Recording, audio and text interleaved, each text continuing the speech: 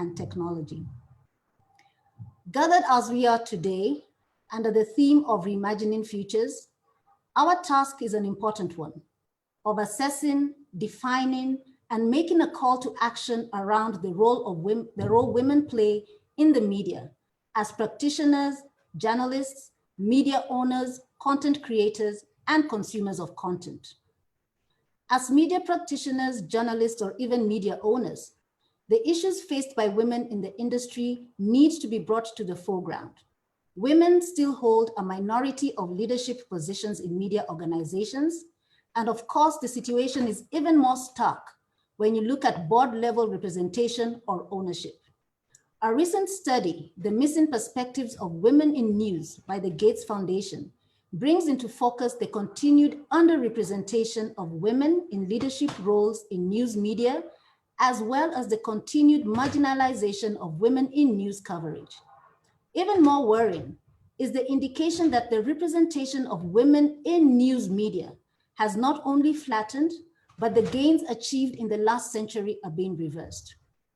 I believe that the lack of diversity in representation as editors in the boardroom and also as media owners continues to exacerbate the situation.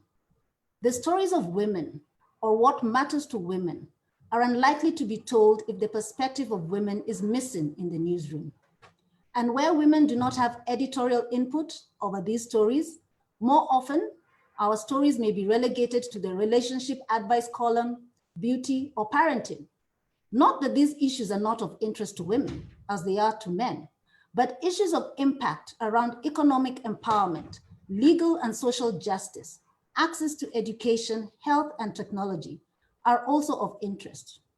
Media narratives can also reinforce stereotypes of women, as well as define new roles that are detrimental. Too often, the contribution of women to news stories is confined to the tragedies, hardships, misery, and atrocities faced by women. And even on the reporting of these issues, women are often infantilized or dehumanized, further underscoring the need to have a stronger representation of women in the newsroom to balance the narrative. We need to ensure that our African media is playing its role in creating, perpetuating, and reinforcing more positive social roles that women can play. In addition, the African media sector needs to transform itself to create more space for women by diversifying its own sectoral representation to reflect the society that it seeks to serve. The African Union's strategy for gender equality and women's empowerment, as well as the African Charter on the Rights of Women in Africa and the African Charter on the Rights and Welfare of the Child, touch on key issues that affect women and the girl child in society, and are tools that have been developed to even the playing field for women and girls on the continent. The ratification of these charters is key, as the legal frameworks, once integrated into the national policies, enable monitoring and evaluation of the progressive actions being undertaken by governments to improve the lot of women and girls, including allocation of resources for gender development matters, inclusion of women in leadership positions, access to quality education for girls, expansion of business opportunities, and favorable working environment, amongst other things. The effectiveness of the gender strategy and the charters only come into play when women and men advocate for their implementation in the nation states, and more so if the media and African women in the media industry add their voices to the civil society organizations and the members of their country's national legislative bodies who are active in demanding that we build a more inclusive society and enshrine gender equity practices in our laws, as this will eventually translate back to representation in the wider economy, including the media industry. A grassroots movement of media practitioners drawing attention to matters of legal import to demand more than word of mouth promise, but rather effecting of legal instruments is necessary to define the future we reimagine today. Beyond the legal instruments, to support the various moves towards gender equity, a key issue of concern to the media industry, as elsewhere in society, is women's financial and economic inclusion. Inequality and poverty are intertwined, and as a continent, we still have a lot to do as relates to making financial services available, accessible, and affordable, especially to women who have historically been excluded from or underserved by the formal financial sector. According to the World Bank, more than 70% of African women are excluded by the financial institutions or are unable to receive financial services such as savings or current account, loans, credit, and other institutional services with adequate conditions to meet their needs. There is a need to improve access to financing for women and to build their capacity for effective use of the funds received through tailor-made financial products. Studies have shown that women invest most of their financial resources in the social welfare cost of the family. Financially empowering women means empowering and advancing society. Women need access to formal and reliable means to save, access, and borrow money. But this access needs to be accompanied with improved access to technology, including ICT education. If there's one thing that the COVID-19 pandemic has revealed, is that the opportunity provided by technology to create, promote, and grow business is immense. And whereas technology has democratized media and given women a lower barrier to entry to have their voices heard, access to finance to scale up women-owned news media organizations and the investment in the underlying technology infrastructure will go a long way in redefining the media landscape.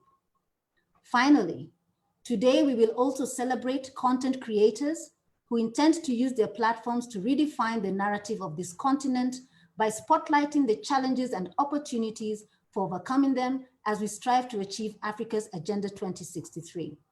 The ideas proposed by these brilliant creative minds are of import as they provide a channel for women in front of and behind the camera to not only express their views and ensure a more balanced representation, but to bring a female perspective to issues around peace and security, migration, labor mobility, social development, and access to ICT for women's enhanced participation in the economy and decision-making, both within the media industry and in policy making, so as to ensure that Africa's development narrative is holistic and truly inclusive. And I do look forward to seeing what this year's submissions will spotlight. Distinguished guests, I thank you very much for your kind attention, and I wish you fruitful deliberations. Asanteni sana. Asante sana indeed. Thank you so much, Leslie.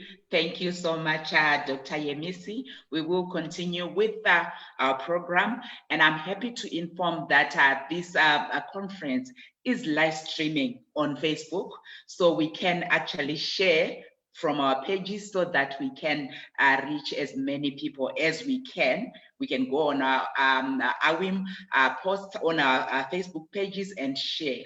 We will continue with our program, and now we'll move on straight into panel one. Panel one, the theme is looking at women in media, and this panel is going to be moderated by Teresa. I'll give you a brief bio of Teresa. She is Teresa Tremeka Chirwandanga, and is the chairperson of the Media Institute of Southern Africa. That's MISA in Malawi, in Southern Africa, for those who don't know where Malawi is. And Teresa is an award-winning journalist with more than 11 years experience working as a reporter as well as an editor. She currently works as the public relations manager for the Malawi-based AHL Group.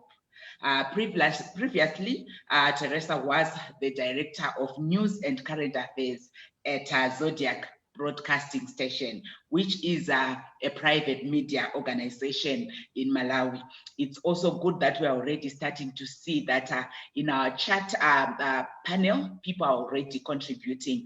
One concern that has been raised is the fact that why is it that we have few women in the media in Africa? And looking at the panel that Teresa is going to be moderating, I'm sure it's going to unpack some of these issues. Teresa, it's over to you. Thank you so much, Tariro, and thanks everyone for your presence. As Tariro has already highlighted, we're going to talk about women in the media to look at why is it that we are not taking up those leadership positions, what can be done, and my panel will be expounding on this. But many thanks to Leslie and Yemisi, they have already touched on some of the things that we're going to discuss in this panel. And I'll quickly introduce my panelists, after which I will ask them to unmute their videos. At least we should see their faces. And then when I introduce them, they will unmute their microphones. First on my panel is Nancy Kaczyngira. Nancy is one of the few African news anchors on the global stage. She is a multi-award-winning Ugandan journalist, championing diversity, balance, and nuance in narratives about the global South. She presents BBC World News Bulletins and the weekly BBC program In Business Africa. Her impactful documentaries and her TEDx talk on African narratives saw her named as one of Africa's most influential young people of 2019, but also 2020. As a moderator, Nancy has hosted on some of the world's biggest platforms, including the World Economic Forum, IMF or World Bank meetings, and her own country's first ever presidential debate. Welcome, Nancy. Second on my panel is Jubel Zulu. Jubel works with Kwitu FM in Zambia and is an international correspondent of African Science Focus. She is also the vice president of a media body called Zambia Institute of Independent Media Alliance and a board member of the Zambia Media Women Association, which is what, of course, we're talking about, women in leadership positions. She is a multiple award-winning journalist who has over 8 years of experience in the media fraternity. Jubel is specialized in science reporting, which is really quite unique. Science reporting in health and agriculture, as she's also biased on women affairs and education. Welcome, Jubel. Next on my panel, I have Anna Maimona Ngema.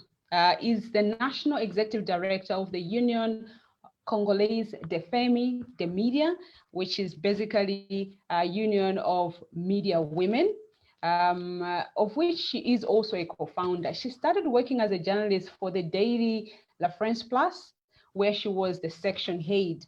She was also the media program officer at Search for Common Ground, then assistant to the Victims Participation and Reparation section of the International Criminal Court.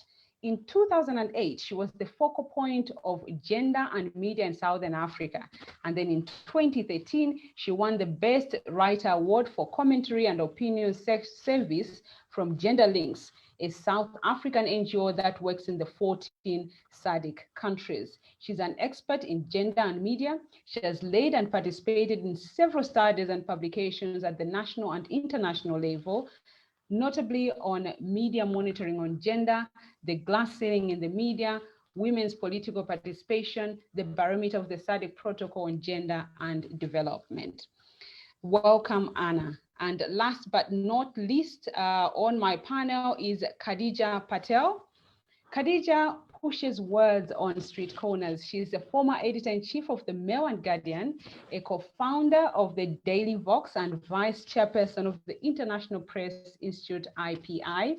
As a journalist, she has produced works for Sky News, Al Jazeera, The Guardian, Quaz, City Press, and the Daily Maverick, among others. She is also a research associate at WISER, Wits Institute for Social and Economic Research at the University of Witwatersrand. Welcome, Khadijah. So I'll ask my panelists to please switch on your videos so that at least we can see your face. And then when you're speaking, I will also request that we should be able to hear you, you unmute your mic. Now, jumping into the conversation, women in the media, there are several challenges that we're facing, but also we are pushing those boundaries. We are doing everything possible. And as I said, we're going to unpack all this. But let me call upon Jubel to kind of open our conversation by looking at the challenges to leadership in the media fraternity with a focus on Zambia. But of course, this can also apply anywhere else. Jubel.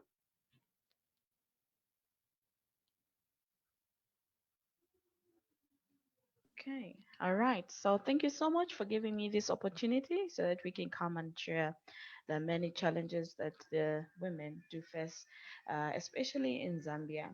Now, I'll take you through what is happening here in Zambia. Yes, so the media in Zambia has more female journalists graduating from schools, but fewer are getting in the newsrooms. Now, despite less getting into the newsrooms, we still have more female journalists in the country, right? And these female journalists are coming from different kinds of universities. For example, we talk about Cavendish University that produces approximately 40 female journalists annually, but a few are employed. And when we talk of the University of Zambia, we have more than 200 female journalists that are produced annually, but then again, a few are employed. Now, from the time that some of our first female journalists, like Kesi Funiso, that practiced in 1942, nothing much has changed. We still see that the media is highly polarized politically, and also women do not wish to be in the middle of the mud slanging or be victims of sexual harassment, both online and physically. All right. And with the interactions that I have had, both locally and also in African countries, internationally, I have confirmed that it is not only Zambia where we face these challenges or, a challenge. And now I'll take you through 6 dimensions that hinder progress, for female journalists to be on the top or to be on top management as authorities. One, it has to do with opportunities. The career opportunities for women in conditions of services. This includes fellowships and other open opportunities, which is not mostly available for females. Other fellowships will clearly state that a married female journalist or a pregnant female journalist cannot attend, disadvantaging them. But for men, married or not, they still have a vast advantage over women. And secondly, I'll talk about management or employment.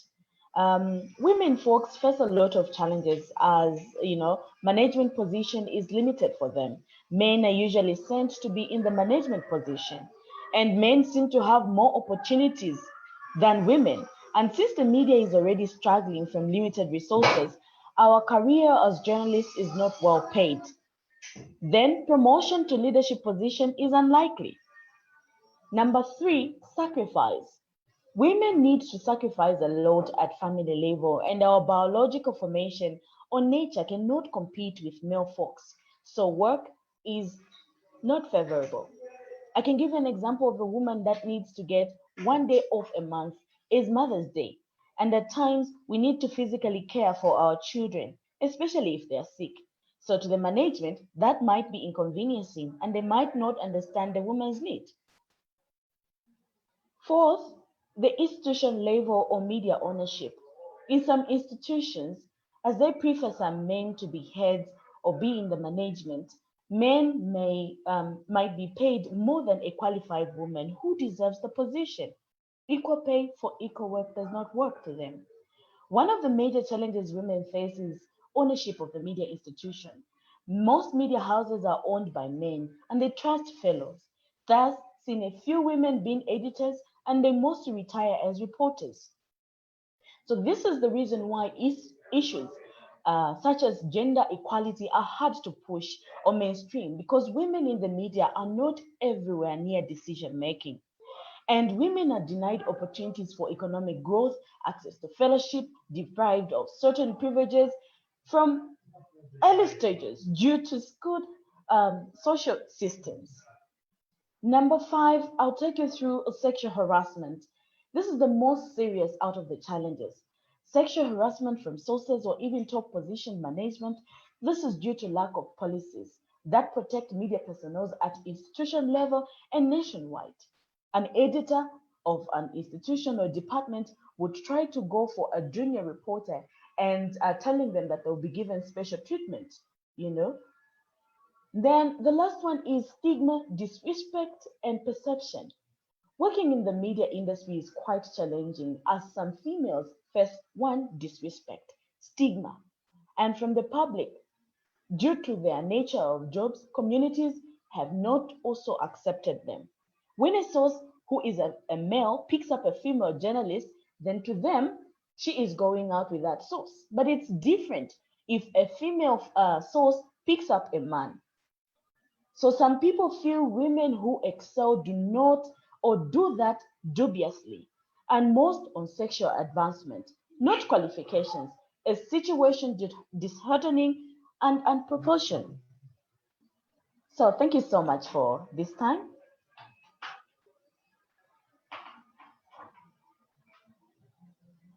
Thank you so much, Jubel, for those insights. And I think if we had the opportunity, if it was in a physical meeting and we had the opportunity to just quickly ask if any of the female participants here have gone through some of the challenges that you have highlighted, I'm sure the entire room would be raising their hands. It's really, really common. Yes, you focused on Zambia, but as I said earlier on, this is something that is also happening in other countries. I would like to move on to Anna. Anna, you have been in leadership positions in the media, and you have had this experience or also have lived some experience as a woman in the media. Would you just talk to us about the division or distribution of tasks in the newsroom between male journalists and female journalists? Is it different? If it is so, why is that so from your experience, Anna?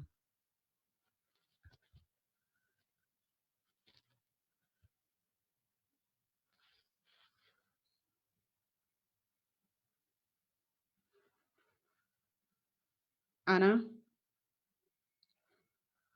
Well, as we're waiting for Anna, we'll call Anna again to come a bit later on. I'll move on to Khadijah. Khadijah, you have also been in quite a number of leadership positions in the media. And this is something that is quite unique, I would say, in the sense that we don't see as many of us female journalists taking up those leadership positions.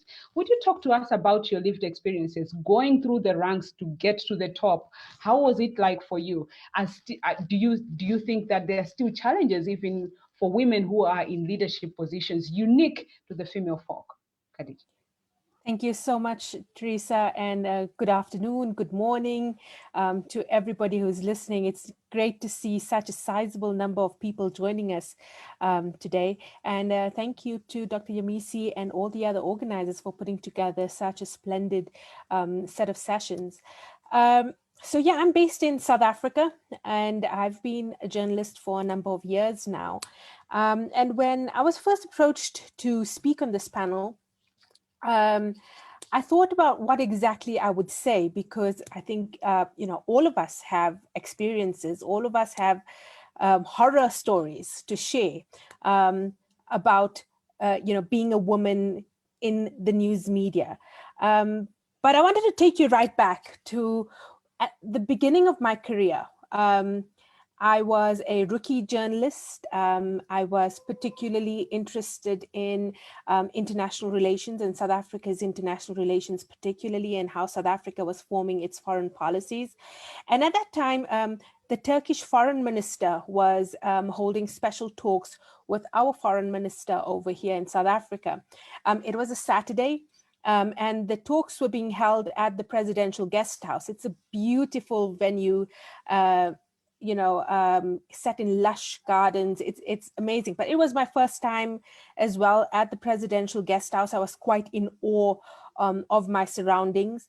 And I was a young rookie journalist I just wanted the story and to get out. And, many journalists will tell you the story of being a journalist in these settings is usually it's hurry up, and then wait. So yeah, we all hurried to get there at the time that we were meant to. And then we just waited around for hours, really, until we actually had any FaceTime with the two foreign ministers.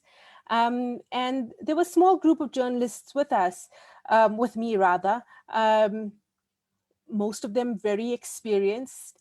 And like I said, I was the rookie, I was the new one, not exactly familiar with the, with some of the traditions, I would say, in these settings. But there's something that happened at that time that, that set me a little uncomfortable. At some point, a senior government official, South African government official, he approached the journalists. He was, just apologizing for the delay, he greeted all the women journalists there with a hug. Okay. And I was taken aback, right? Because I felt, that's a bit familiar for me, right? And then I noted, but for the male journalists, who he also knew equally well, he shook their hands, right? So even though he was familiar with them, it was a shake of the hand for the men and a hug for the women. And then me as the new one, as he then came up to introduce me, he then expected me to hug him as well, right? He almost, kind of like went in, and I was very, very uncomfortable. And when I went home that day and I thought about it, it really puts into perspective, the advantages of being a man in that setting, because he clearly didn't expect the men to hug him, but just being a woman in that setting meant that your bodily autonomy is just not respected, right? And there's a sense of closeness that is expected of you. And as a young journalist, I didn't know how to tell him I'm not comfortable hugging you, even though I was very, very uncomfortable. And that tells you a lot about what it's like being a journalist. So that's, that takes you. So now I'm going to zoom forward, or fast forward rather, a few years, and take you into the boardroom of M&G Media, which is the company that owns the Mail and Guardian, or that publishes the Mail and Guardian newspaper.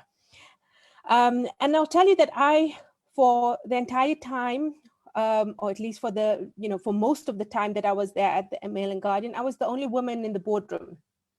I was the only woman in senior management, and even at board level, when I reported to the board, I was also the only woman. And this put me at a distinct disadvantage, because if I was too vociferous, if I disagreed too passionately about something, I was immediately labeled as too emotional.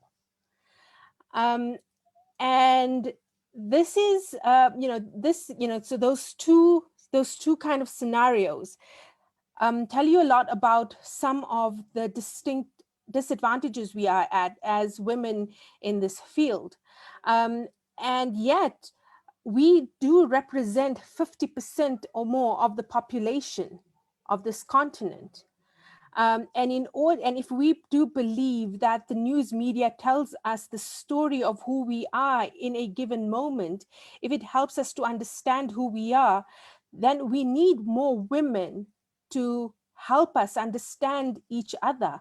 And when we don't give women an equal opportunity to speak and respect their bodily autonomy in public spaces, then we make it especially difficult for us to do this job.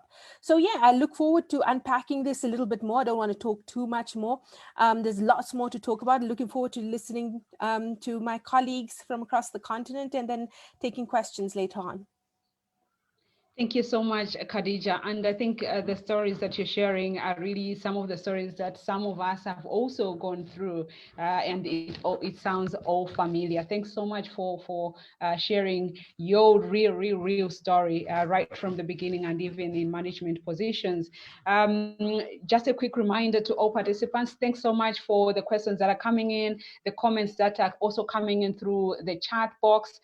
For the questions, please do post those in the Q&A box so that we're able to differentiate between the comments, general comments, or the questions. So please, for the specific questions, do post them in the Q&A box. Let me move on to Anna. Anna, if you can hear me, would you please come in and just share your experience in terms of how it is like in the newsroom when tasks are being distributed? Is it something that is different for the women folks or the male folk? And for you, as someone who has been in the newsroom, you have also been in the issues. Would you also touch on that, just as Khadijah has also explained earlier? Anna? Oui, merci. Je voudrais remercier les organisateurs, organisatrices pour nous avoir associés à ces sommets. Avant de parler de mon expérience, je vais juste faire un petit rappel rapidement de l'arrivée des femmes dans les médias en RDC. En fait, c'est en 1958, 2 ans avant l'indépendance, que les femmes sont arrivées dans les médias, et c'était d'abord au niveau des radios. Elles avaient principalement comme activité les animations dans les radios et quelques émissions spécialisées, mais elles faisaient aussi ce qu'on appelle le téléspeakage, c'est-à-dire elles étaient des speakerines pour annoncer les programmes. Et après l'indépendance, il y a des femmes qui sont arrivées à la presse écrite, et le gros des femmes est arrivé après la création de l'école de journalisme, la première école de journalisme dans les années 1970. Et beaucoup ont commencé à apprendre le journalisme, la communication et s'intéresser dans les médias. Mais jusqu'à ces jours, comme dans beaucoup de pays africains, les pourcentages des femmes restent toujours inférieurs aux hommes. Et par rapport à mon expérience, moi, j'ai commencé la presse écrite. C'était l'un des grands quotidiens de la capitale congolaise à l'époque. Et quand nous sommes arrivés, en fait, j'étais encore aux études. Je faisais en même temps journalisme et j'ai travaillé déjà. Et ça nous a donné l'occasion d'expérimenter un peu certaines réalités de rédaction. Je suis arrivée comme étudiante, j'ai mis beaucoup de temps avant d'être confirmée dans ma rédaction, c'est-à-dire qu'on puisse vraiment, je ne sois plus stagiaire, je suis passée des stagiaires à la collaboratrice extérieure et puis reporter. Et après, je suis devenue responsable de la rubrique économique et société. Mais c'était vraiment un défi. On s'est rendu compte que pour l'homme et la femme, il y avait une sorte de discrimination. Moi, j'ai fait plus de temps pour être confirmée, alors qu'il y avait des collègues, des camarades hommes, où on avait la même université, qui intégraient plus rapidement. Et c'est ce constat-là, justement, amer, qui nous a amenés, on était à 7, on était encore à l'université, mais on travaillait, on s'est dit qu'il y avait quelque chose qui n'allait pas pour corriger cela. Et c'est dans ces cadres-là qu'on a créé l'Union congolaise des femmes des médias pour faire quelque chose, pas seulement pour nous-mêmes, c'est-à-dire moi, Anna, qui ai connu un parcours assez difficile pour être intégrée, même si on reconnaissait mon travail, comme on me disait que non, mais tu écris bien, déjà, c'est facile pour toi d'intégrer la rédaction, mais j'ai pris beaucoup de temps pour être intégrée. Et on s'est dit qu'il y a beaucoup de femmes qui se retrouvent aussi dans les mêmes conditions. Et avec 6 autres femmes journalistes, jeunes aussi comme moi, nous avons mis en place l'Union congolaise des femmes des médias et on a commencé un peu à soulever les problèmes du travail des femmes dans les médias, du travail, la répartition des tâches, où on voyait pas plus. Au début, on m'envoyait sur les terrains accompagné d'un collègue homme. Et après, ils se sont rendus compte que non, mais je faisais bien mes papiers. Donc, la répartition des tâches était aussi un peu inégale. On s'est dit, ben, les femmes. Et quand nous allons aussi, même à la télévision, c'est pareil, à la radio, c'est pareil. On envoie, par exemple, à la télévision, on a tendance à garder la femme à la présentation du journal. Et on envoie l'homme sur les terrains pour aller chercher l'information. Les réseaux avancés, ils disent que non, certaines responsables ou les rédacteurs de certaines radios ou télévisions, ou même la presse écrite, on a posé la question de savoir pourquoi cette attitude. Ils disaient que non, nous voulons protéger la femme, nous savons que nous sommes dans un pays avec un conflit armé, il ne faut pas exposer la femme et ça pose un problème de développement de la femme. Alors, on a commencé alors à mener aussi des actions par rapport à ça pour leur dire que vous, on a étudié comme vous, nous avons les mêmes diplômes que vous. Comment est-ce qu'une fois sur le terrain, vous appliquez cette discrimination croyant que la femme ne peut pas aller dans un terrain de conflit? Moi-même, j'ai vécu cela à la référence plus. Quand mon pays, en temps de conflit, était séparé, nous avons le bloc Est et Ouest. Moi, je suis à l'Ouest et j'ai reçu une invitation de la MONUSCO, c'est la mission des Nations Unies pour la paix au Congo, pour aller à l'Est du pays et réaliser les reportages avec l'arrivée de Kofi Annan à l'époque au Congo et il y avait la rébellion de l'Est. J'ai accepté l'invitation sans problème.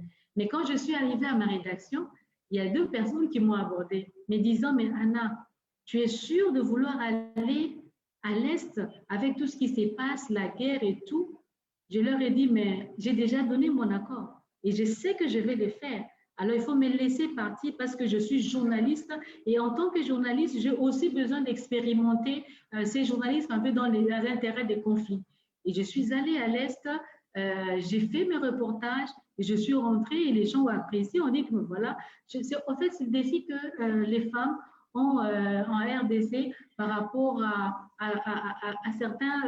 certaines tâches où on hésite encore à pouvoir les lâcher et dire que est-ce qu'elle sera protégée sur les terrains et tout ça, c'est des défis. Et nous n'arrêtons pas de sensibiliser pour dire aux responsables des médias et aux femmes aussi qu'elles doivent s'assumer parce qu'elles font un travail qu'elles aiment. Elles doivent montrer qu'elles se sont engagées dans le journalisme et elles veulent le faire parce qu'elles aiment cela pour informer la communauté, que ce soit les hommes et les femmes. Je crois que je vais m'arrêter là et attendre s'il y a des questions pour approfondir. Merci.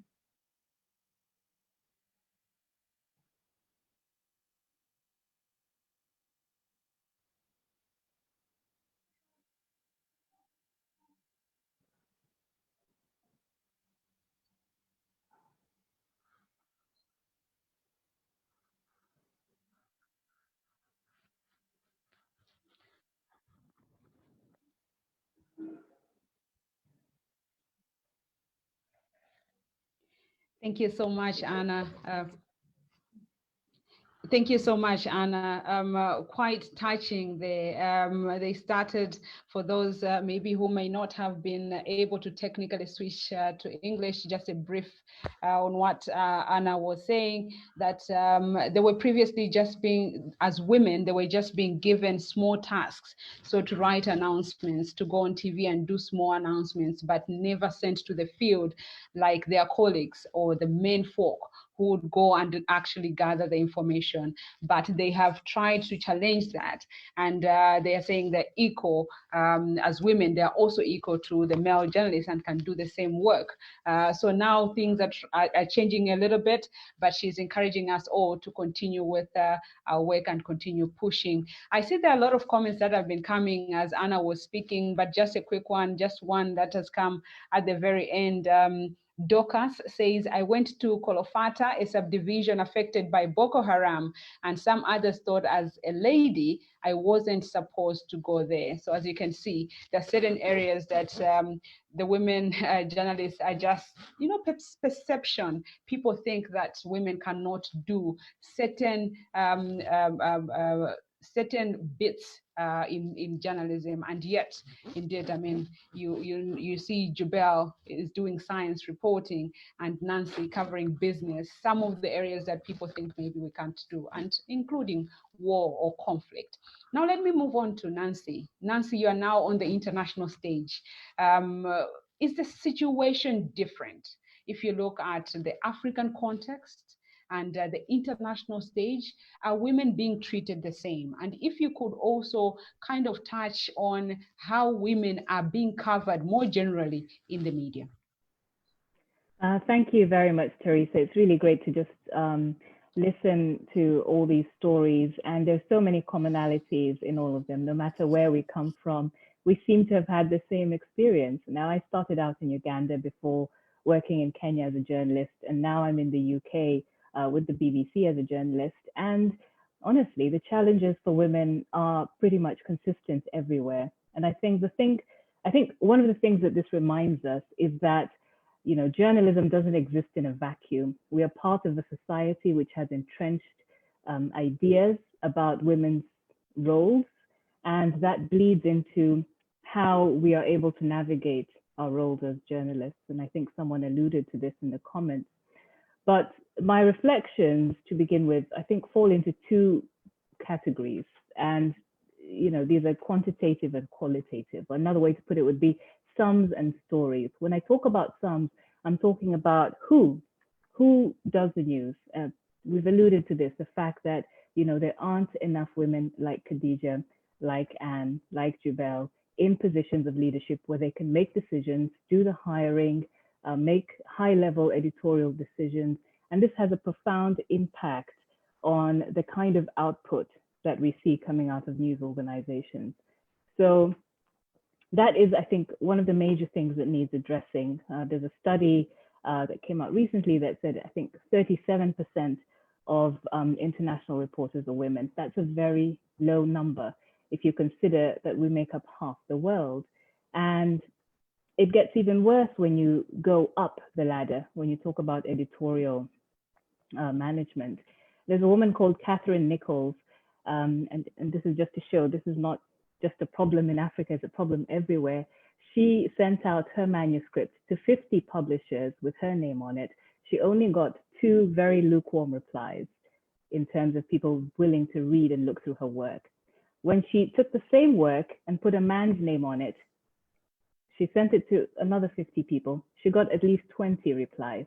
Many of them were willing to help, were willing to mentor her. This is the same work. It just shows you how strong perception is, how important it is that we tell the kind of stories that will also reflect the kind of world we want to build, because it is it's like a vicious circle.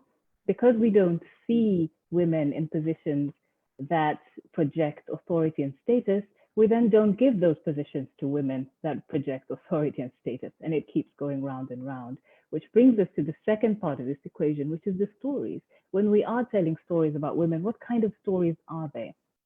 And here there is a problem too, because what the brain knows is what it sees. And most often when we look at women, the way they're reported about, not just in international media, in local media as well, it tends to be quite siloed. So women are peripheral characters in stories. And when they are the central characters, it is usually to make a point about their gender. For instance, I'm sure you've seen well-meaning stories that look good. For instance, the first female pilot, the first female army captain, the first female this, but what are we really saying behind that message? Are we saying that this story is great and unique because women don't occupy those positions? Because women we're not used to seeing this. This is an anomaly. And so I think we need to think about the multi-layered messages that we end up reinforcing even unintentionally. And one example of this, for instance, is on my business show, we had a discussion once about having a theme around women in business. Now, we usually have a theme for every show, whether it's let's say the architecture industry or the oil and gas industry. So there was a suggestion to do a women in business show. And that didn't quite sit right with me, because I said, why are women given a special category as if, you know, they're infantilized and children that we need to say, oh, look, here are some women doing business, instead of slotting them into the oil and gas show, instead of slotting them into all the other economic areas in which they are and have always been very productive. And these are just some, I think, of the multi-layered discussions we need to be having in terms of how we portray women. But I think it is possible to achieve progress. We do have a program going on at the BBC called 50/50, and this encourages every single program to look at how many experts they're putting on air, because you can't control the number, you can't control who's in the news. If the president of France is male, you can't make him female. But we do have editorial control over contributors, over guests. And that is one way that you can actually try to get more voices in the news, because at the moment, men are 5 or 6 times more likely to be quoted in the news than women. And that's the latest Gates Foundation research that was mentioned earlier. So I think these are just some of the issues that we'll probably get into as the conversation continues, but really glad to be here with you all. Thank you so much, Nancy. The problem is quite common in Africa or even beyond.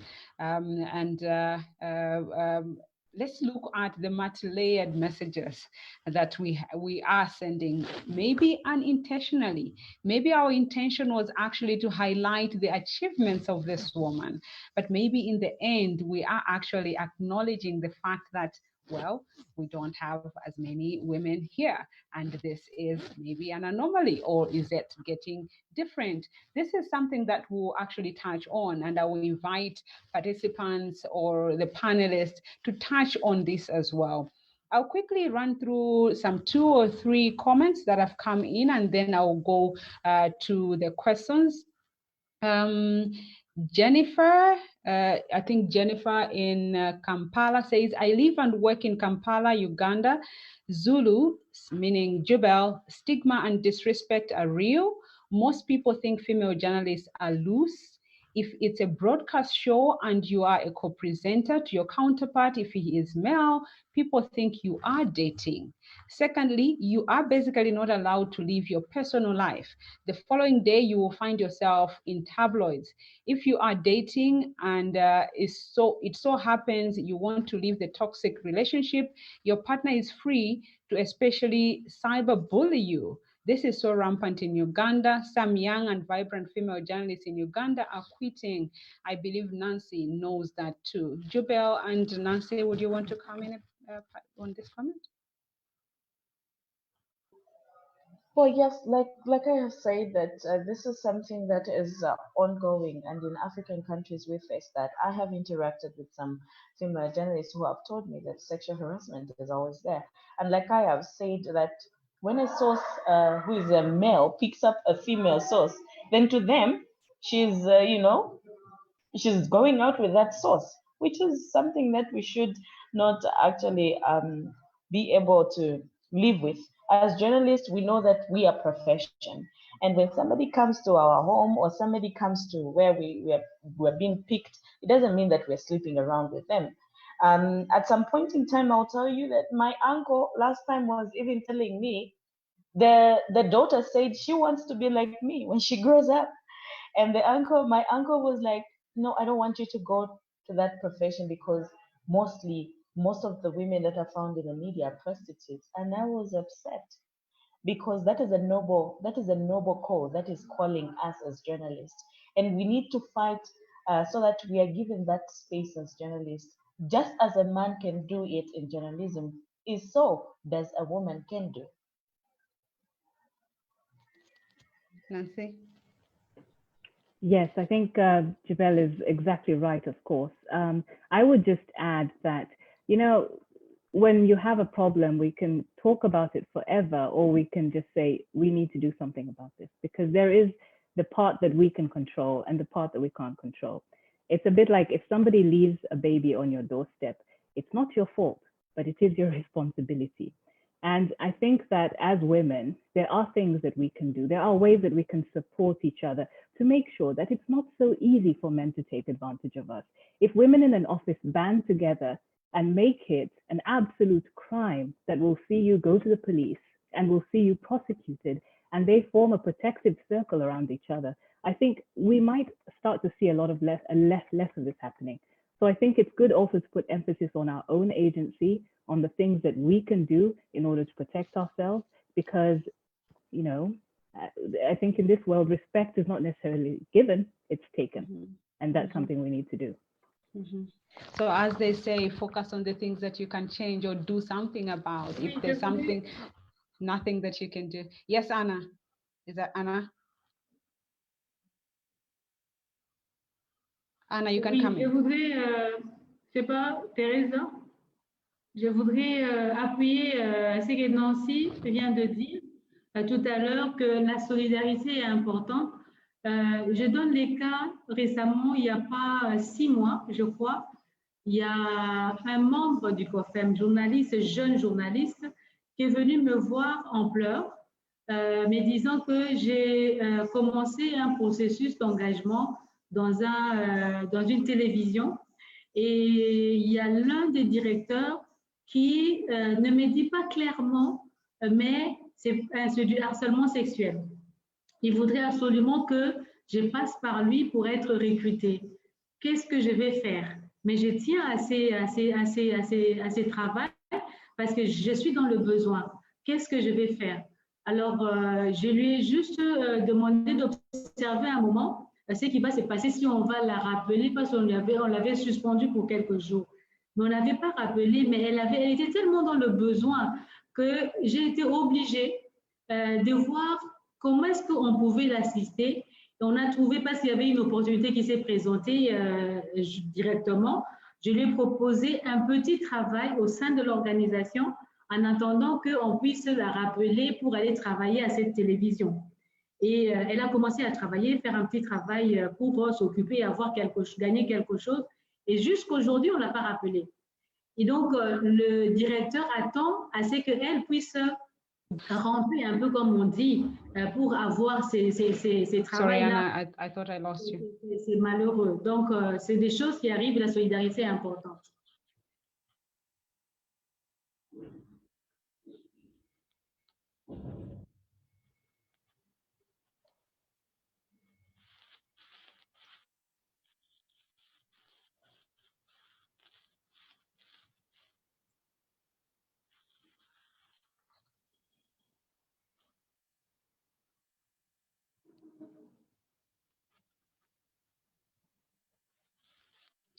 Thank you so much, Anna.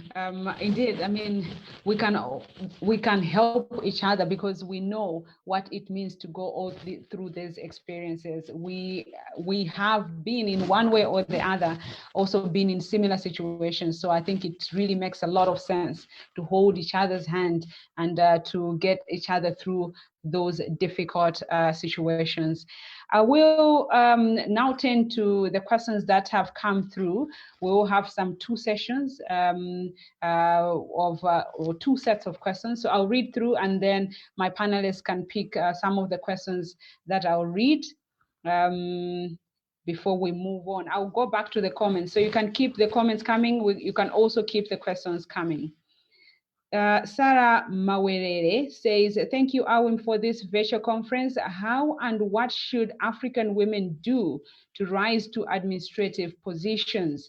In my country, Uganda, if you do not know a person or a person who knows you or who knows your potential, you cannot be promoted.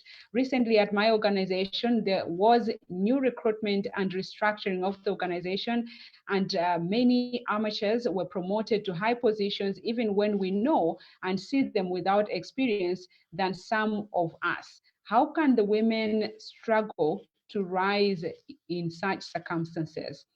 So she's asking how and what should African women do to rise, looking at their potential, purely based on their potential. Another question, Sexual abuse policy never seems quite clear in any writing. If we could come up with one that's clear and speaks outrightly, this is a recommendation, and I think it makes a lot of sense. I think it's some says, I'm curious about women representation and portrayal in the media.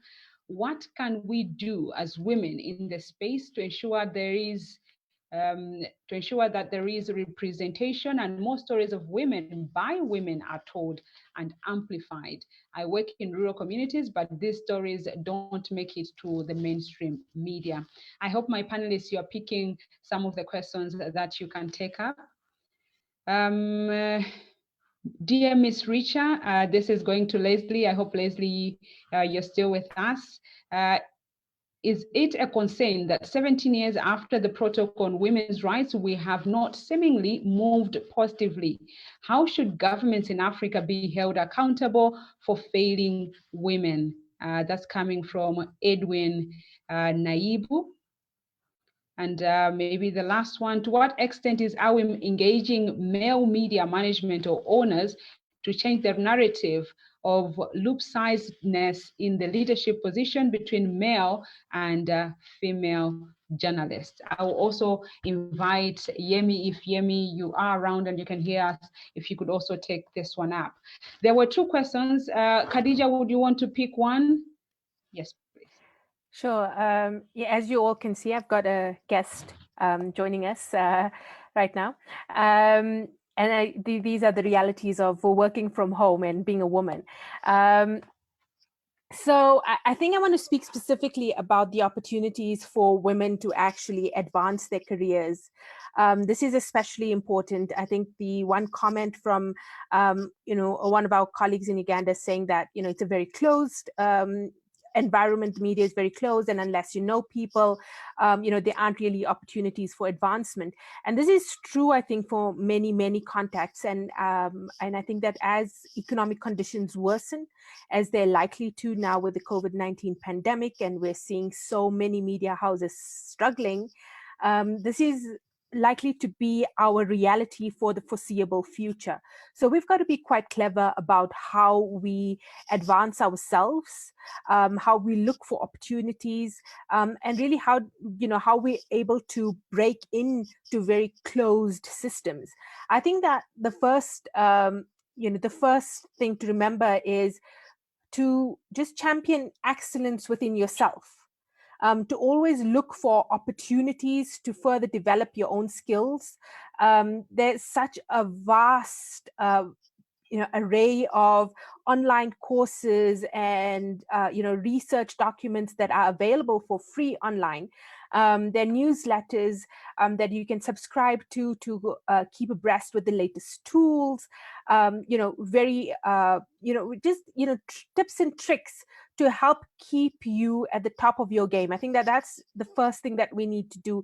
Champion excellence within ourselves, to keep challenging ourselves to be the best. Yes, of course, this is a bit unfair because men don't have to be especially excellent to be promoted.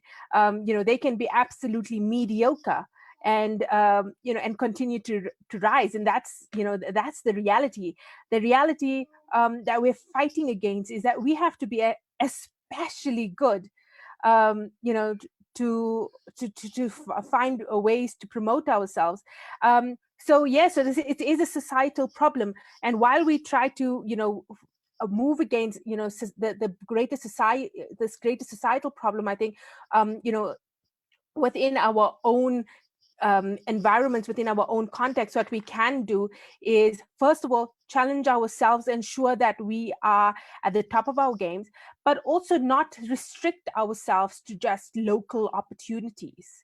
There are a number of scholarships, fellowships, reporting grants that are available internationally that you can apply for, that many of us are actually eligible for but just don't know it.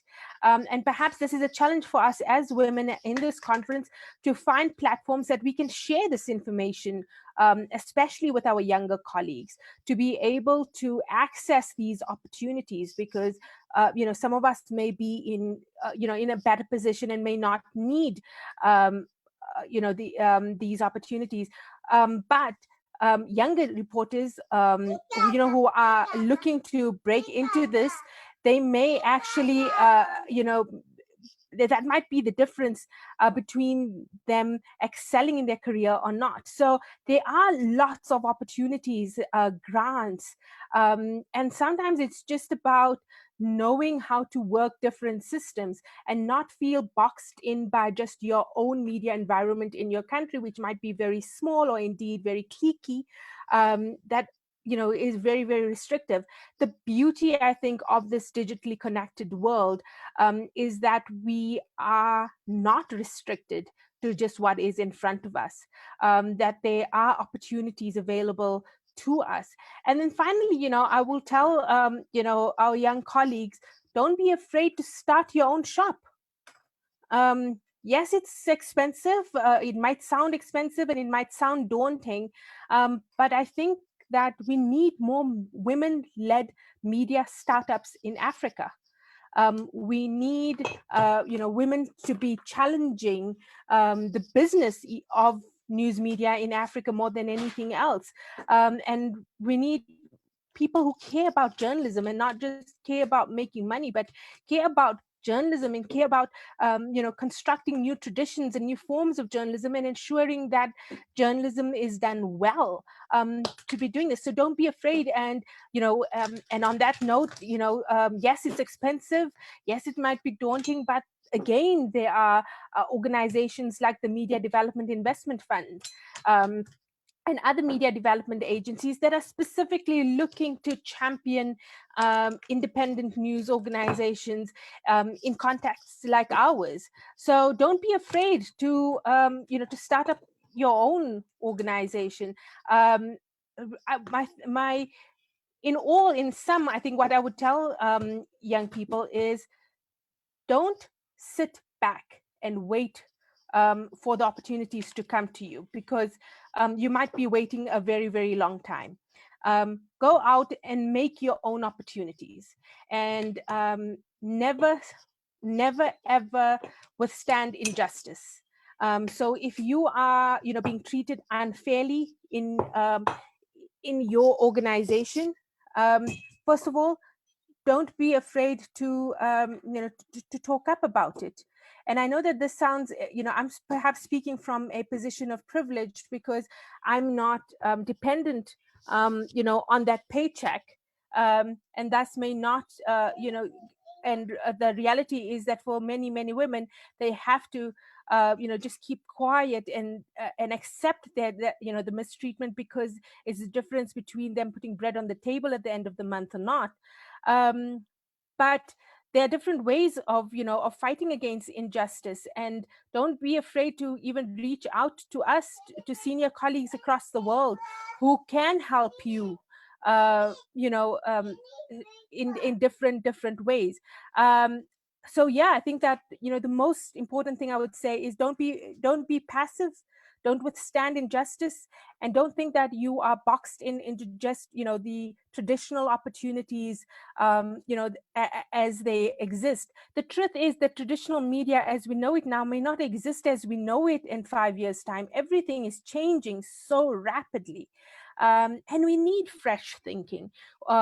We need new ways of telling the news, and what a better opportunity than for women in Africa to be leading the charge in creating new forms of journalism for the future.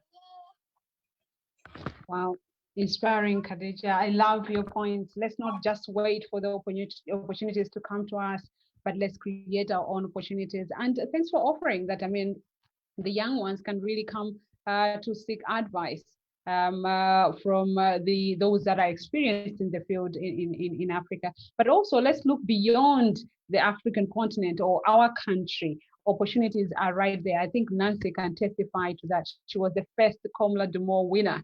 That's like one of the biggest awards on the African continent right now. I don't know, Nancy, if you would want to share just briefly your experience in terms of looking elsewhere and broadening our horizon. No, I can't agree more with what Khadijah said, because at the time I won the Comla Dumont Award, I was quite depressed at my job. It felt like I was going nowhere, that I'd hit a ceiling. And even when I looked around and thought, you know, where do I go from here? It seemed like I didn't have, you know, much of a career in media anymore. And I think what tends to happen is then we either go into, you know, some sort of offshoot, whether it's PR or do something else, and just forget about journalism, because this you hit the ceiling so fast. But I think one of the things that helped is, and this is something I would encourage every person to do, is have an entrepreneurial mindset, even if you're in a job. Always be looking at what problems can I solve, because people notice problem solvers. So I, you know, tried to get out of my depressed state and look at things that way. And I started to get involved in the social media department, the digital department at work. And along the way, I found out about the Comla Dumont Award.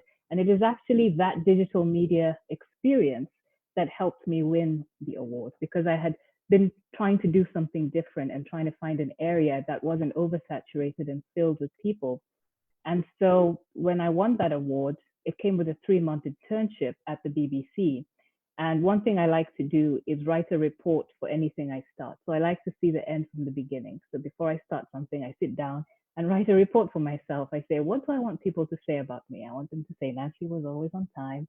Nancy did this, Nancy did that. And that gives me action points as I go forward. And one of the things I wrote down was, I said, I want them to say, we have to keep you. And this meant that when I got there, I had an entrepreneurial mindset. What problems can I solve for the BBC? And I'd like to think that worked, because I'm still there. And this is 4 years later. So I just like to really encourage you, never ever let anyone limit you by your education, where you come from, what you see around you. Don't fit into the space people have created for you. Expand it to fit you, to fit your ideas. Wow, thank you so much, Nancy, for sharing that. Dr. Yemisi, would you want to come into the question that came through to AWiM? Yes, on the question of how to work closer with men in leadership and in media to advance this, because it's really important that we're not just focused solely on capacity building of women journalists, and then when they go back to the workplace, they're still faced with the same challenges. One of the findings of the research that we did on the barriers of entry was that South Africa had made a lot of headway in how it's implemented gendered policy, right? And how that is translated to an increased number of women in leadership positions. Currently, the ratio is almost 50-50. So one of the things we want to do is to develop another round of research to learn from the best practices of where such policies have worked. Because on the other side, some of the respondents from countries like Tanzania, Rwanda, surprisingly Rwanda, have said that, you know, these policies are there, but they don't always translate to reality. Rwanda in particular, it's visible in parliamentary settings that there's some gender equality, but it hasn't translated to media. So one of the things that we want to do, one of the practical steps we want to take is, one, learn from the best practices of whether country level or even internal network level, because Standard Media network in Kenya, for example, have been successful in setting up an internal women network and strategy. So we want to learn from these successful strategies and policies, what has worked, in order to develop a empowerment evaluation framework that we can then use to train leadership and HR and departments and media organizations on how to successfully implement gender policies and empowerment programs in their organizations. So that's one of the very practical ways that we want to start working with organizations. And I just want to also speak to what Khadijah said about, not being afraid and just taking the steps you need to take in order to get where you want to go. It's not a straightforward thing. It's, not everybody has that entrepreneurial mindset. Not everybody has the cultural context. But I think it's about really trying to, like Nancy did, trying to think, well, what do I want people to say about myself? That accountability checklist that Nancy put together. What do I want to achieve? And what are the steps? Who are the champions I need to have around me in order to make that successful? So, and these champions might be people within your organizations, it might be people at AWiM, it might be people here on the panels here today. So making use of all the opportunities available to you, because there are tons of it online, tons of free resources online. And it's just that commitment to taking those steps. It is not easy, and for some people, the context they've been in have been so disempowering that they almost need to find themselves and rebuild their confidence. But I think it is possible. When I finished my studies, my PhD in 2010, I wanted to set up my own news organization. And well, I didn't have the money, I didn't have the resources. So I started off as a news website, and it grew over 4 years. And in 2016, one of the work we did was what won us the CNN African Journalist Award. So it is possible. It's not easy, but it is possible. And I also want to commend Khadijah for normalizing having kids around during webinars. I remember when we all first started moving to webinars and being totally mortified when my daughter came in the middle of a presentation saying, "Mommy, I'm hungry, I need some food." So it's really great to normalize that. I think, that is our reality, and, really love the way you're so cool with it. And it's, and happy to have your daughter there as a guest as well.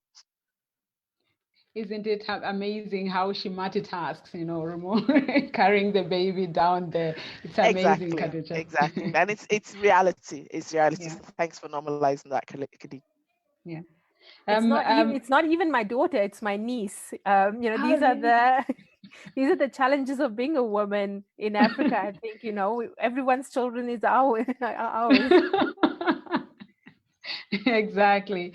Leslie, if you are around, there was a question on the Protocol on Women's Rights, and whether you agree that we have not moved positively on it, and what governments should do to be held accountable for failing women. Leslie. Hi, can you? Yes.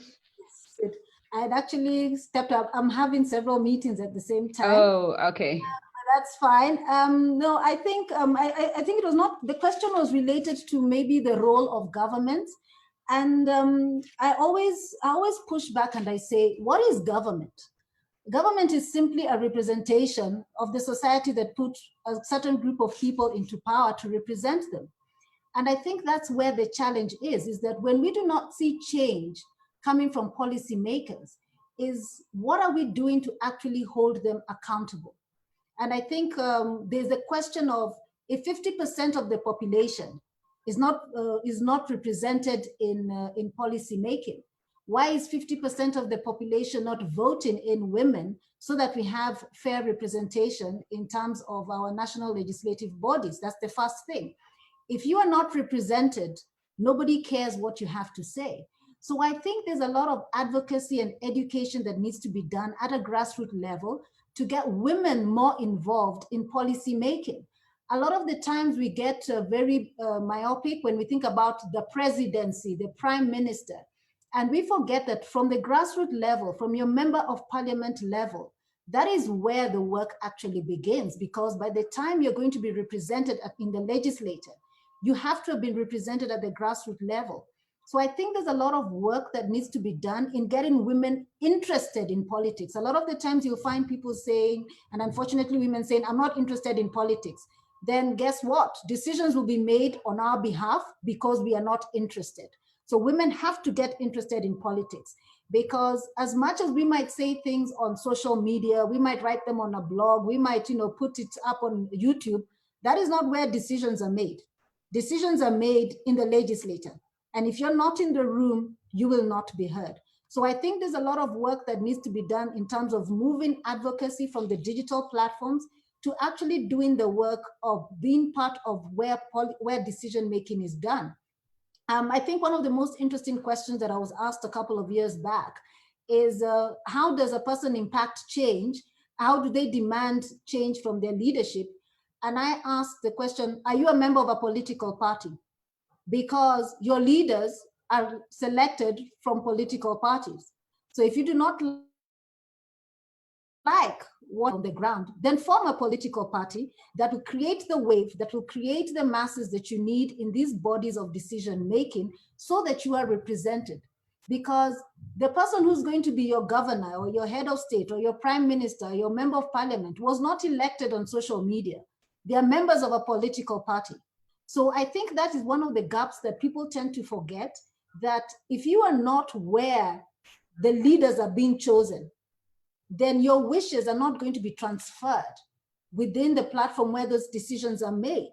So women have to get interested in politics, and women have to get involved in politics. And if you do not like what is on the ground, then you have to create your own. I think Liberia was a perfect example where there was a grassroots movement that sat down and said, you know what, we're going to get a woman into power, come what may. And it was a grassroots movement. And I think that is what needs to happen across the continent in terms of getting women interested in politics. As I keep saying, it doesn't matter how much you shout on your desk, in front of your phone, on your tablet or your computer, nobody hears you, because when they're in the legislature, nobody's really paying attention if you're not represented. And that is the hard truth. I think the other role that is very important, and sometimes we tend to forget as communicators and even in the media, is sometimes media separates itself from being citizens of the country or the nation that they serve. And I think that is a problem, because there's always the question of what is government doing? And I always ask the question, how is media holding governments accountable? Because when you think about it, women's issues, gender issues are never going to make the headlines unless it's something tragic that happened. That is when it's going to make the headlines. And so there's a role that media has to play in terms of informing citizens. And informing citizens should not become something that only happens during elections. You should have a report card of how governments are performing during the course of the term of their stint in power. But we only get to hear about it at election time. So what role does media play in terms of sitting down and saying, put aside the entertainment, put aside the politics of the day, take action, pick a cause and make sure that you follow through on the cause. I don't think there's a single media house on the continent today that is profiling women at a continental level. When I want to hear about the successes of women, I have to tune in to BBC 100 Women. They're the ones who are giving profile to what women have done across the continent. And so I think even the media has a role to play in two fronts. One, holding governments accountable, not just during election time, but during the course of the period of that government staying in power, but also giving a voice to women by profiling them and giving them a voice for them to be able to advocate for the issues of women. And that also goes into finally the issue of the charters.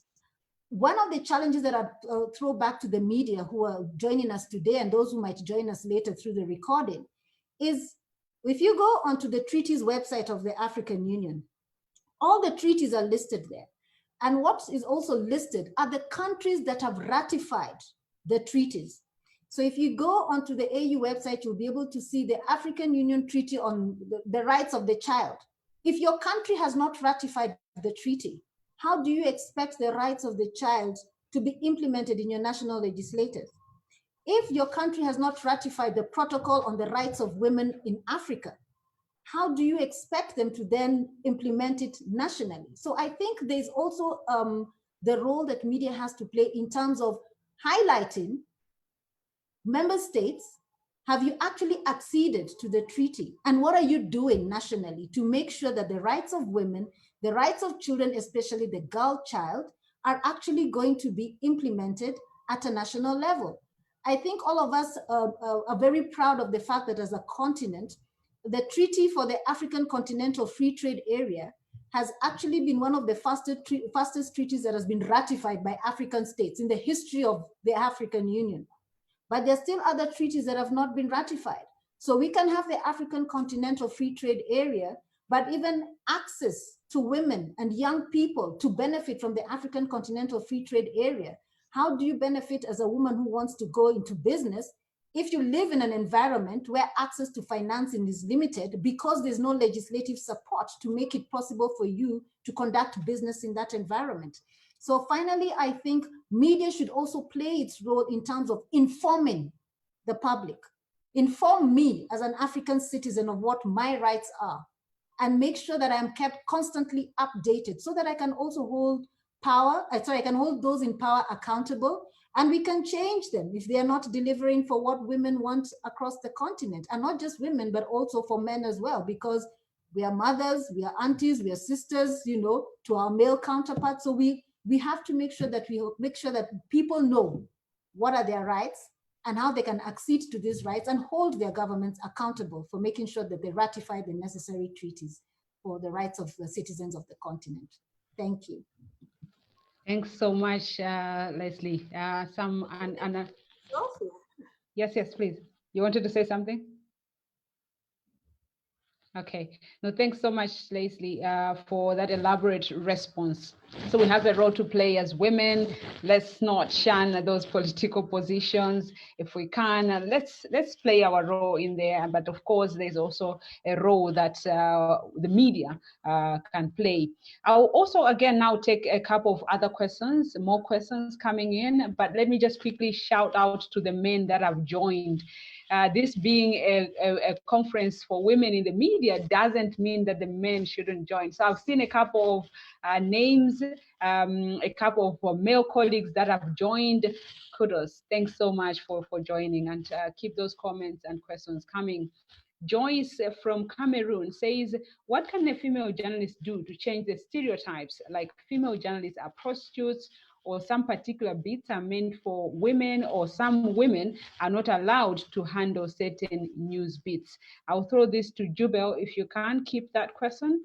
Yvonne Piri from Zimbabwe would like to agree with Khadijah. She says, true that, Khadijah, as women, we must go out there and grab opportunities. However, the challenge is that when it comes to funding and accessing resources, there's still a lot of bottlenecks which inhibit women from accessing loans for startups and acquiring resources to set up their own organizations. In Zimbabwe, for instance, the space is slowly opening up, but women still have a long way to go to fully achieve emancipation. I guess Yvonne is alluding to the fact that sometimes simply because it's a woman, it's difficult to access resources for startups. Maybe Khadijah, you can also touch on that one. Another question coming in from Chioneso, who says it's always a thin line between journalism and activism, and sometimes journalism and propaganda. How do we maintain a balance? How do we keep things clear? I will throw this to Anna. Anna, if you can keep that question for me and respond later on. Mala says, staying connected is an issue for aspiring African women in media with digital marketing. How can we fix that problem? We want to get information out, but data is expensive or no connection is available. It's actually amazing that so far we have not had connectivity issues because most African countries, it's really like you break, you come back, you break, you come back, but this has been smooth this far. So she's asking, with the data being so expensive, you want to get information out, you want to do digital marketing. How do you go around that particular problem? If there can also be some insights from that. Let me start with Anna is already up there, Anna, and then I'll move to Jubel.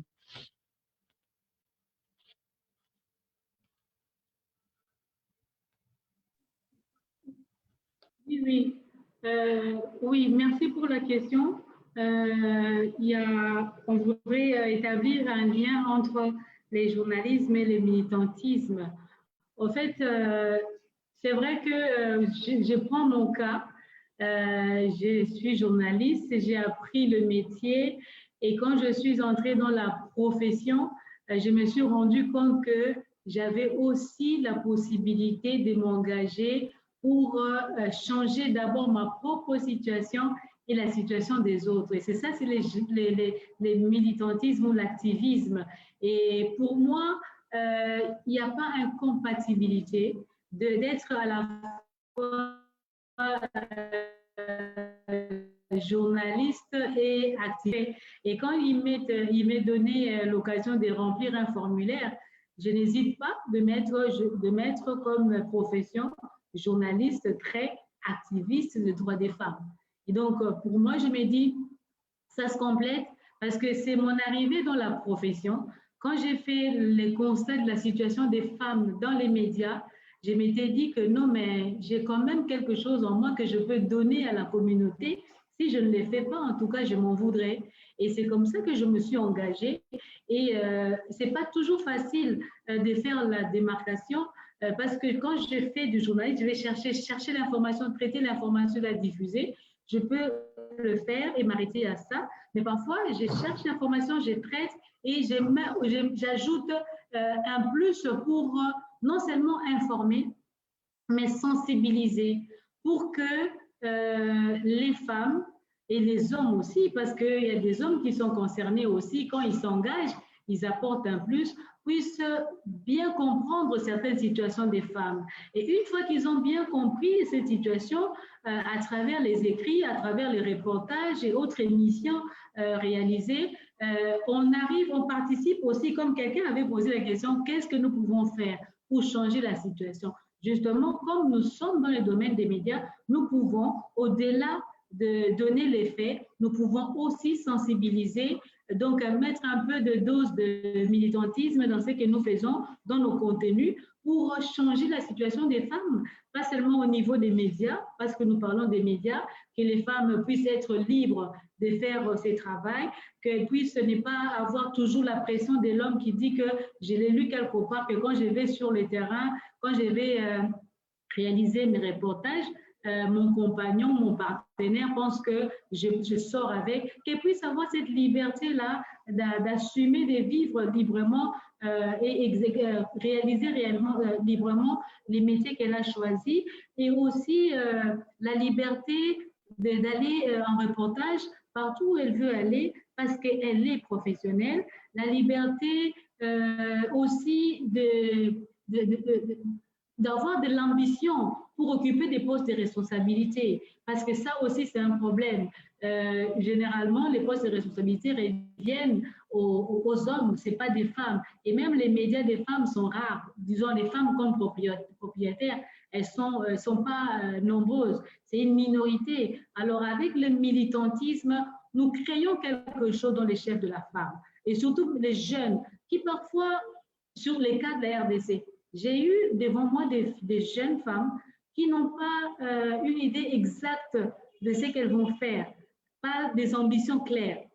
Et avec des contenus de sensibilisation, des contenus pour prendre conscience, nous aidons aussi cette catégorie, c'est-à-dire des jeunes qui viennent dans la profession, comme l'a dit Khadijah, à chercher les meilleurs d'elles-mêmes. Parce qu'elle a vu tel faire ceci, elle a lu un document, elle a suivi un reportage et s'est dit, moi aussi, je peux arriver à faire comme elle, aller même au-delà de ce qu'elle a fait. Et moi, je crois que moi, j'encourage que les journalistes, surtout femmes, même des hommes aussi, à s'engager aussi dans le militantisme, dans l'activisme, pour promouvoir les droits des femmes et l'égalité des sexes.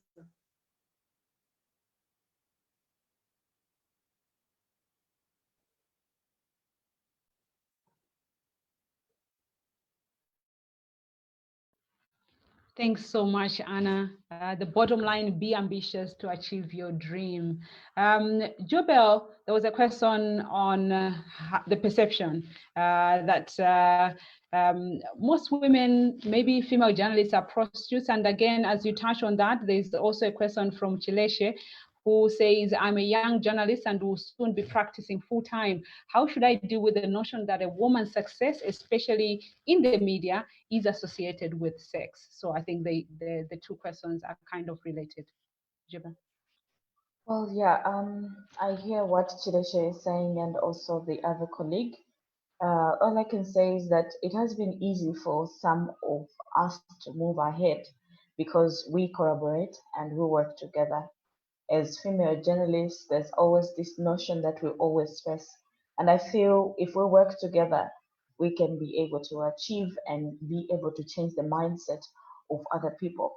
Now, we need our male folks to come on board as well. So there's need for us to sensitize ourselves, female and the male folks, whereas we need to appreciate and compliment each other. That way, I feel we can be able to further ahead and ensure that this notion that people, the perception that people do have can actually go away. And also, we also need these media institutions or media associations to work together. We have our own media association that looks for the welfare of the female journalists, that is ZAMWA here in Zambia. But I feel that there's also need to, collaborate together with the female folks here and also other associations so that we can complement each other. We can learn from each other and be able to help out our female journalists. So first things first, we need to understand that this is not a profession for young people where you can just go ahead and feel when you want to, say something, you say it, or there's a lot that we need to learn in journalism, and we need to learn each time. We need to make sure that we are always there for each other. So don't feel shy to, contact any person, especially the female folks that have been, in the media industry for quite some time. I've always contacted even the very person that I feel I will never talk to that person, because I want to understand how they have, grown in the media and how they want to, take the media industry to another level. Of course, we have the data, or maybe we can say technology, that has come in, and there's a lot that we need to do with as female journalists. So we need to work together and make sure that we embrace this technology. That way, we are sure that we're not going to be found in such kind of circumstances. And if you know that you have something that you know that you are faced with this challenge, include another person, ask from another person so that they can be able to help you with information and be able to help you on how you can go ahead.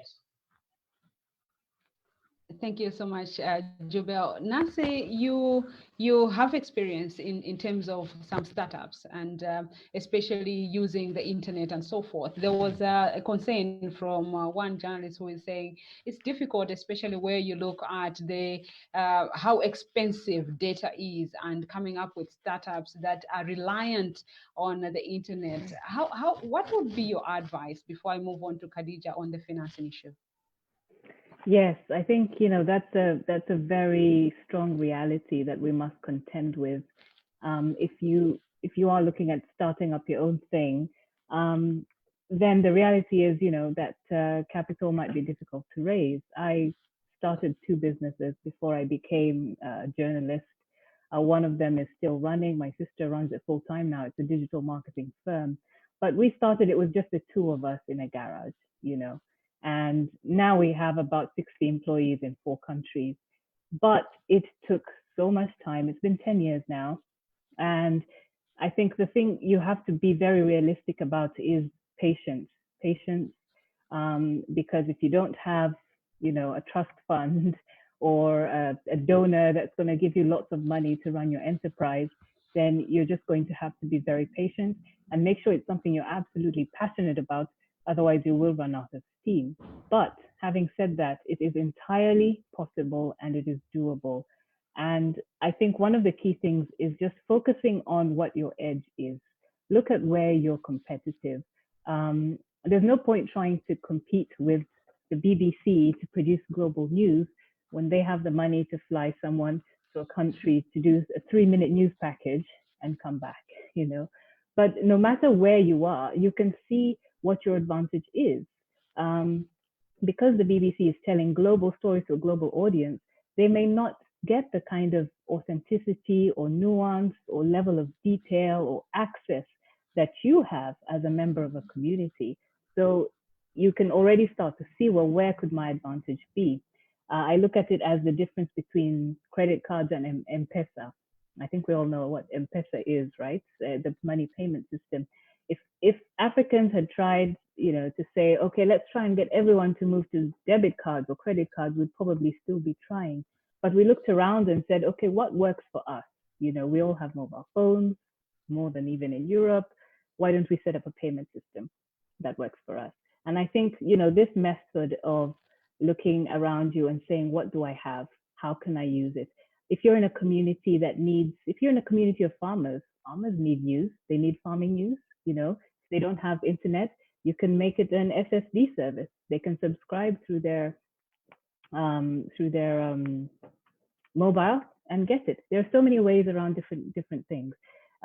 If you're in a community that is, let's say it's a young, vibrant African community that has stories nobody else has, look at your own demographic. Who's telling the stories of young African women who are just out of school? If you said, I want to do a feature and feature 8 African women who have just left school, what do? Do they get jobs? Do they go here? That is something you could sell to so many publications who don't have the kind of access that you have to those stories, because they are looking for this, but they don't find it. So I think if you just start with where you are, what you know best, you'd be amazed at who needs it. But the important first step is believing that you have something to offer. And then after that, everything else is a problem that can be solved. There isn't a problem that doesn't have a solution. It just might not be one that has been found yet. And so you could be the person to find it. Thank you so much, Nancy. And just quickly, Khadijah, the issue of finances and access to finance for women. Yeah, I think that's a very, very real challenge that we face. And it's a weakness, I think, in the philanthropic sector, particularly the media development sector. I've been involved in recent weeks in some interrogations around how these organizations can better serve us. And one of the things I've consistently raised is that, a lot of funding seems to just go to the same people over and over again, or funding, goes to people who just know how to write good proposals and not necessarily do the work. That is needed to be done. So it is a challenge that we cannot possibly alleviate by ourselves.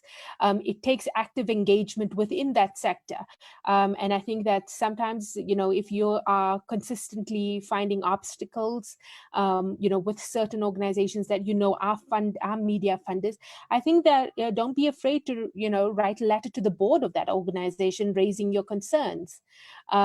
With the way funding decisions are made, and opening up for more scrutiny, or asking for more information about how these decisions are made. Perhaps sometimes it's a small thing that that we could change in the way we approach them. But I think that with all things, I would say is don't be afraid to keep challenging the decisions. It is unfortunately work that just must go on and on. We just have to keep fighting for this.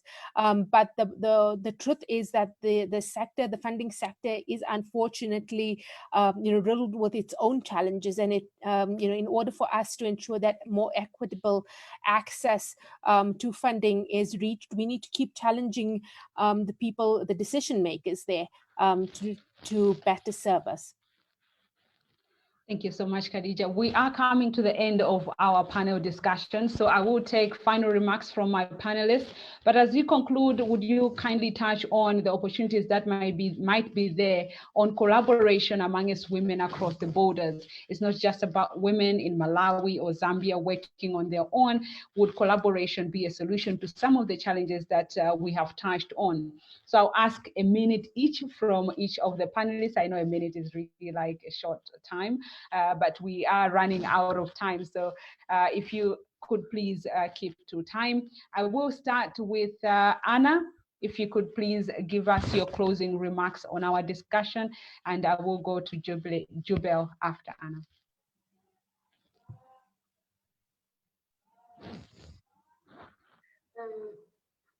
Oui, je suis là. Oui, merci, merci beaucoup, Teresa, pour la parole et merci aux organisatrices pour nous avoir associés. C'est vraiment une belle opportunité en ces jours pour échanger entre nous. Et quelqu'un l'a dit, je voudrais répéter, nous avons besoin d'échanger entre nous, femmes. Nous avons besoin de partager des expériences. Nous avons besoin de nous soutenir les unes les autres pour que nous puissions changer la situation des femmes dans les médias. Une situation qui est liée un peu à nos cultures, liée à nos environnements. Mais si chacune de nous mettait les meilleurs d'elle-même pour dire que les changements viendraient de moi, alors je crois que nous rendrons un grand service à nos communautés et à nos médias parce que les médias produisent pour la population qui est composée des hommes et des femmes. Et dans une certaine mesure, la majorité, c'est des femmes. Et donc, nos médias doivent refléter vraiment cette réalité avec la présence équilibrée des femmes et des hommes et dans les contenus et dans les personnels qui travaillent dans les médias. Et je crois que cet échange nous a permis encore de nous motiver davantage et d'aller encore de l'avant pour faire davantage. Merci beaucoup.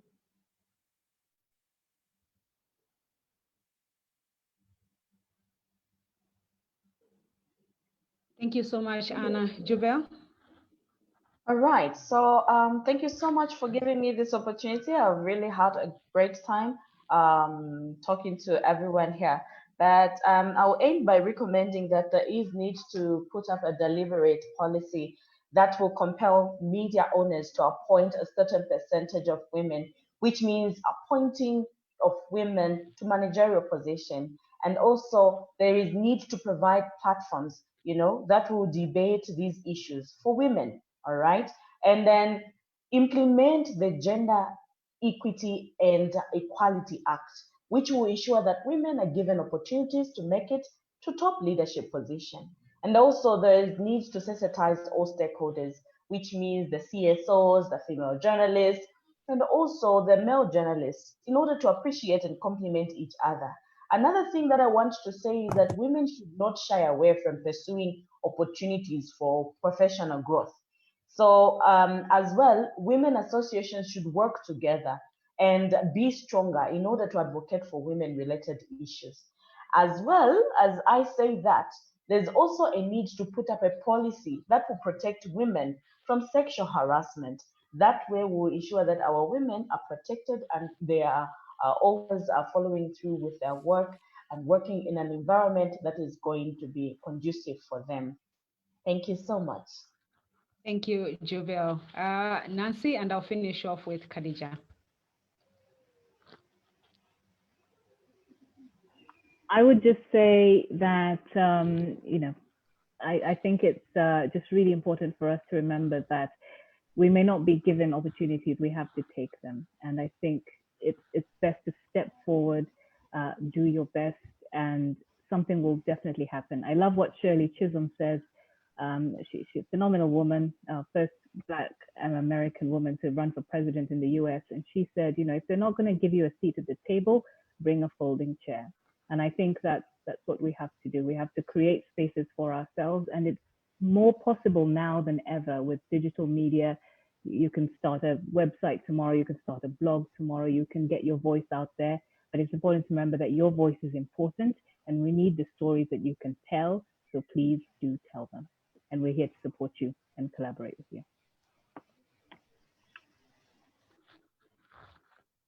Khadijah. When I was 13 years old, I told my English teacher that I wanted to be a journalist. And she said to me, she was shocked, first of all. She said, do you think that's an appropriate job for a woman, a Muslim woman? And I looked at her very, very confused, because up until that point, I did not understand why anyone would have any objection to a woman being a journalist. I've learned a lot since then, and I've learned that the obstacles in our way to do this job well are many, but there is, for me, no better job in the world. The ability to tell the story, to unpack history unfolding in real time is a special, special place. And let's continue to protect it, and let's continue to do it well. Thank you so much, Khadijah. Thank you, Nancy. Thank you, Jubel. Thank you, Anna. And thank you to all the participants. Thank you for your questions. Thanks for the comments. And I guess that we have learned one thing or two. This was a sharing discussion, and I hope that we have learned something that we will utilize in our career. You've been with me, Teresa Temweka Ndanga, and I hand you over to Tarilo. Thank you so much, Teresa, and our amazing panelists. I'm sure we can see from the chat panel that people did benefit a lot. And thank you, Teresa, and your panelists for sticking to time. We are going to take a short lunch break. I'm sure you're seeing that the deliberations are quite interesting. A lot of us are benefiting. And I'm promising you an equally interesting panel that's coming up soon after lunch. That's at 12:25. So 12:25 to 12:30, let's be back. But I would like to request you to leave your panels open, leave the meeting open so that you just come back. Let's just mute our mics and mute our videos, but we leave everything as it is, and then we'll return.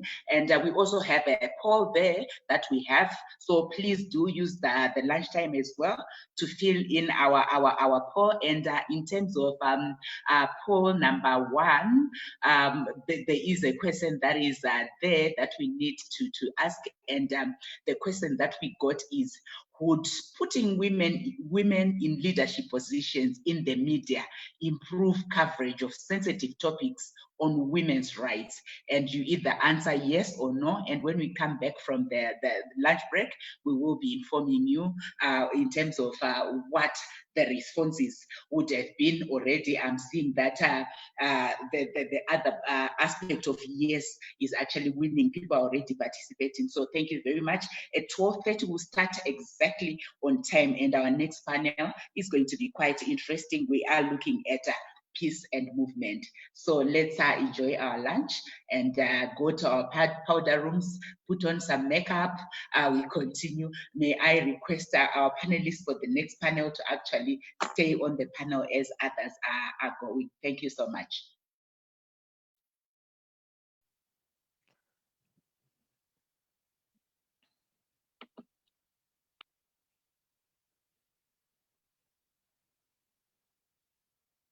Okay, thank you, Teresa, and the previous panels.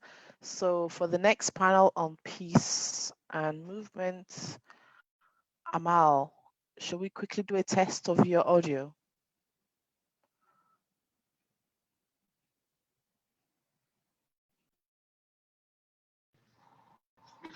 Hello. Okay, brilliant. Thank you very much. Hello, everyone. Hi, Amal. I can hear you. Perfect. Are you going to have your video on? And do you hello. Are you going to have your video or do any presentation? Yes, it will be on. Okay, brilliant. And do you have a presentation or are you just speaking? Yes, I will just speak okay, from paper. Yeah. That's brilliant. All right, no problem at all. Brilliant. All right, so we'll reconvene in 20 minutes to continue with the next panel. Is there anybody else that we've not tested their mic yet for the next conference? Comfort, have we tested yours? Hello, Yemisi. Hi, Comfort, how are you? Very fine, thank you. Is the sound okay from my end? Yes, it's brilliant, thank you. Okay. Brilliant, thank you. All right, who else is on that panel? So we're waiting for Jackie as well.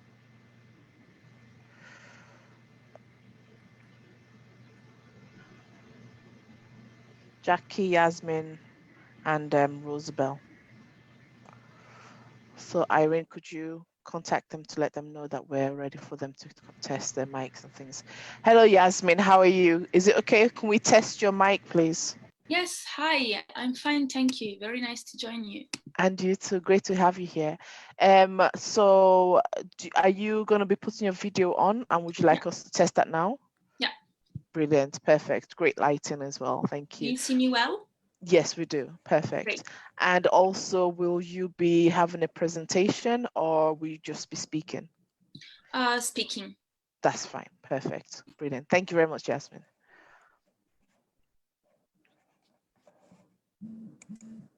Okay, Comfort, we see you as well. Is the lighting okay? Do you have a window you could face perhaps? It's fine actually. It's okay as it is. I don't see any problem with it. Okay. Yeah, it's fine. Perfect. All right. I'll just mute you now. And then who else are we waiting for? So we've got Amal. So we can, okay, Jackie is here. Hello, Jackie. Hello. Hi, thank you so much for joining us so early in the morning in Canada. Yes, absolutely. We just had a really great first panel, so we're just testing the mic and video for the next one. Brilliant. Okay, So great. your lighting is perfect, audio is perfect as well. So far from your panel, we've got Comfort, Yasmin, Amal, who are here. So we are just waiting for Rosabelle, and Okay.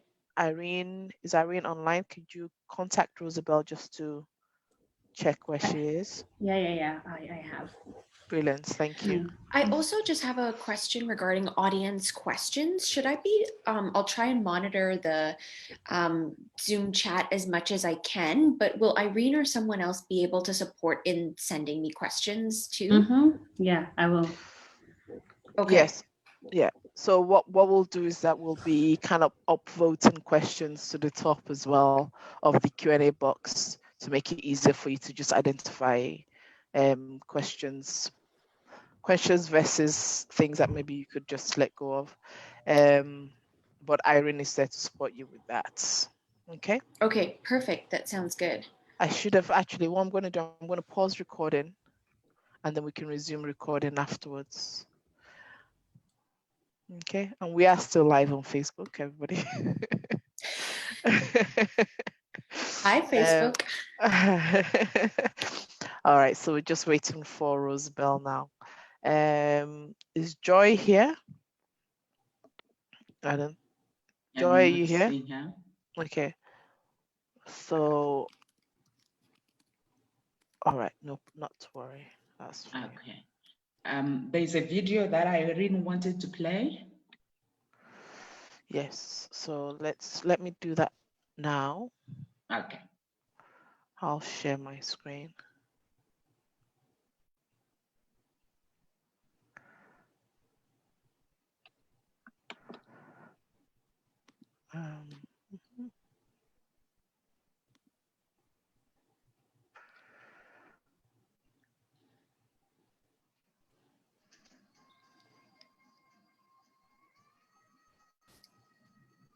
What is Africa? Is it the wildlife, the beautiful coasts, thriving cities? It is more than that. It is the people. Our 55 countries have many things in common. Our cultures bind us together. They give us strength and identity. They make us proud.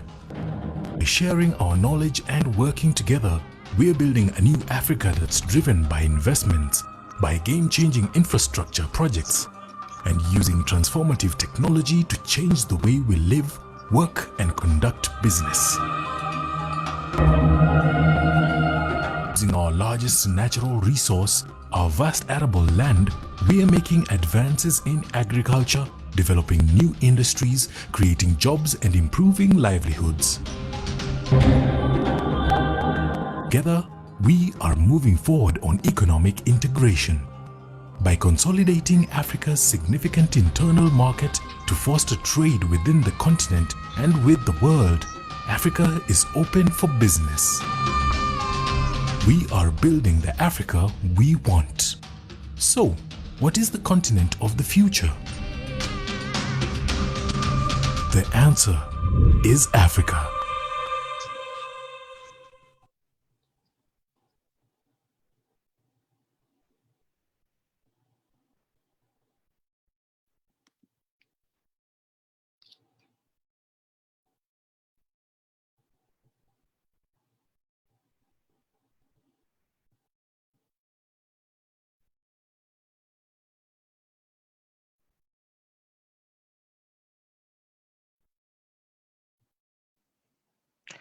Irene, could you put up the event poster as a placeholder while we're on break, please?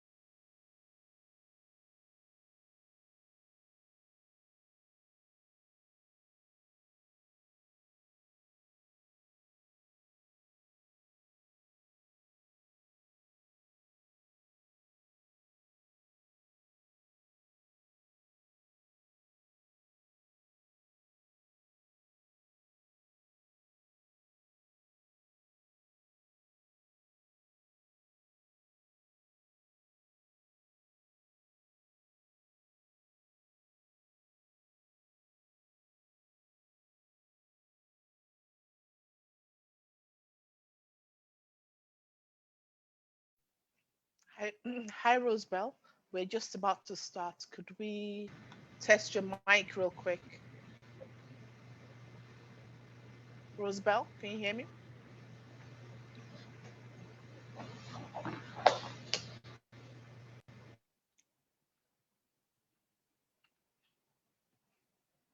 Rosebell, if you're there, could we test your mic real quick before we get started?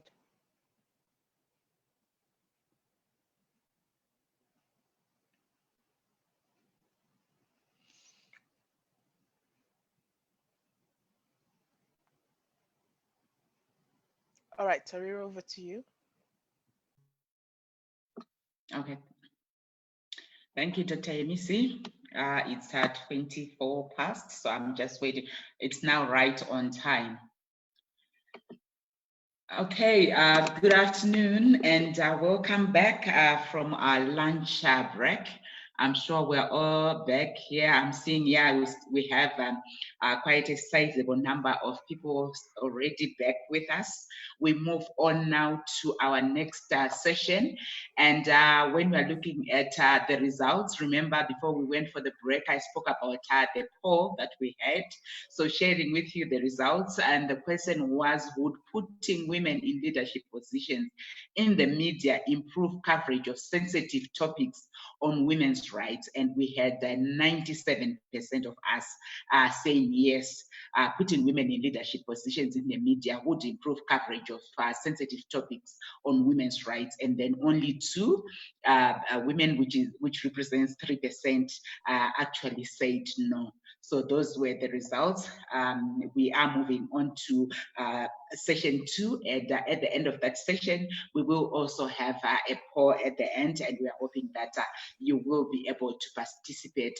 But just to remind you that as the discussions are taking place, please do feel free to actually tweet the key messages that you are getting, and remember to hashtag. Our hashtag for this conference is AWiM 2020, and do also tag us as our Twitter handle is at real AWiM. That's at REAL, then AWiM, at real AWiM. So do tag us as you tweet. You are free to be tweeting at any time.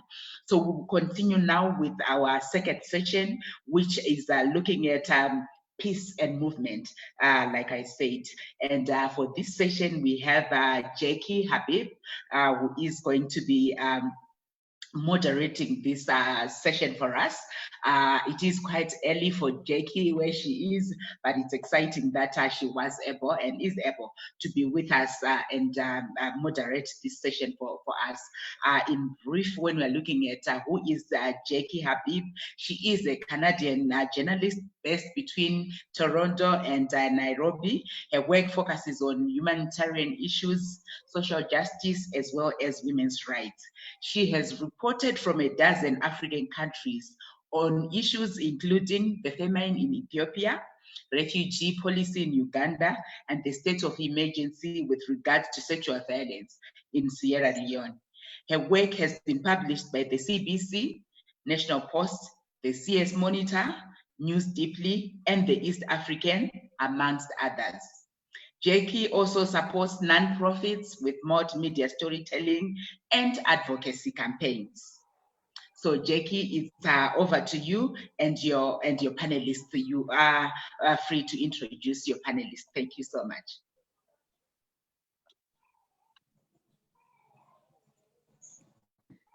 Wonderful. Thank you so much for the warm introduction, Tariro. I am so excited to be here today at the virtual Africa Women in Media Conference, and very excited to introduce the folks who will be on this brilliant panel. Really looking forward to the discussion.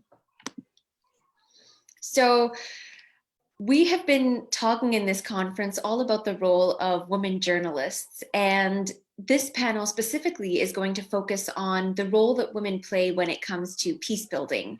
And when it comes to peace and conflict in Africa, we'll be hearing from both women reporters and also peace builders in the continent.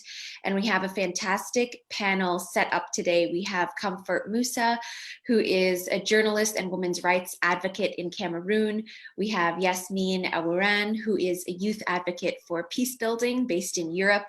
We have Rosebell Kaczyngira, who is a journalist, activist, and Pan-African feminist in Uganda. And we have Amal Habani, who is a Sudanese journalist and human rights defender. So I am so looking forward to hearing all of their fantastic perspectives as reporters and as peace builders in Africa. And as we go about today's discussion, I would like for you all to keep in mind, and particularly for those who are watching and are involved in policy, what we need to do to change the environment and make it so that it's more conducive for women reporters and for peace builders in Africa. So sort of keep that at the back of your mind as we hear the opening remarks. There also will be an opportunity for questions. So we will be monitoring the chat. Please feel free to send any questions. And also, as Tariro said, use the hashtag AWiM 2020, that's AWiM 2020, and feel free to tag any of the panelists or myself or at Real AWiM, AWiM on Twitter. If you're following along, we would love to hear your takeaways. So to start, each panelist will be giving us their opening remarks, and that will be followed by a Q&A session. And so we are going to start with Comfort Musa, who will be sharing her remarks. Just a brief introduction on Comfort. Comfort Musa is a prolific multi-award winning journalist with a keen eye for stories that expose social injustice. She currently serves as Christian Blind Mission's Field Communications Coordinator for West and Central Africa. She is an advocate for women and disability rights. For over a decade now, Comfort has worked in different organizations and civil society spaces as a reporter, facilitator, and strategist on diverse women's rights, social justice, and social inclusion issues. Comfort is the founder and coordinator of Sisters Speak 237, which is a non-for-profit organization with a mission to strengthen the leadership, power, and amplify voices of women and girls from disadvantaged communities and develop them into self-reliant and socially conscious leaders. Over the last several years, the organization has successfully led high-impact communications and advocacy initiatives in Cameroon. And most recently, Comfort received the Commonwealth Points of Lights Award from Her Majesty, the Queen of England. So welcome, big warm welcome to Comfort. Thank you so much for being here. And we'd like to start off with your opening remarks. Thank you. Good morning, Jackie. I'm honored to be part of this critical conversation, and I want to thank African Women in Media and all their partners for putting this together. I also acknowledge and salute all the brilliant women on this Peace and Movement panel. And we are having this conversation and reimagining peace building and movement at a time when conflict still remains Africa's biggest challenge. And far from being silenced, guns are getting louder on the continent. And you can tell from the headlines and the stories we're having from Ethiopia, from Nigeria. And I can tell you for sure, because I am a journalist who has lived the experience of a conflict that has gone on for 4 years in Cameroon, a conflict that has only gotten worse by the day. In fact, according to International Crisis Group, the fighting in Cameroon has killed over 3,000 people and displaced 600,000 more. And in the Anglophone regions where the conflict is taking place, we have over 800,000 children who are out of school, and 1 in 3 of the region's 4 million people are in need of aid. As a journalist in Cameroon, I will tell you that hardly a day goes by without us having news of deaths, news of abductions, arson attacks, and other forms of violence that have become a reality for people living in these regions. And these are the stories that we hear and tell every day for 4 years now. And in this reality, women bear the brunt, as it is all over the continent, wherever there is conflict. And just so that we understand the context of telling stories peace journalism in a context of conflict and war. Journalists in Cameroon are wedged between, fighters in a war that has both online and offline. So whether you're reporting online or you're working in traditional media spaces, you are prone to attacks from both sides. And so in a context of conflict, to have a voice and to use it is to be seen as a threat.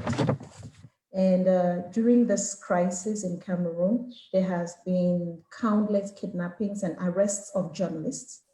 We have had colleagues who had their homes, had colleagues who had their equipment seized, and radio stations have been burned down, and threats to journalists online and offline are daily and almost normalized. And in the face of all these hostilities, looking at the realities of the context in which we work, silence may seem like a safe option, because if you're being threatened, if your homes are being searched, if having a voice makes you to be seen as a threat, then why not stay silent and not tell stories? Silence will seem like a safe option for journalists in conflict zones. But if we stay silent, if we take the safer option, who will tell these stories that need to be told about the conflict in Africa and the stories that need to push for the peace that we so badly need? Okendibe, a Nigerian author, in his book, Arrows of Rain, says that, remember, a story that must be told does not forgive silence. Speech is the mouth's debt to a story. And the debt that African journalists owe is to tell the stories of the realities that we are facing with the conflict on the continent. And the story of peace and security in Africa must be told, especially by those who bear the brunt of the conflict on our continent. Truth is, there are stories that are being told about the conflict, stories about the peace processes, but who is telling these stories? You can interrogate the stories from each country and look at the bylines. It's often the men. And when you see bylines by women, often it will be stories about humanitarian aid, about women that have been raped. But when it comes to stories about high-level negotiations for peace and stories about continental agendas in Africa, you would hardly see the participation of women in media.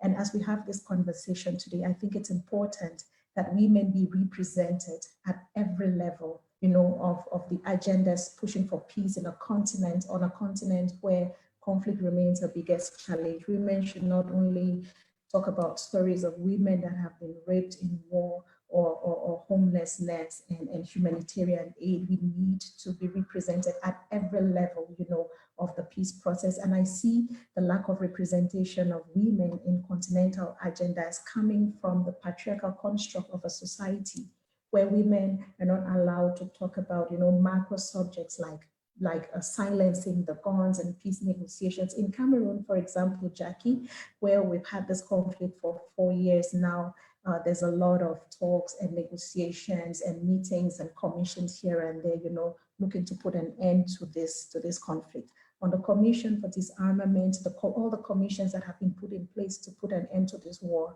you would hardly find women on these commissions. And so if you have women absent, from the tables where decisions to end the wars are being taken, you would hardly have female journalists.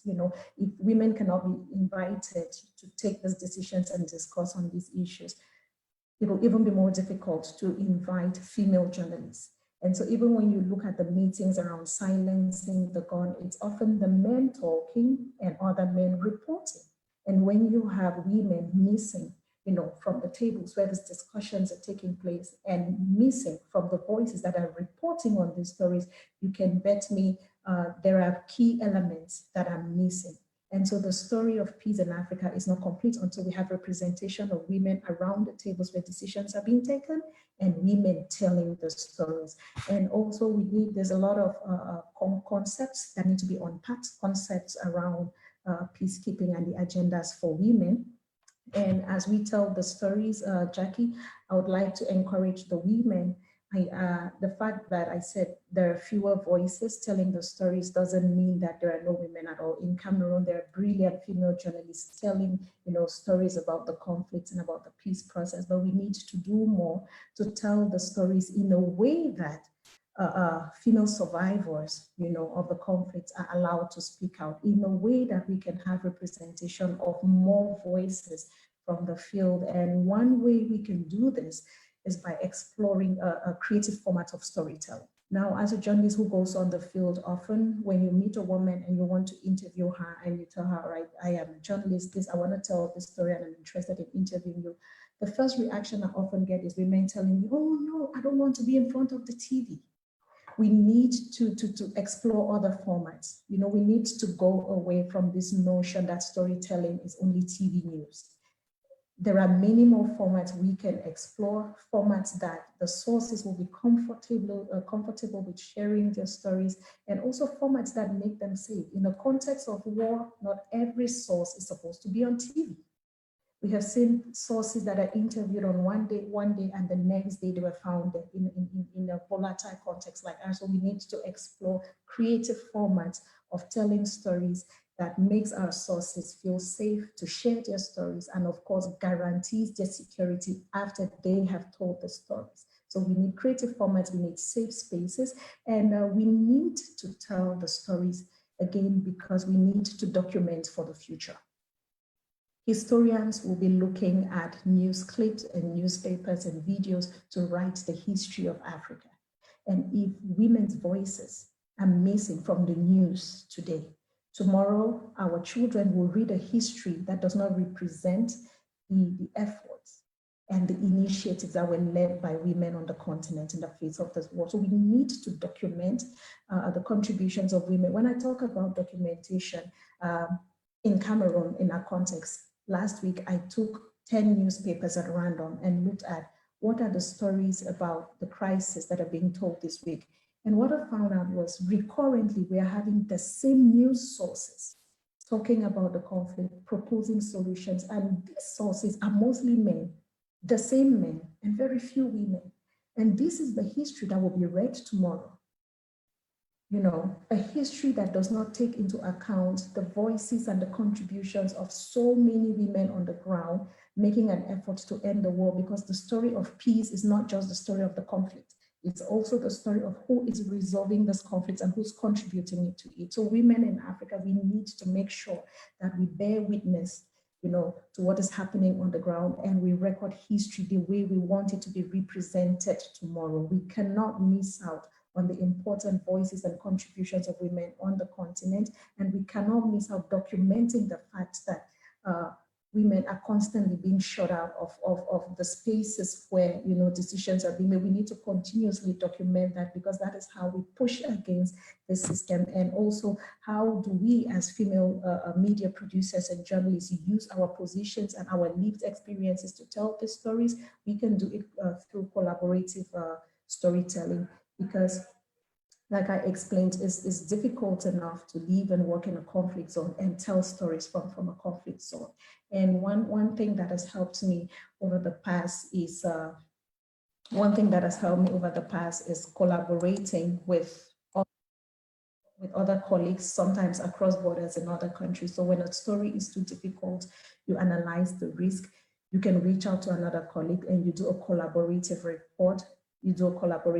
Sometimes it could be published out of the country if you fear for your safety, or if it's better to be told, across borders. But whatever we do, we need to ensure that we tell the stories in a way that women are represented, women's voices are represented. We tell the stories in a way that female journalists, their contributions come out straight. They're not telling the stories through different bylines. And of course, we need, as female journalists, to learn and unpack the concepts for ourselves. When you talk about silencing the guns, it's difficult for a woman who grew up with dolls, who was nurtured to think about dolls and cooking, to all of a sudden start thinking about guns. Boys played with guns when they were little. And so even in telling the stories, boys are more comfortable with, okay, silencing the guns. Who is trading in guns? Who is doing this? How can we stop it? women at an older age, I think we need to get comfortable with working around subjects and issues that we were told as a kid that, no, this is for boys. You know, we need to deconstruct that and unpack some of these concepts and get into the stories, because if we don't, nobody will. And those who are telling it, no matter how well intentioned they are, there are certain things they will not see from certain perspectives that we bring as women to certain stories when we tell them.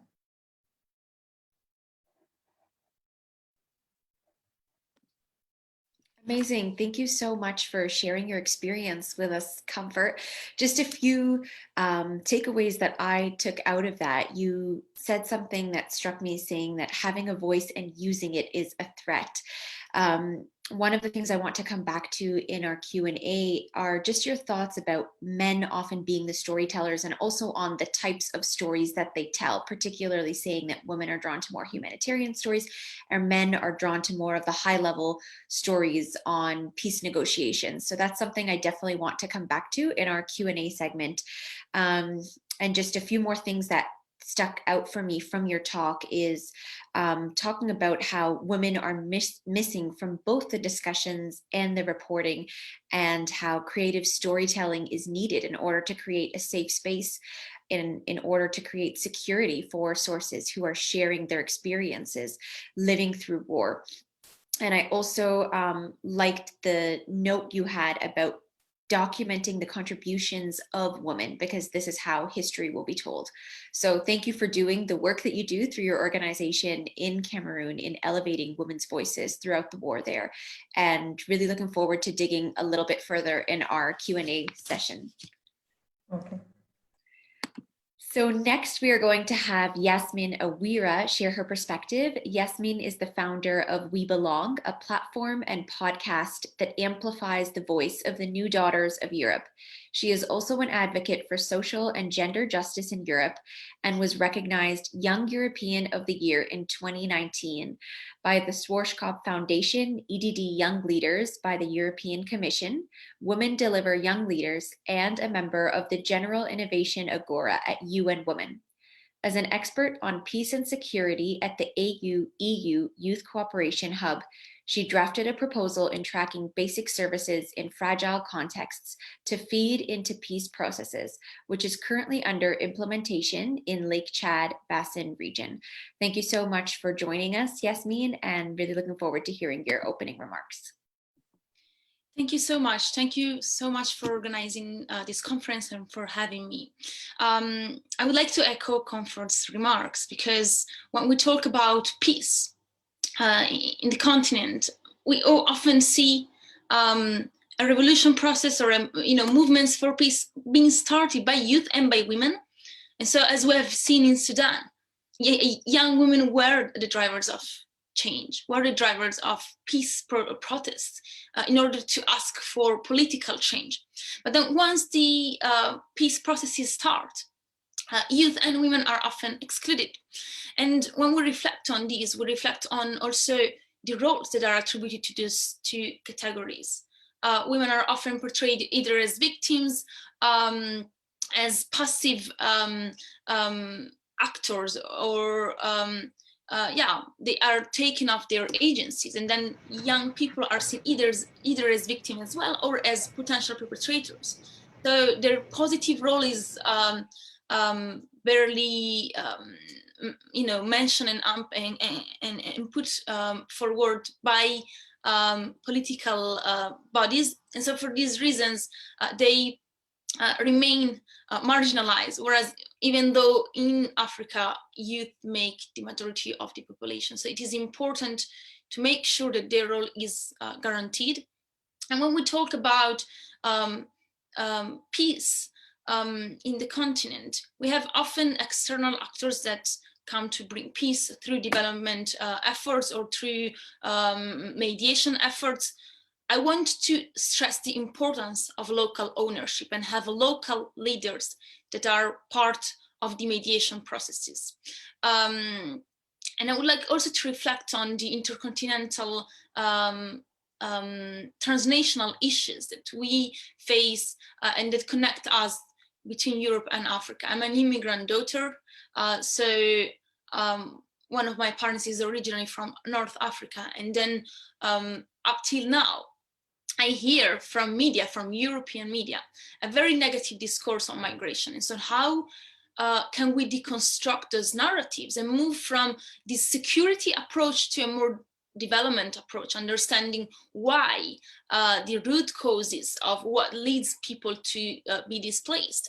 So I think it is important as we reflect on media and representation to also reflect on how non-African media are portraying African youth and African populations. So it's a unique struggle that, for example, women face, but they're again often seen just as victims that are that lack of agency.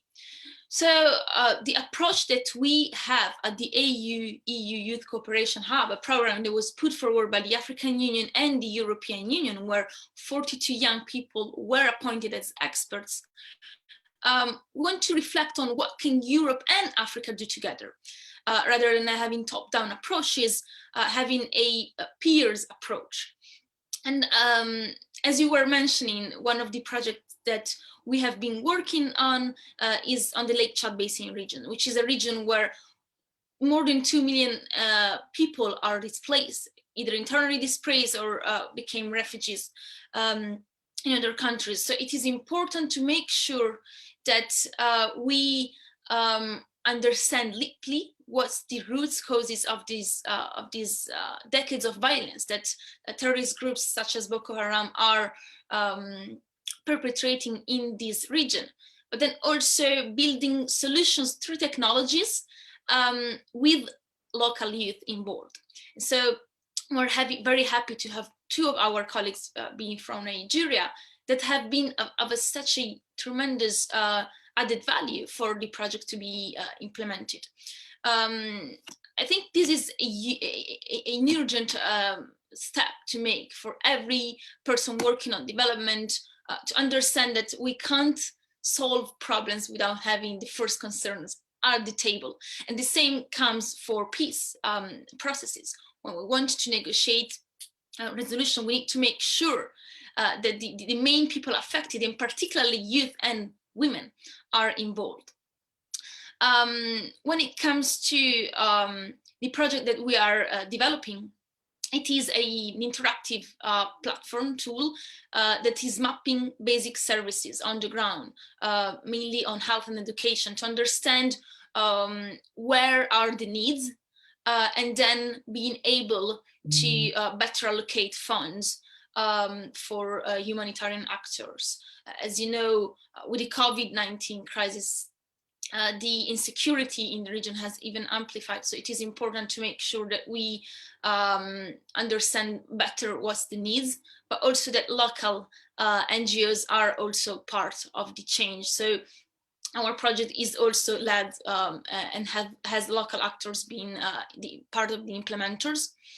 And yeah, to conclude, I would say that local ownership, representation, and inclusiveness matter. And then it is not enough to create projects and using technology, but then communicating about them is urgent. And this is why social media, but also dialogue, spreading awareness is super important in order to change those narratives, and especially in Europe, and make our very biased media understand that there is also positive change that is being carried on, and that there is a potential that is not being invested on, and that we can capitalize in order to make sure that young people are at the core of change. Wonderful. Thank you so much for sharing your comments and your perspectives with us, Yasmin.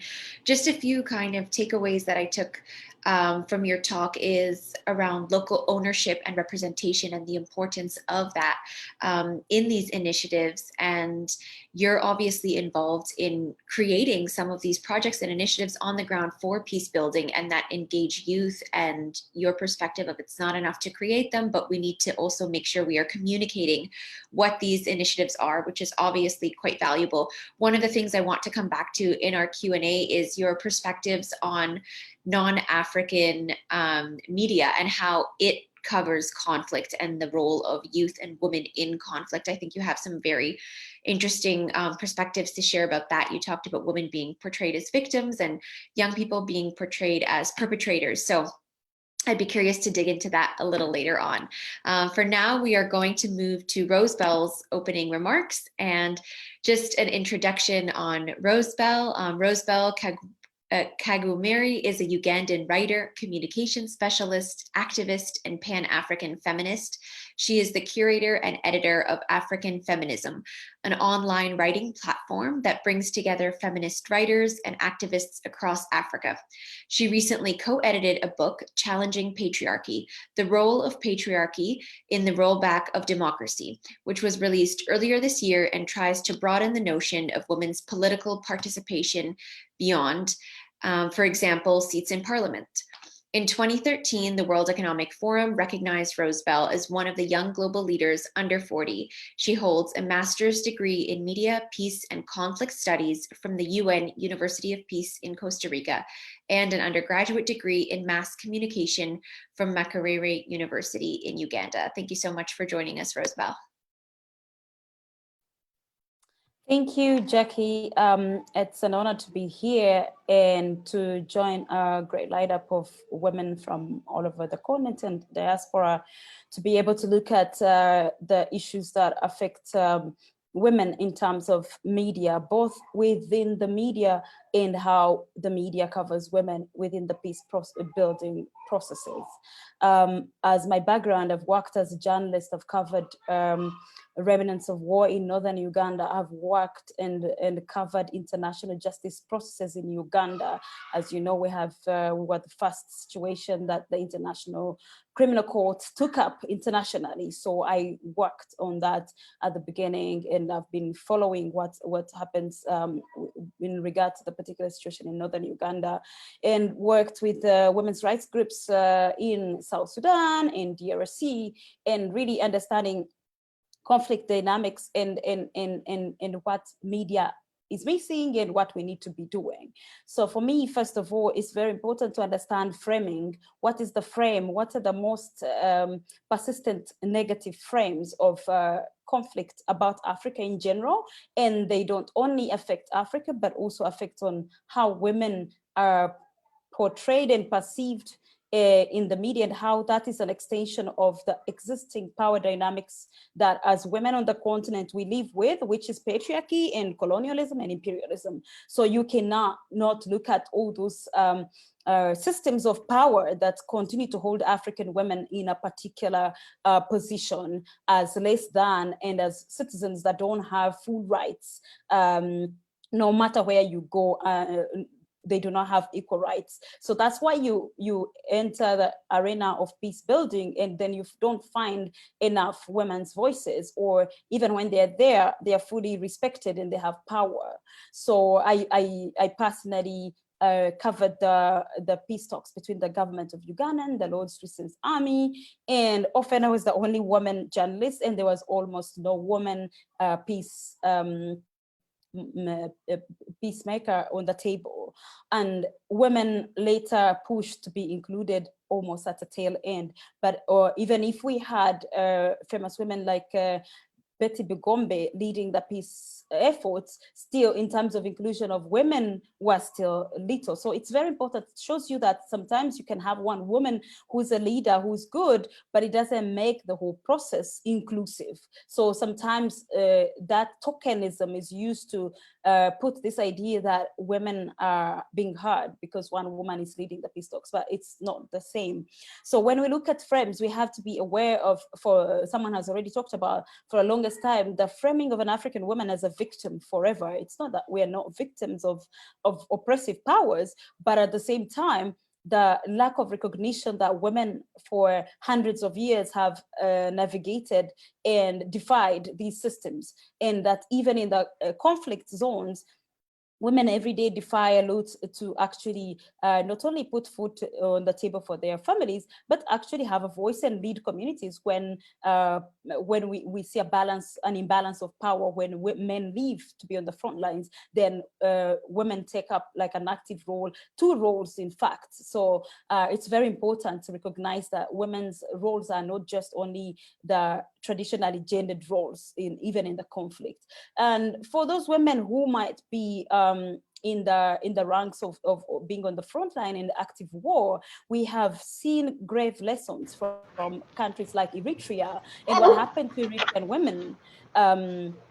What happened to Eritrean women once they fought for the independence of Eritrea, and then they come home and they are expected to be a woman just in the traditional sense, not be seen as having power with the same men they were fighting with for the independence of this country. And we know how the story has gone for Eritrea, where they've ended up with a leader for over how many years, since 1994, and no much democracy. In that lack of democracy also affected how women were going to be incorporated in society, and their gains within the war and outside were going to be looked at. So we need to look at really different ways women in different African countries have been treated, both before conflict, during, and after. So in terms of formulating these stories, I run a platform called African Feminism, where we try to capture experiences of African women and document them in a way that is not only sensitive, but informed by the fact that women live in a society that does not give them equal rights. So how do you approach stories of people who are oppressed, who don't have a voice? It's very, very important. For us, we look at what new ideas women are bringing to the table, and also giving a voice to issues that women that may not be on the mainstream media. For example, what justice means. I had a documentary I worked on in northern Uganda. What justice means to me for women is totally different from what you hear the parliament is debating. The women have certain urgent issues that have to be addressed. For example, mass rape, sexual violence in our conflicts still happens up to this day. So what does it mean to have peace for a woman when I met women 7 years later, 10 years later, they had never even seen any medical doctor to address grave sexual reproductive rights violations. Many women had not got operations they needed, because of multiple gang rapes. They were in their houses, they couldn't move, they had been abandoned. So what does justice mean to women, and women looking at them in terms of how a conflict affects us differently, and knowing that women are not homogeneous? Lastly, when we look at conflict, and we have to expand our idea of conflict and peace building, and the people that are being in the mainstream narrative, that they are not being given attention. Currently, we have a crisis of LGBTQ persons in the Great Lakes region, who are probably majority of them are housed in refugee camps in Kenya and urban refugee settlements. And the situation is dire, and nobody's picking that up because they are not seen, but the hosting governments are aggressive and do not recognize the existence and the rights of these people. So even the international organizations that work on these matters tend to not give priority to people like LGBTI communities. So we need to understand that women are not homogeneous. So how, for example, will lesbian women be affected by a war? I've interviewed and we've carried stories of transgender women from DRC. What does the war in DRC, how does it affect transgender people? Of course, it is going to affect them very differently. While someone might get easily resettled in Uganda as a refugee from DRC, we found many transgender women, they couldn't because of the hostile environment in Uganda. So we have to expand our idea of what peace is and who people are, because there are multiple identities that we are dealing with. And when we say women, and always knowing that women are not homogeneous, and dare as journalists to give a platform to every marginalized voice. Thank you. Amazing. Thank you so much for sharing your remarks with us, Rosebell. I'm looking forward to hearing a little bit more about your experiences in South Sudan and DRC and Northern Uganda. Just a few quick takeaways from what you have shared with us is, in particular, one of the things you mentioned was the LRA and the Ugandan government, and in your experience, how you did not see any women peace builders at the table and any other women reporters. That's something I want to chat to hear more about your experience with that. Thank you for bringing up the idea of women's roles after the conflict and how women are, even after conflict and even after participating as peace builders, they are still, traditionally viewed as homemakers and are expected to continue in those roles. That's something we should chat about as well. And also a really important point that you just mentioned regarding expanding our ideas of the different marginalized identities that are impacted by these issues, in particular LGBTQ refugees in East Africa, and your views on how transgender women are impacted differently by war, which is great, and hoping to chat a little bit more about that in our Q&A as well. Next, I am going to invite Amal to share her opening remarks. Amal Habani is a freelance journalist and contributor to the Sudanese news outlet Al Tahrir. She has worked in Sudan since the beginning of her career in 2008. She is the co-founder of the local independent press freedom group, Sudanese Journalists Network, which is based in Khartoum. She has repeatedly been harassed and detained by Sudanese authorities in connection with her coverage of protests and official wrongdoing. Amal was arrested in January 2018 while covering anti-inflation protests in Khartoum state and was held for 34 days. She suffered serious injuries in custody after being beaten with electric sticks. And this is one of several instances of Amal being jailed for her work in media and human rights in Sudan. And yet Amal continues to be a strong advocate for free press and women's rights in the country. Thank you so much for joining us, Amal.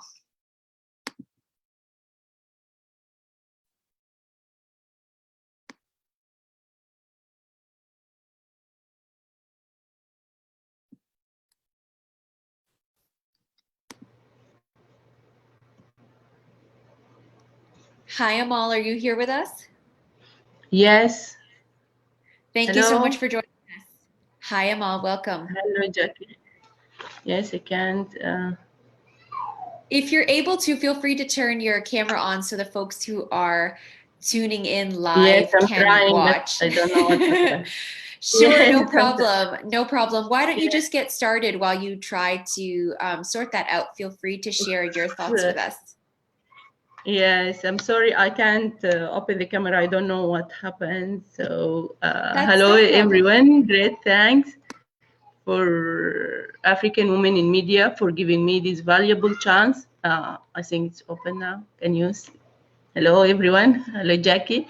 And thanks a lot for giving me this valuable chance. I think my experience could be a story of any African woman journalist. There is, in all this situation, in bad situations and restaurant, there are also another side of the river, which is awards. I received the 2018 International Press Freedom Award from the Committee to Protect Journalists, CPJ. Also a winner of award of Amnesty US Janita Sagan Award 2015 for Women Defenders, Women and Child Rights, and also the UNICEF Award for Children Rights Journalism in 2009. And as I said, my experience could be a story of any African woman journalist fight for rights, for her and for women and for home. We all have the same features and same challenge. And most important of these challenge are the coverage of stories for women in conflict area. Like most journalists, women collide with customs and tradition as social domain for African women, always led by masculine mentality for women, and this mentality thinks it's for women who thinks out of the box. Like you are just a woman, journalism is not fit for you. You have to be like beautiful, delicate, caring about children. This is your role in life. So most journalist women who want to go out of this box will find themselves in like many problems socially and like many barriers. In spite of that, many women broke down these barriers and made excellent coverage for women in conflict area. For example, in Sudan, at the beginning of Darfur War, all coverage were done by women journalists with all security and safety hazards. Like we have our colleagues Fatima Ghazali, Selma Tijani, and other journalists, those who revealed the catastrophic situation of displaced women and children in Darfurian war. The other challenge related to media context and to how long it committed to women issues and agenda in African media. If I take an example for the newest conflict of Ethiopian women refugee who crossed border to Sudan after the conflict in Tigray area and the problem of Ethiopia those days or those weeks. There is news about rape case among women. There is a Sudanese journalist, Muhyiddin. He picked up a very important issues of like the privacy of women, issue of lack of sanitary pads for those women who spoke to him. And I think it's like a positive change, like when you pick up the privacy of women and the needs of women at this situation. And if you allow me, Jackie, I want to share you some photos from there. My husband is covering from Rakuba near Gadarib. This is, can you see it? This is amazing. Yes, I can see. You can just bring it a little bit closer to the camera as well and hold it there for a moment. Yeah, that's beautiful. You can, yes. Can you see it? Yeah, yes. This is the situation now. Most of the refugees in Ethiopian conflict are women and children, as usual. Women are not a part of war decision, but the most effective victims. And now this woman spoke about he lost her family. She came cross-boarding Sudan with her child, and she walked for 3 days. And here is another woman.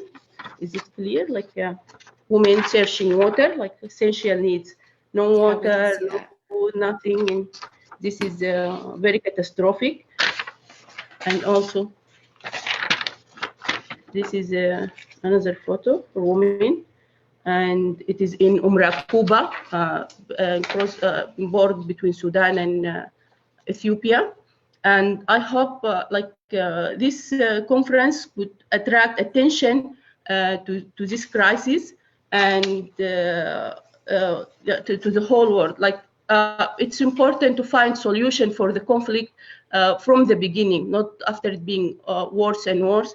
And it is important to have a solution as well as giving aid. Like now, the whole international community starts to give, like, bring aids to, but the stopping of conflict, to stop of women suffering and children suffering and humanity suffering, it would be worse and worse if the conflict is not stopped now. So I think I hope, and I'm asking, I'm speaking now to the whole world from this panel and from this forum to do their best to pressure to stop war. These are the victims of war. Those are people who are paying the price of war, and they are not a part of anything, of any decision, and of any negotiation, of any, as Comfort said, they will be out of any political process at the end of the day. But they are the real victims of this catastrophic situation. The third challenge I want to speak about is the political and security ban to conflict news and difficulties of communicating conflict areas. Most African countries occupy late rank in the list of press freedom, according to the Reporters Without Borders Index 2020. First country, Namibia, comes at 30th ranking. South Africa ranks 31. And this is very late for the whole Africa. I think to have solutions, there is no need to cry over spilled milk. This is the age of opportunities and doing lemonade with lemon. We have to find solutions always instead of repeating our problems. I think African women in media can take quick and fruitful actions for the coverage of stories of war and women. Women themselves can be popular, like victims can be popular reports by using mobile and smartphones and just a few words to explain what happens to them. I think training for how to use technology and social media for women from local conflict communities would be very effective. I would speak a little bit about Sudanese women if I have time. Sudanese women experience, we have women were the best participators in Sudan changing revolution in December 2018. Revolution has begun, month of peaceful demonstration against the regime in whole Sudan had led to the end of dictator Omar al-Bashir's 30 years presidency. Women participation was the highest.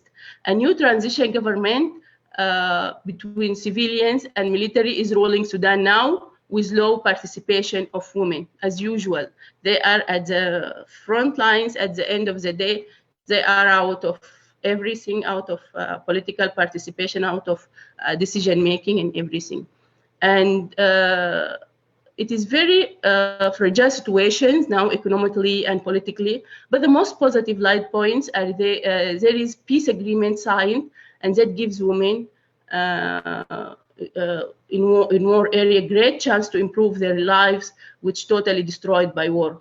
Also, another positive, laws are being reforming, like public order law, which we fight. It is one of the insultive laws against women in Sudan. It has been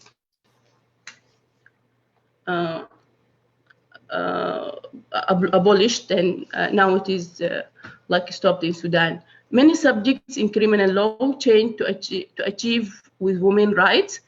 The situation is hard, but we believe change will lighten by the end of the day, aligned to men, children, and all marginalized classes who live under injustice and oppression for decades.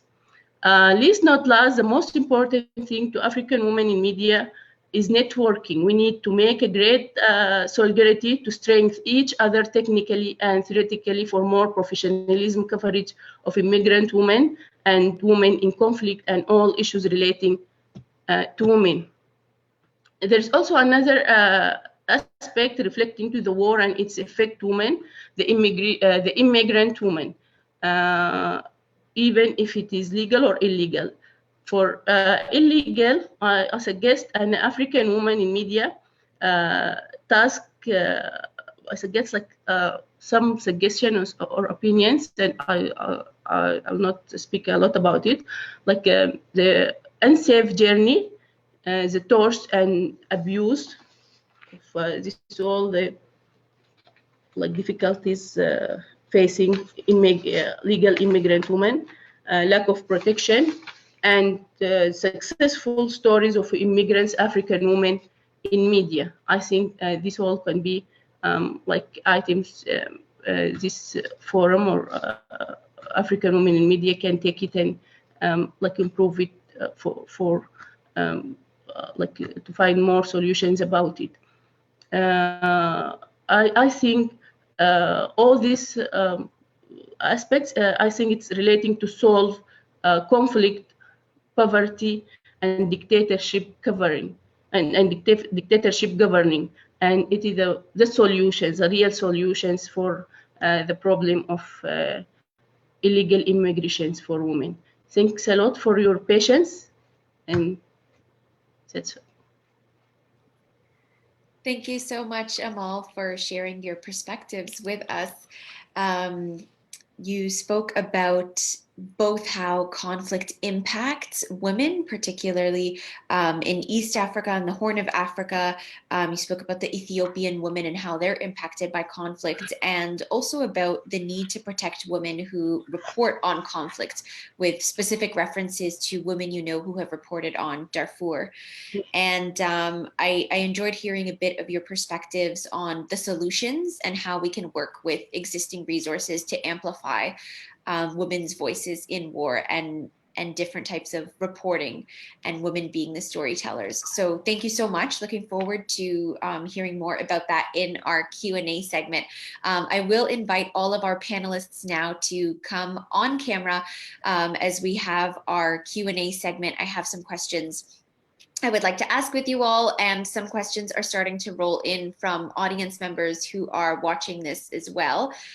Just a reminder that if folks have any questions for our panelists, feel free to put them in the chat. We're also monitoring on Twitter, so you can use the hashtag AWiM2020, that's AWIM 2020, and you can tweet any of our panelists or myself, and also at Real AWiM, AWIM. So I will just jump right in. Another quick note actually is that individuals can focus their, address their questions to a specific panelist or just in general. So before we get to some of the audience questions, Rosebell, I want to ask you a little bit about inclusive processes. You spoke about the lack of women, both in terms of reporting and also being at the table when it comes to these peace conversations, and the importance of it not being token representation. So in your perspective, what are some of the effective examples of including women in peace building processes? Thank you so much. So I would talk about how definitely most peace processes start with, you know, the warring parties being called in to meet each other. And generally the approach of peace process is what excludes women, and not only women, but many minorities in the continent. So when you focus on one or two, the main actors who are usually men who have the power and the guns, then I think that you're making a conflict look like it's just a conflict between the top men at the pyramid of power. So any approach has to really tackle conflict as a societal issue, that this does not begin as just a one-person conflict, but it's even in its beginning, but also more important, lived experiences of people, and being able to make sure that you lay a ground where really not, because we can't have justice without peace, a ground in which actually the truth can be told, that each people's lived experiences of war and conflict can be recognized. And then that can only be the only way you can lay a foundation for sustainable peace in a place, because then when it comes to justice, you're being informed by these people's voices. So for me, it's very, very important. And it's not just, that's why, just like I said, women have different identities. So women are not, and usually, for example, in countries where women minorities, ethnic minorities, sometimes are not, their perspectives are not taken up. So the affair becomes a dominant ethnic group versus another ethnic group. And we totally forget about how different people's identities expose them to different vulnerabilities within the conflict. So for me, it's very, very important that that is the information that is guiding, that beyond the top warring parties, that you have to anchor a peace process within a community, within people's experiences of war. For journalists, of course, it's also rooted in the fact that in newsrooms, for example, my experience in the newsroom, when I walked into a newsroom as an intern at one of the main dailies in Uganda, I was told to go to a particular department because that's where women worked, right? It was like a features department where you talk about, I don't know what women are wearing today, nice earrings, these kind of things. Not a problem, but that's not my interest, and that's not why I was in a newsroom. And the idea that stereotyping a woman when they walk into a media house, that this is where you belong before even the person finds their voice, is troubling, and it still happens. And main newsrooms are dominantly male. Even on a daily, check any even international story on Africa, on any conflict, you will find that most of the sources are men. I was just reading a story in an international outlet today morning on Uganda and the situation that is going on with election-related violence and what is happening with the widespread detentions. All people quoted about the situation are men. Every actor is a man. So it begins there, that who is given whose voice, because when you're the journalist, and the journalist is male. So you see people don't make a reflection on the fact that your experience of this world is impacted by also, or limited by who you are and how you experience this world. How you see things can be limited to what you have experienced. So you have to be open to understanding and listen to other people. So for me, the problem is that within newsrooms, then women are put in a certain place that this is where you belong. Even when the country, for example, is in war and there's extreme vulnerability for journalists, that there's a high price you pay as a journalist. For example, here in Uganda, if you're going to go to cover protests, journalists are being shot at, journalists are being beaten up and detained for nights. So sometimes these kinds of areas we have to look at newsrooms. How are you prepared to understand the specific vulnerabilities of female journalists? And for many female journalists, this kind of situation come with extremely militarized masculinities, where your chances of being sexually abused are very high. I was in South Sudan as a journalist, and I was the only female journalist. And a spokesperson for one of the parties would not talk to me, wanted me to go to his hotel room to talk to me. So in that case, I couldn't get even the voice. Then my editor is asking me, where is this voice? I'm like, I cannot get it because the person has put certain conditions for me to get it, and I'm not willing to do that. So we have to be open to train journalists in terms of navigating this kind of power. How do you navigate this power? And know that these realities are there. I remember I would walk into some rooms, they are full of the rebels, and everybody was male.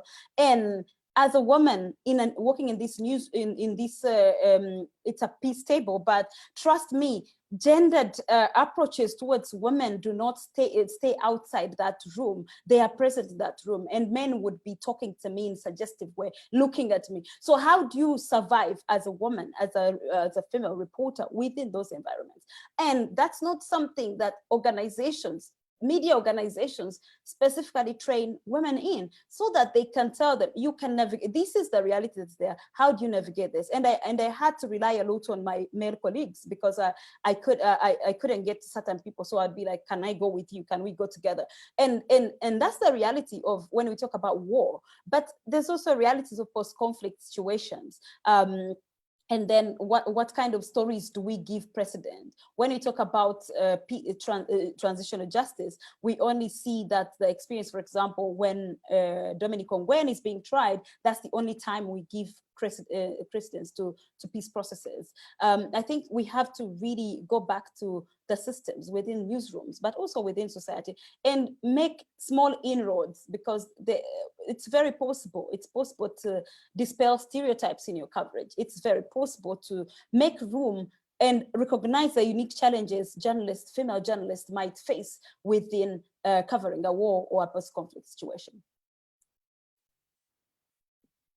Thanks so much for sharing your experiences, Rosebell. I think a lot of us who are women journalists and cover some of these topics can relate in particular to some of the anecdotes you've shared, and of some of the uncomfortable situations and realities of being a woman journalist and being pushed to cover things a certain way, and difficulties kind of securing interviews and working in these like male dominant environments. So thanks again for that.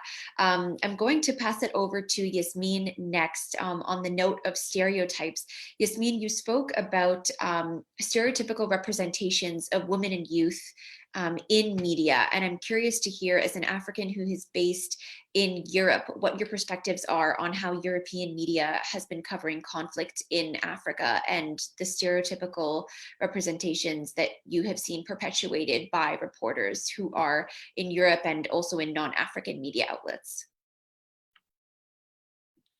Thank you so much. I would say that, yeah, the focus is mainly on terrorism.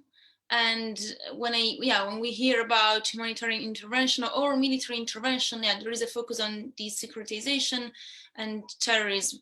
Whereas other aspects of conflicts, different actors and the main victims are not really addressed, or the narratives is lacking here. And so for me, it is important not only to reflect on the violent actors, but also on the potential mediators, internal and also local mediators that can build peace.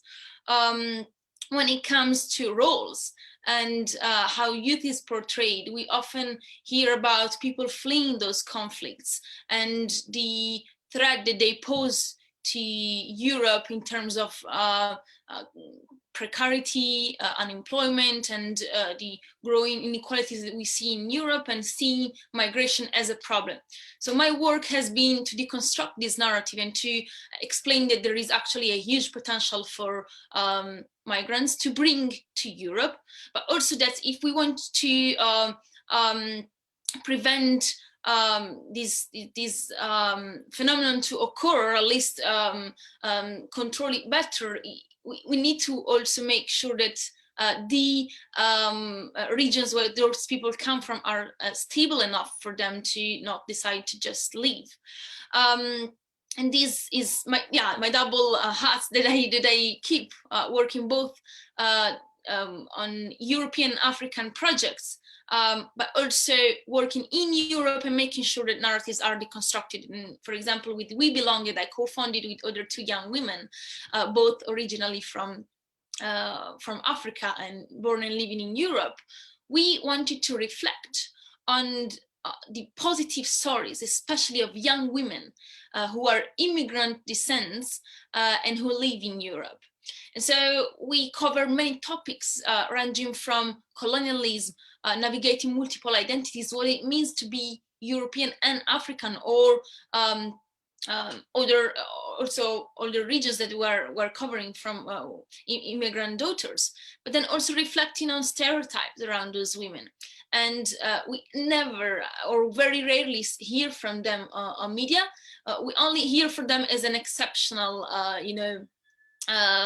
profile that is being shared when they achieve something huge or they're the first to do something. So I wanted to make sure that we not only focus on the firsts, but that we also normalize the agency and the positive role that women can play, whether it is in Europe or in Africa. And so my suggestion would be to replicate this project, this podcast that is called We Belong, to foster a sense of belonging in Africa. So it would be interesting, and I know there are many good journalists that are working on the ground, so it would be very important to amplify the positive stories of young women and fostering their positive contribution to their society. Thank you so much, Yasmin. Comfort, I want to go to you next, just bouncing off of what Rosebell had mentioned about some of the challenges of women journalists who report on conflict. I know that you have experienced some of these challenges and have been vocal about it as well, and that's what I'm hoping to hear a little bit more about. I know that alongside other women journalists in Cameroon, you launched the campaign Stop Sexual Harassment 237. So can you tell us a little bit about the campaign and what it was in response to, in terms of the challenges that women journalists in the media industry face there, and whether these challenges are heightened when women are reporting on conflict? Thank you, Jackie. Yes, in 2018, women in media in Cameroon had a campaign to stop sexual harassment in the media. And this campaign was born out of the need, for us to work in safe spaces. And so from student journalists on campus to young graduates looking for work to senior journalists, who deserve a promotion and not getting it because of the harassment that we're getting from work, we brought the women together and we said, We experienced sexual harassment on campus, experienced it when we were searching for jobs, experienced it now that we are working. What can we do to make sure that the space is safe for us to work as female journalists? And we decided that the solution would come from us.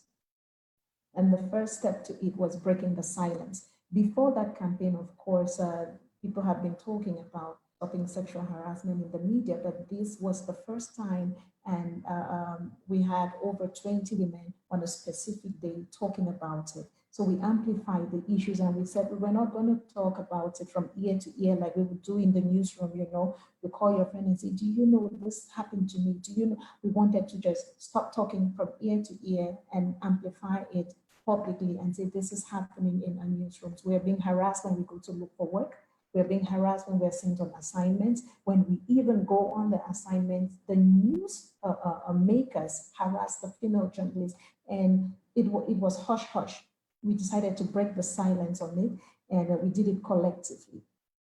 Because usually what happens is when one voice speaks out against something as mainstream as sexual harassment, something that is powerful, you're coming against powerful people in your organization. When you're alone, it's easy to be resisted, you know, and pushed aside. We decided we were going to speak collectively on the same day, same hours on social media, and we wrote letters to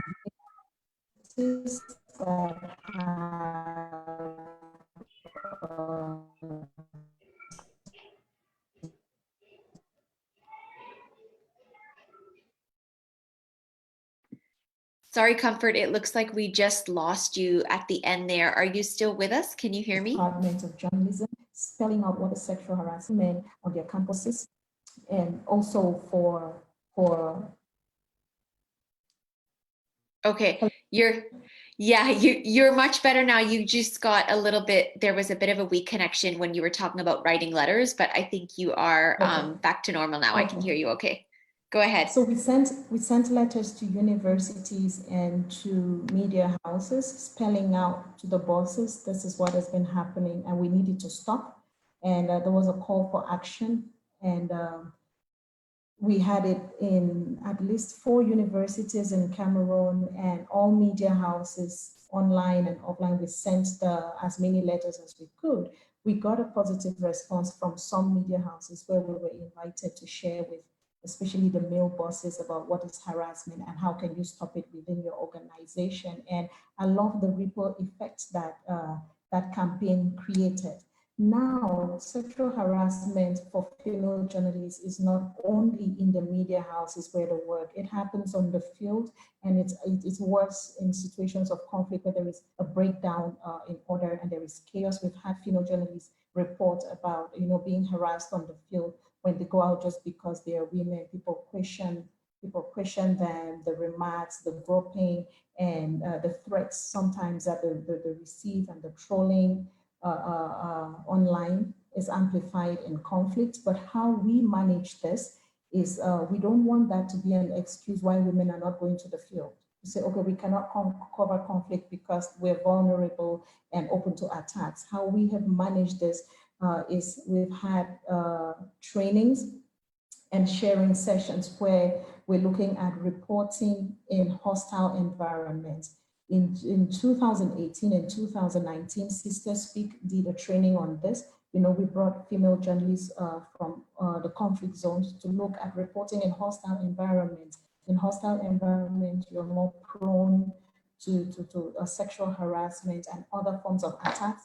How can we protect ourselves when going out, and how can we avert these attacks, and how do we respond to them?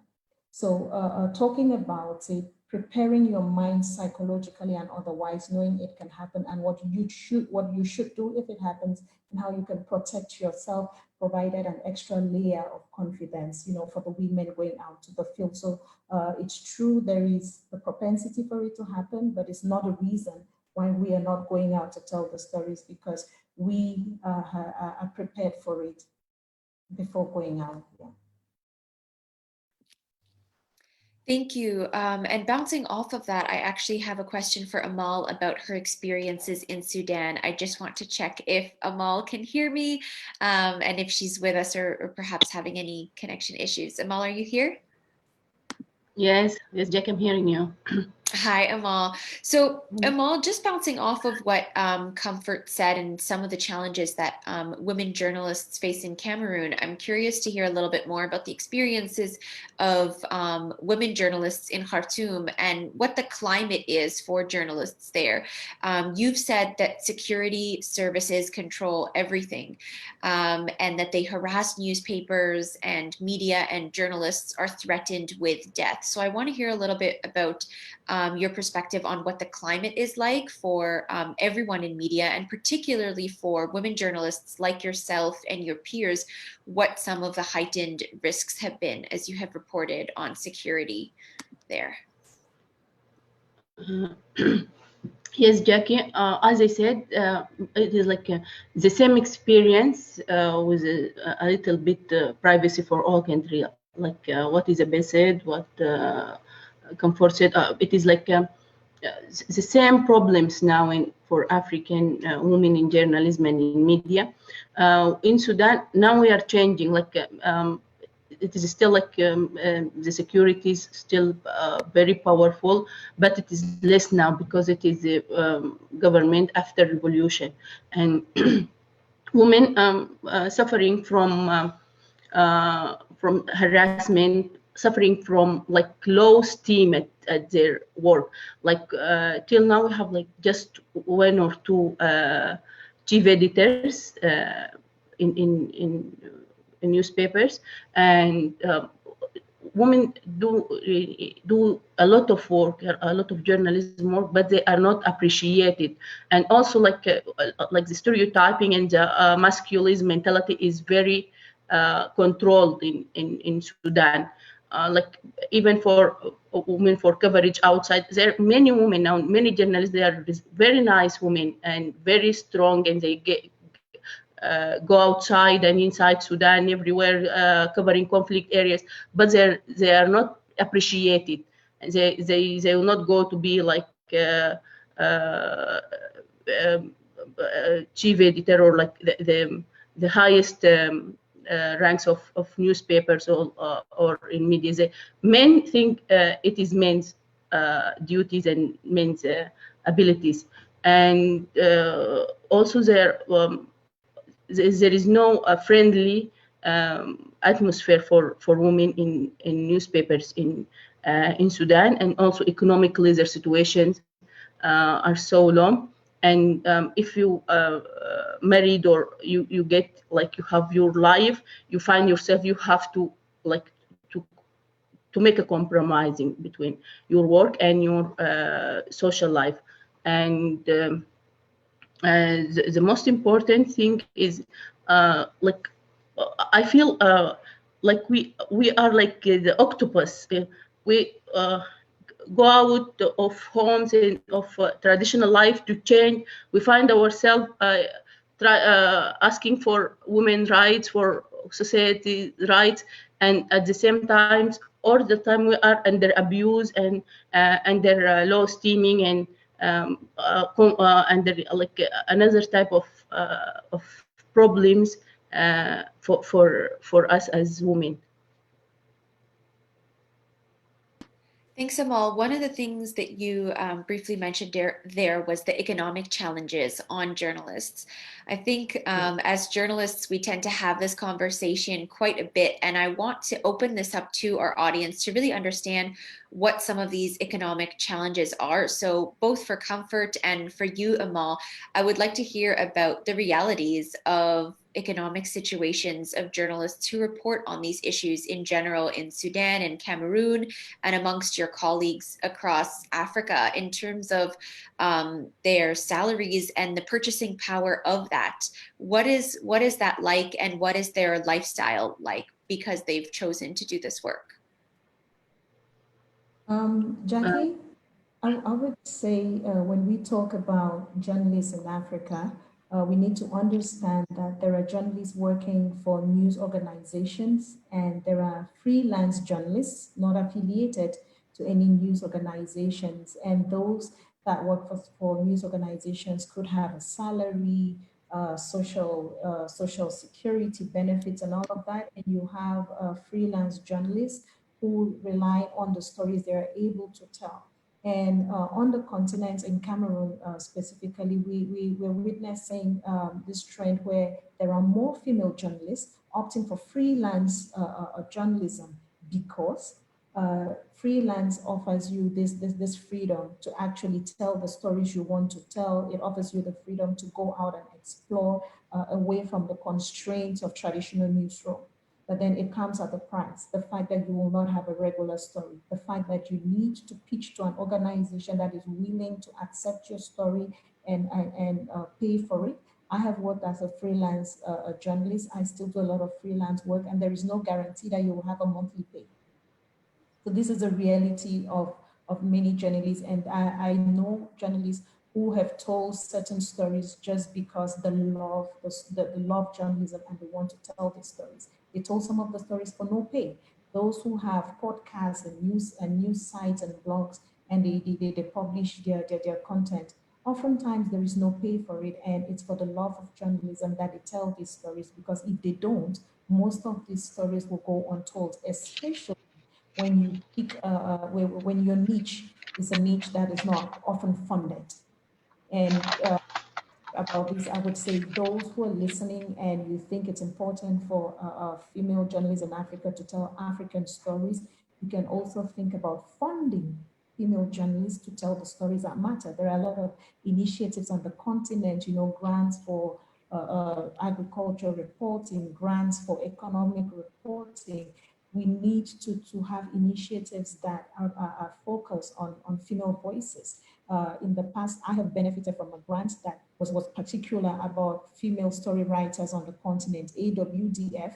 They have a non-fiction creative writers boot camp for women on the continent, where they train women. We need more of such initiatives, because there are many freelance storytellers on the continent who are not funded. Now for the newsrooms, the experience in Cameroon is for the private sector, the pay is not very decent. The pay sometimes is so ridiculous. I feel ashamed to talk about it, to know that there are colleagues going for months without pay. I may not even want to come up to say it. It's ridiculous. And because of this low pay, you have a trend where he who can pay for the news dictates the news. And that's why when we talk about sources and we keep hearing, oh, recurrently the sources are men, it's because these are the people who have access to the media. And you would ask me, what's access to the media? If you have a TV station far out of town, only those who have cars or can afford transportation to come to your program as guests, first of all, can come. And this already eliminates a lot of voices.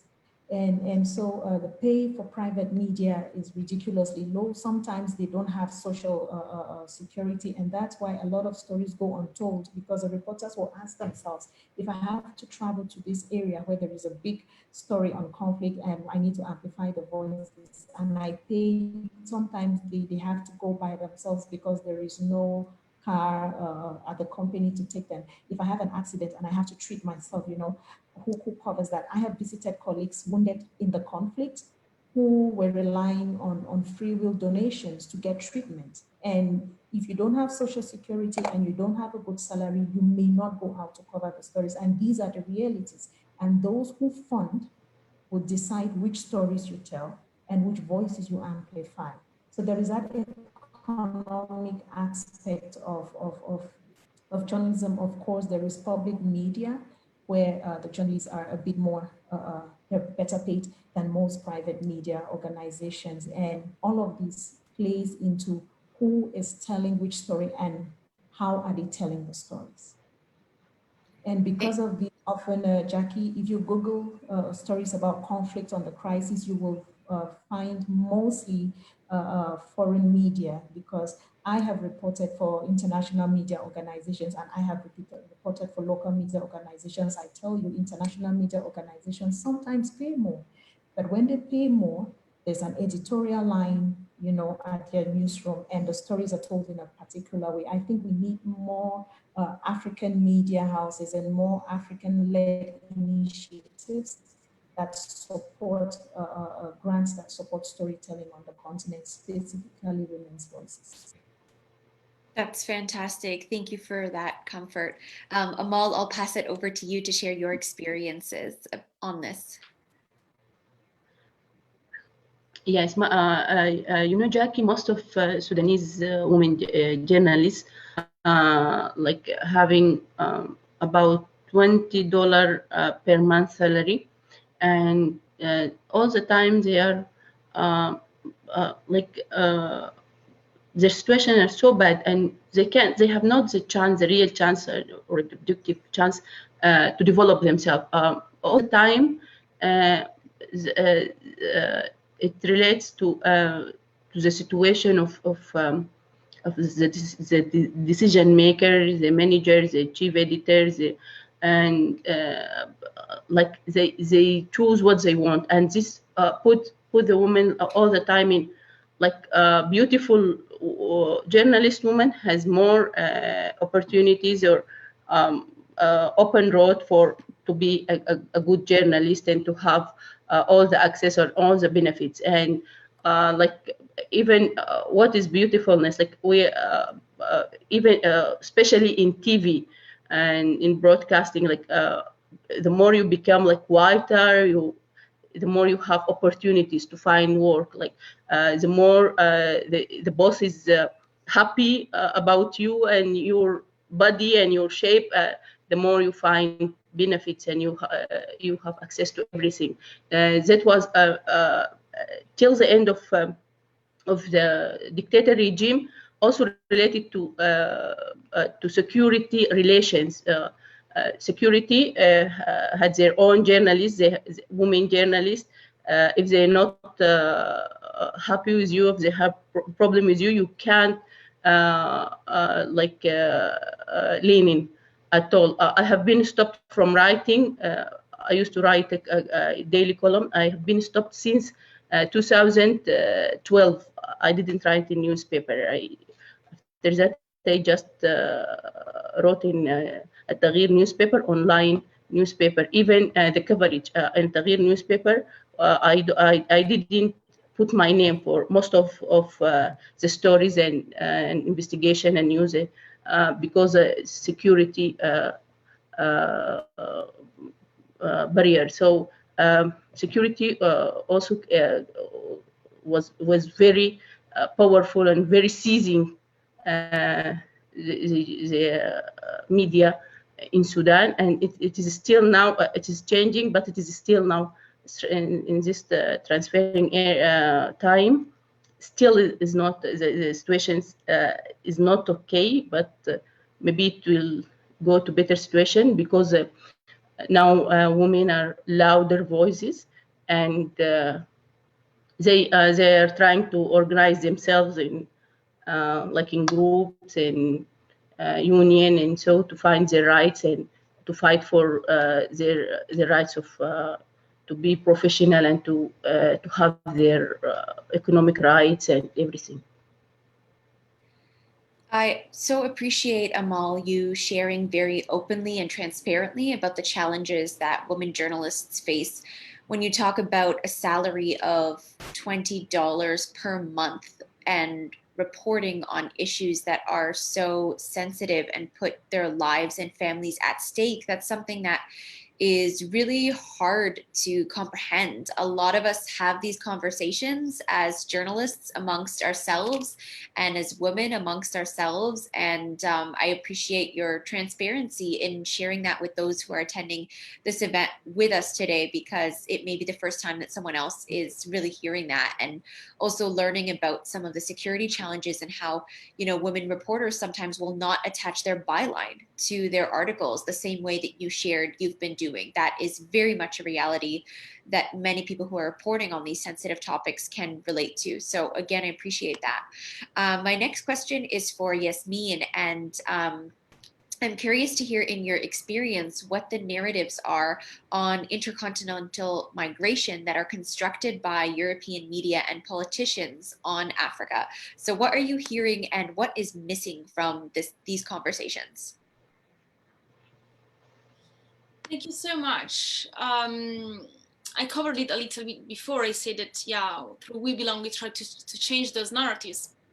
But what are those narratives? Basically, as you mentioned at the beginning, I was awarded this prize, the Young European of the Year. And as soon as I was awarded this prize, my identity was questioned both by society, on social media, hundreds of people harassing me and criticizing me, but also by the French far-right leader. So a politician that was previously running for the national elections in France, using my picture and questioning my legitimacy to be European. And so we need to understand that I self-identify, and we as women are free to self-identify. So when I say that I am both African and European, I feel it, and I have the right to feel both. And so my role also through the work that I carry and the advocacy work is to make sure that this identity crisis that each and every immigrant son goes through is not exploited by other actors, whether they are using migration as a scapegoat on politics, or whether they're using it to recruit people to act on violence. We need to counter those narratives in any case and make sure that we become we find an equilibrium and we become at harmony with the different identities that we have.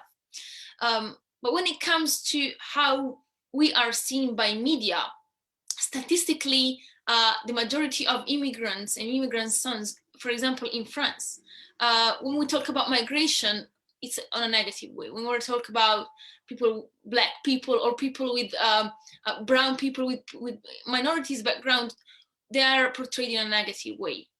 And so, as I say, there is an exceptionalism. Then when one person achieves something positive, they are raised as something unusual and abnormal. And so it is important to normalize the positive contributions that these people can bring to society. And also, we often hear about this distinction between economic migrants coming to Europe, or for example, to the south of Italy, from Libya, and not being granted the asylum status or a refugee status, and so they might not be as legitimate to come to Europe as people who are fleeing war.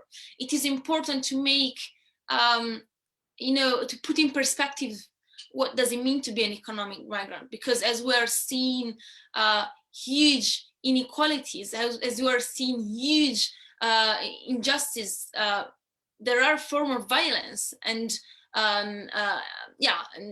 structural violence that these people face. And then when people flee and come to Libya, they also find another added burden, another difficulty, which is often, being subjected to torture and violence.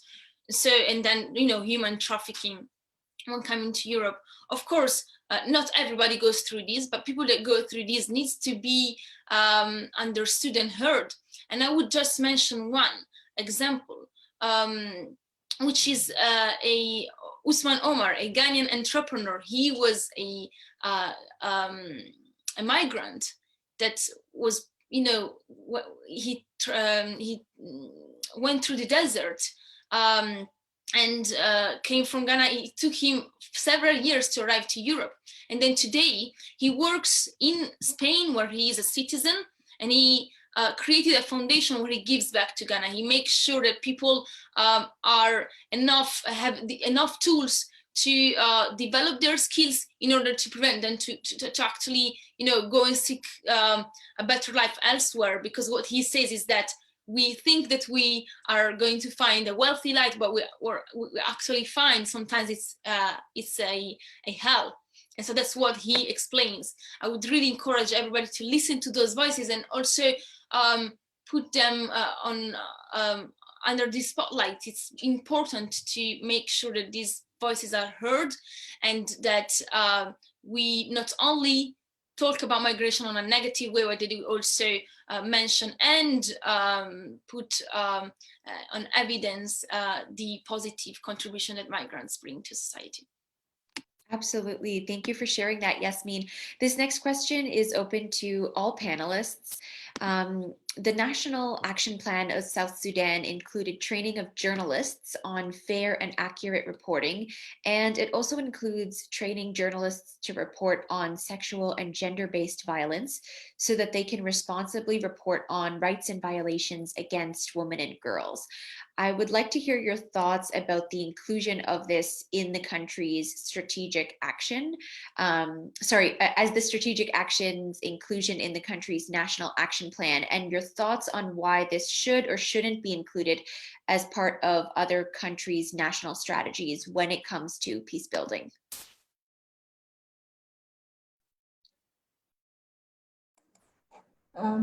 Jackie, if I may, I think the future is inclusive.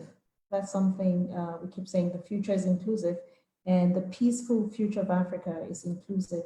I think that there should be no strategic plan that is not intentional about inclusion, be it in the level of composition of who executes the plan, and also indicators of who will be assisted. Now we have a lot of peace projects and negotiation projects, you know, it's amazing. It says they're going to reach out to women, to youths, and to men, you know, in global terms. And we need to realize that women are not a homogeneous group. Amongst the women, you have indigenous women, you have women with disabilities, you have women of different ages. And any strategic plan for peace, like I said, must be intentional about inclusion, and we need to see it in the design of the plan. If you want to reach women and girls, it's a good thing to say women and girls will be included, but there's supposed to be specific, you know, and intentional indicators of how will this happen and who are the different groups of women that will be included and how will they be included, and of course a monitoring, because what we have seen on the continent is there's a lot of people say these things to check the boxes, oh, we are inclusive. But as journalists, we need to interrogate these and actually go to the field and make sure we're saying, you said you're going to meet 500 women. If the 500 women were found in one university campus, you didn't reach out to all women because women are different. So I think it is our place as journalists to question these plans and ask the relevant questions. And when the plans are being implemented, we need to go to the field and make sure that it's inclusive in the real sense of the word. So the question comes back to us as journalists to hold power to account, make sure everyone is counted, and we need to follow up to see the realities on the field and report on these. Thank you for that, Comfort. We have an audience question that is actually related to something that both you and Yasmin do. And Amal, I'm interested in hearing your perspectives on this as well. The question is regarding alternative platforms to traditional media. And I know that Yasmin, you're working on a podcast, and Comfort, you talked about the need for creative storytelling and ways that we can share women's voices and stories without, for example, constantly showing them on TV and putting their security at risk. What opportunities do you think there are for us to tell stories about conflict and peace and women in some of these alternative ways that reach new audiences and also protect the security of women?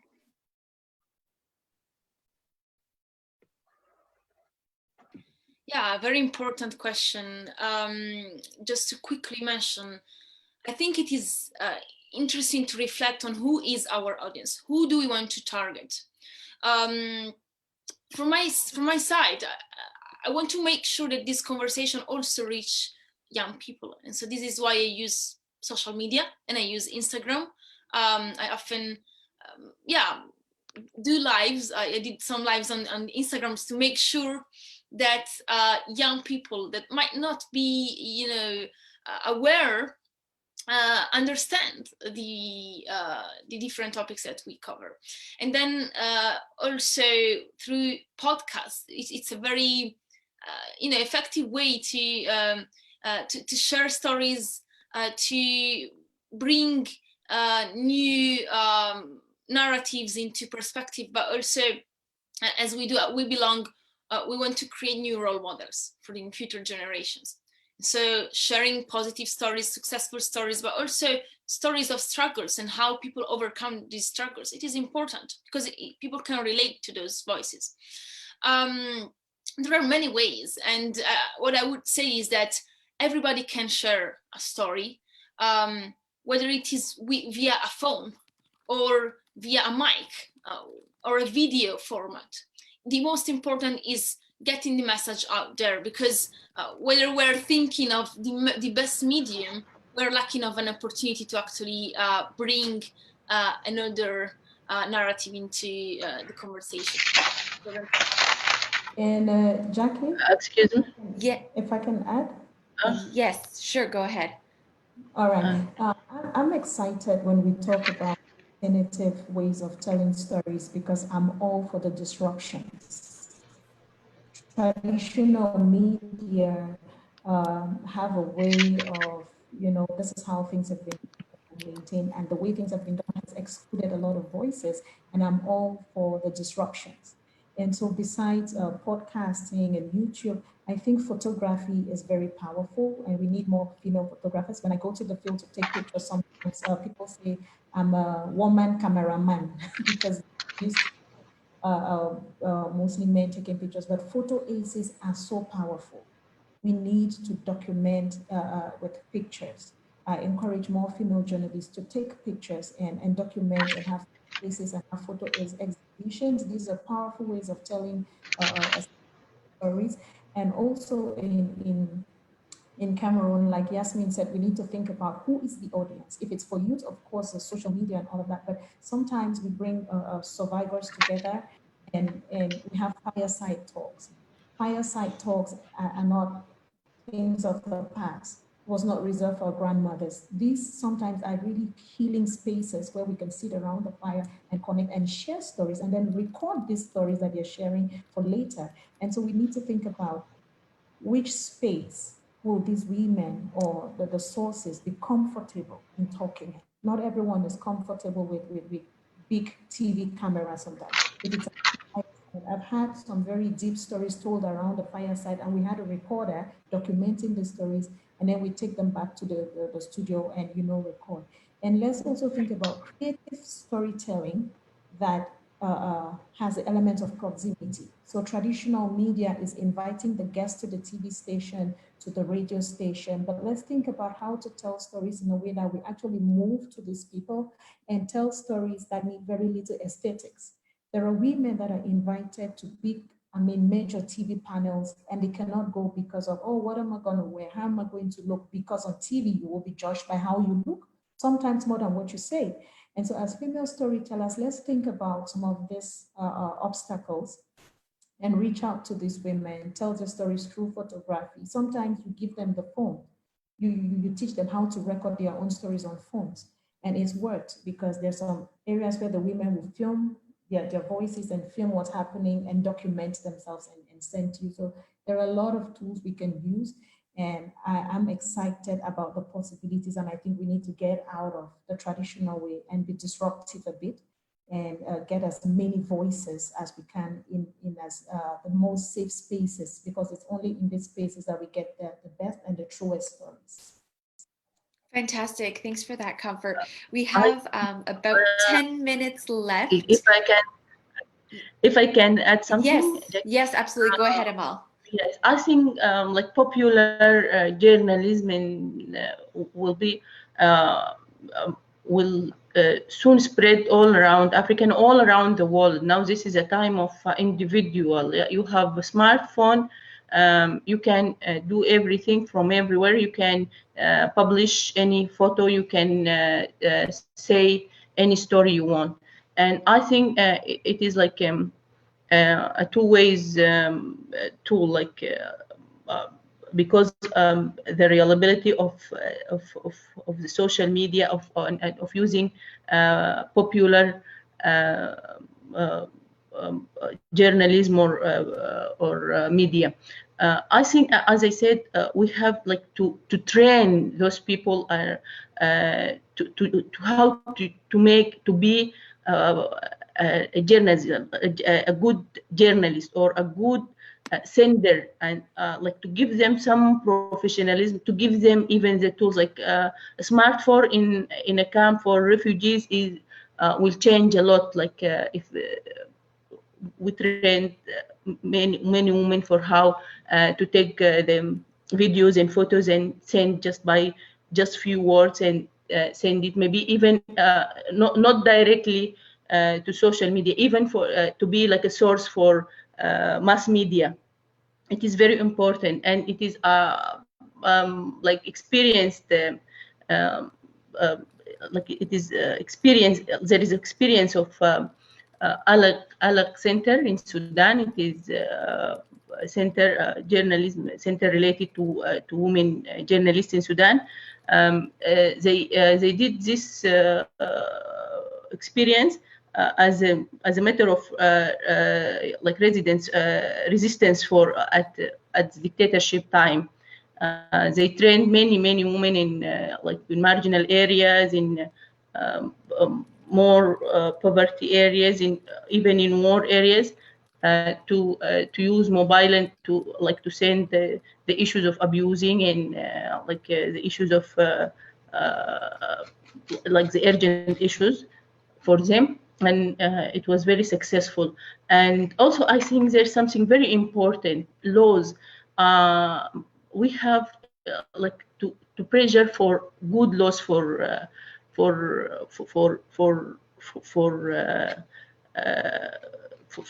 like for all people, and even for especially for women, like good laws for publishing. Like when you publish something, you are responsible about this. If you have fake news, because it is very sensitive, if you maybe one video could change like make the conflict worse or make it better. So it is very sensitive. So I think laws may make some protection, and not even in social media or in how to use social media, even in the issues of women journalists who are working in like in the field or in everywhere. I think to have laws to protect them also is very important. Like we have to have law for sexual harassment. And now you spoke about the plan for South Sudan. Sudan and South Sudan have the same problems because we are one country for a long time, and we have been separated politically, and now we have the same problems of dictatorship, of the same political regime, the same political regime here, the same political regime there. And we as women facing the same problems now. I think for to make to pressure for making sexual abuse and law is very important, and to put this law and to give it the spirit of power. Now I came to Canada as a refugee. I came cross-boarding like 2 years ago, and all the time I'm think and compare. I'm very respectable person here from day one. I'm very respectable. Everything they give me a lot of things. Canada is a great country to immigration and to refugees. I'm thinking all the day, what is the difference? Why our countries are not like here? Here, this is the power of law. Law is law here. Law is above all under the rule of law. In our countries, no law. Everything is law is like everyone. You have power. You are a dictator, general. You can just touch this law and put it in the trash. So we have to pressure to make law, especially for sexual abuse. Thank you. Thanks so much for that, Amal. We have just a few more minutes left before we have to wrap up this panel. So I'm going to let you each answer either of the next two questions that I ask. If you can keep your answer limited to 1 to maximum 2 minutes, that would be great. So the questions are either I would like folks on the panel to speak about how movement restrictions in Africa are limiting the ability of reporters to tell important stories, and what's at stake when journalists don't have access and free movement, and you can draw on your own experiences or those of colleagues. Or I would like to invite you to reimagine the current climate to one that is more conducive of amplifying women's voices when it comes to participating in peace building, and to share with us what would that environment look like and what do we need to get there. It's a tall challenge to do this in a minute or less, but we do have to wrap up for the panel. So I'm going to start off with Rosebell. Thank you so much. Definitely, we are working in the context within which African communities and societies also experience limited freedom of movement. I always see that Africans are some of the most restricted people in the world, and it's not by mistake, it is by design that we live in colonized countries and colonial borders. And our countries have tried, have not done, I think, enough, even when we have processes like the African Union processes, they have not been fast enough. Africans need to move as quickly as possible, whether they are journalists or everyday people. And if everyday people can't move, what do you expect as a journalist? You might get a favor here and there to move, but the reality is that we are still limiting ourselves. We are more receptive of people from formerly colonized countries to be everywhere on the continent, but we don't give the same rights to Africans on this continent. And we are still holding on to colonial relics of borders, and we need to be moving beyond those borders. So when that's one part in terms of freedom of movement. The other part is the reality of press freedom in our countries. It's the same reality of governance in our countries. So you can't have press freedom if your country is not fully committed to democracy, to listen to the will of the people. When the will of the people is not respected, the first casualty is going to be the media. So even, unfortunately, even in different countries, it's very difficult for a journalist to go and cover something in another country, because you're not guaranteed your safety. I've had to work on campaigns to release journalists, Ugandan journalists from Sudan, Ugandan journalists from Rwanda, and the whole mix that the journalists, the way we treat media in the continent is not respectful, it's also at the same time reflective of the lack of respect for the will of the people, and therefore whoever is here as in a role as a journalist, as a witness, because journalists are here to witness and tell the story of the people, then you become the enemy. And we are seeing that right now in Uganda, journalists being harassed, being beaten, detained, simply because they have gone to cover a campaign of an opposition leader. So in such an environment, there's no way a foreign journalist who is even African is even protected. So often you find journalists from Western countries come because they have a protection of their passport, and their embassy is going to call if something happens to them. What happens to you as a journalist from an African country if you are arrested by another government? Your own government is not even going to call for your release. That's it. It's going to be a few journalists making noise online, but really your safety is not guaranteed. So we have deep issues when it comes to democracy, freedom of expression, and media freedom, and then that combined overall with the insistence on curtailing Africans within the colonial borders.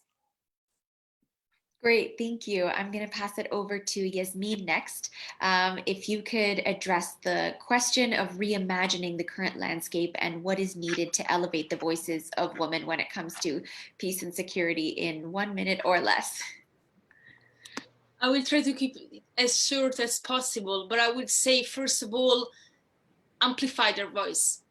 Women already have an agency, they're already doing a lot. It's just that their contribution is not being highlighted enough. So amplify those voices, through creative storytelling, and then not just sticking on hearing from them, or moving from a hearing process to an inclusion process. So making sure that women are at this decision table when decisions that concern them are being made.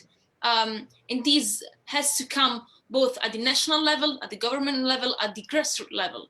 So as I always say, if they don't create a seat for you, go and add a chair yourself. So we need to make sure that in peace processes, but also in decision-making processes, women are involved. And yeah, I will conclude like this. Great, thank you so much, Yasmin. Amal, it is over to you next to share your final thoughts with us.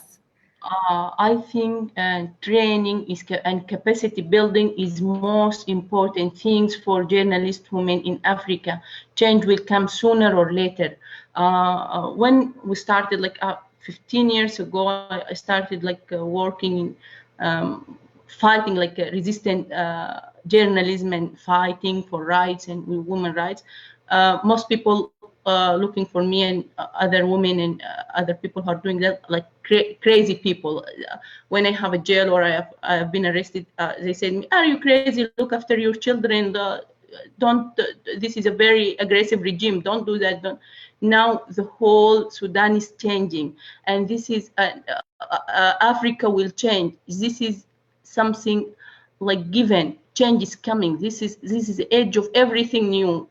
We are in new age. This is the age of information. This is the age of internet. This is the age of mobiles. This is the age of the power of individual, and it will change by the end of the day.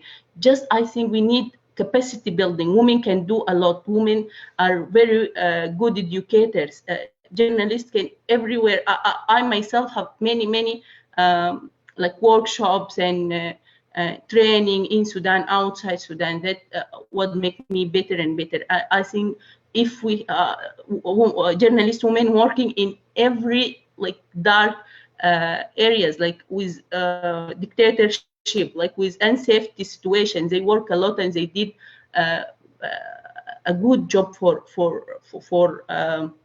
covering and revealing the truth and the facts, and we need them everywhere. So capacity building and training. This is my advice. Thank you so much, Amal. We heard you loud and clear. I hope that others did as well. Comfort, over to you for your final thoughts with us. My final thoughts about movements of journalists across borders is that the importance of this cannot be overemphasized. Why it's important for journalists in Africa to be able to move freely around Africa to do our work. There are still a lot of obstacles, and while we're hoping that free movement becomes a reality, free movement in the real sense of the word, journalists, we must learn to collaborate. Collaborative storytelling will help us get stories from areas where it's hard to reach, and also movements within the countries where there are conflicts. Now, it's so hard for journalists to get stories in certain parts of the countries where they live. And I see a lot of solidarity from doctors, a lot of solidarity from humanitarian workers who have made it clear what the conduct of warring parties should be towards humanitarian workers and towards doctors. I think that journalism associations and networks on the continent need to do a lot more advocacy and spelling out how journalists should be treated in conflict zones. This will really pacify the way and give journalists more access. And as female journalists, we have a lot of challenges to telling the stories of peace stories on the continent. The challenges are many, but more than ever before, we have more tools, we have more resources, and we have more networks to tap from. And so, again, I leave words with the words of Okendibe: a story that must be told does not forgive silence. So we need to tell these stories. Amazing. Thank you so much for sharing that, Comfort. And with that, we are wrapping up this panel. So I would just like to thank you all for sharing your perspectives and your experiences reporting on this issue. Thank you, Comfort, Yasmin, Rosebell, and Amal. You had such enriching stories and experiences to share with us all. And I hope that your message has connected with the right individuals in our audience who can push forward and make the changes. But I know that on a day-to-day basis, you're all sort of working on the ground and at different levels to push forward and elevate the voices of women, which often go unheard. So thank you all for doing the work that you do, and thank you all for being here today and sharing that with us. So I'm going to pass this over to Riro now.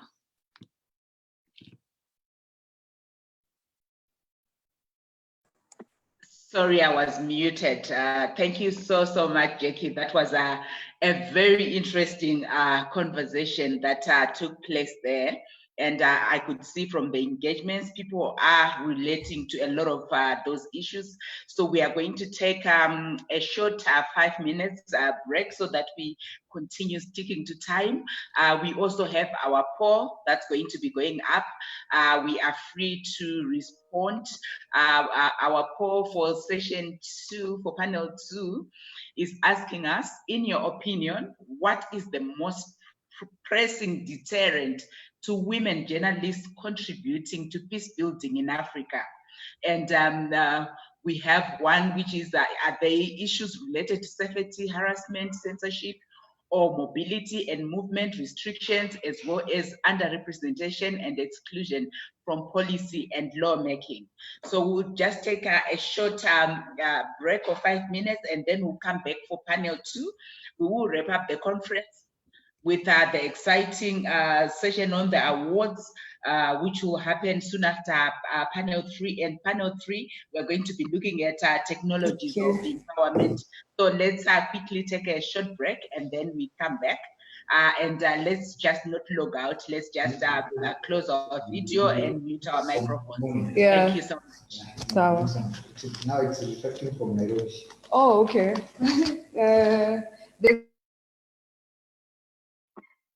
Could we mute our mics? Thank you. And may I request panelists from the next session to actually stay behind so that we do 1-2 minutes housekeeping. Thank you.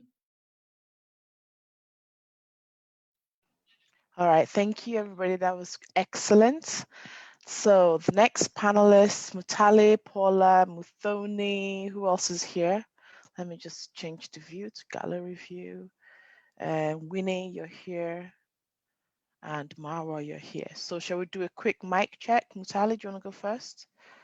Yeah, how are you? Brilliant, fantastic. Hopefully you got a bit of rest as well. Oh my God, thank you for freeing me. I feel so much better now. That's great. Paula, can we do a quick mic check and video check? Paula, okay, while we wait for Paula, Professor Moha, are you there? Can we do a quick mic check and video check, please? Muthoni, I can see you. Great, fantastic video. Mic check. Hi, Missy. I can hear you. Brilliant. Hello, Professor Moha. How are you? Fine, thank you. Great. Will you be having your video on or off? Yes, on. Yes. Brilliant, fantastic. Thank you. Paula, Marwa, do we have you both here? Hello, And can you hear hi, me? yes, we can hear you. Okay, perfect. Brilliant, brilliant. Winnie, are you with us?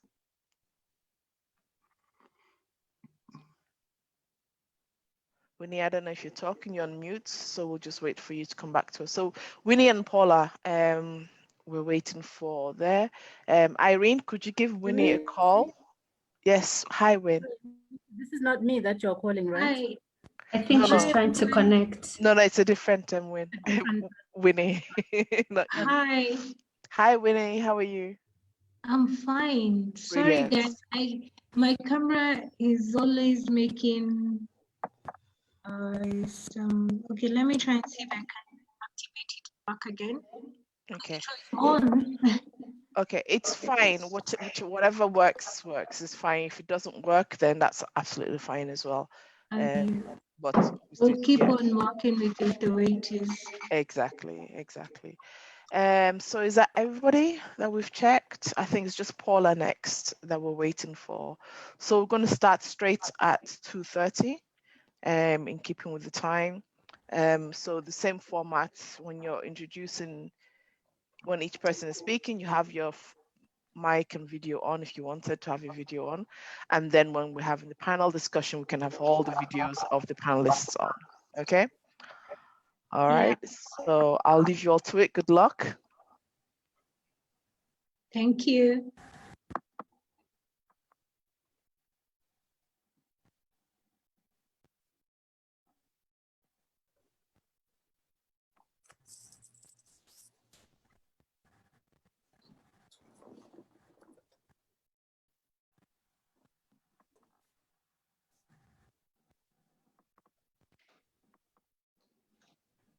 Great, Paula, you're here.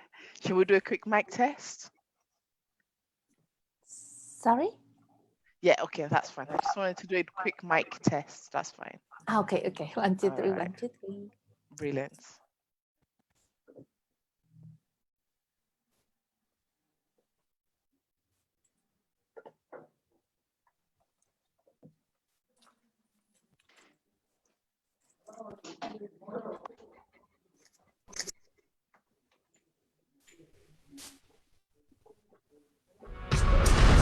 Every African has a right to proper healthcare, good food and nutrition, and good quality of life. African countries, in the implementation of their national priorities under Agenda 2063, have made commitments to eradicate poverty in our generation, build inclusive and sustainable economies with shared prosperity for all, through social and economic transformation by focusing on the following areas. Sustainable and inclusive economic growth that reduces poverty and leads to increased income levels. Equality and decent jobs. Value addition in agricultural products and growth of agribusiness and industries. Human capital development. Skills revolution in science, technology and innovation. Gender development, youth empowerment and employment generation for youth and women. Social security and protection for all people and infrastructural development. Good governance supported by capable institutions. Manufacturing-based industrialization. Promotion of culture, arts and sports. Peace and security. Let us unite to build the Africa we want. Visit www.au.int to learn more about Agenda 2063.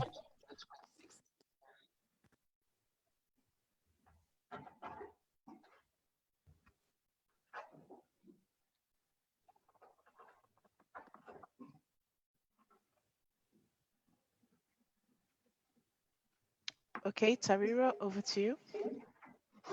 Thank you very much, Dr. Yemisi, and welcome back, everyone, to our final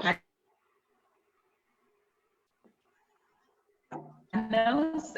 And I would like to share the part. Mind you, it was, in your opinion, what is the most pressing deterrent to women journalists contributing to peace building in Africa? And at the top, we had 53% saying it's issues related to safety, harassment, and censorship. And we also had 14% that were saying it relates to mobility and movement restrictions, and 36% saying underrepresentation and exclusion from policy and lawmaking. So those were our poll results for poll 2. We will share the poll 3 question just before we move on to the awards.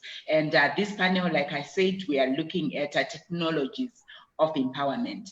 And our moderator for this session is Winnie Kamau. Winnie is the head of Association of Freelance Journalists, which is a network of freelance journalists. She is passionate about visualizing data, especially in the format of maps and infographics. In 2020, she was elected to the board of National Aid Transparency Initiative, IATI, representing the CSO community. She is also one of the co-organizers of Africa Open Data Conference and collaborators. She's also an editor for AFJ's online platform focused on development stories called Talk Africa. Winnie was a TV journalist with the national broadcaster in her country, KTN, for almost 10 years. She loves data and also loves people. And definitely being somebody who loves data, how best and convenient for her to be chairing this panel, which is looking at technologies of empowerment. Winnie, it's over to you. Thank you very much, Tariro. Thank you. And thank you to everyone who's still tuned in and logged in. Can you hear me? I hope there's no feedback on my end. Audio is fine. Okay, thank you. And thank you to my panelists who are still on till now. And we have an amazing session. We will be talking about technologies of empowerment. And before we start off, we look at the housekeeping rules that we all mute ourselves while people are speaking. And at the tail end, we'll have questions. And sorry, and I'll ask all the panelists, please switch on your cameras. Let's see your videos. And sorry, my camera is misbehaving. I'm not leading by example, I'm sorry, but I'll try and do that. We are working on it. So this is an amazing session. It's going to be fireworks because we have very amazing and very, very, very, very important people on the panel. And they're talking about technologies. And for me, I look at technology as a way that helps me in telling my story better. And I look at it through the softwares that are available, the open tools, open source softwares that are available. But it's not about me telling my story and my challenges. It's about the panelists who are here. We have Modoni Wanyeke, we have Mara Azalmat, we have Mutale Nkonde, we have Professor Moha Enaji and Paula Molina.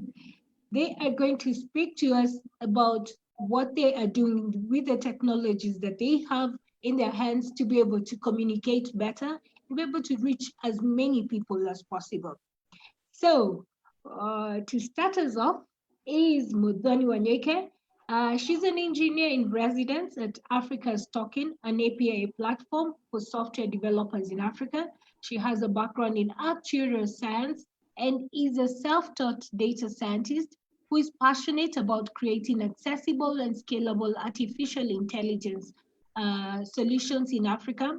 She's also the co-founder of the Nairobi Women Machine Learning and Data Science Community, and is she's at the forefront of the African artificial intelligence scene, ardently working to bring learning opportunities to African women interested in artificial intelligence.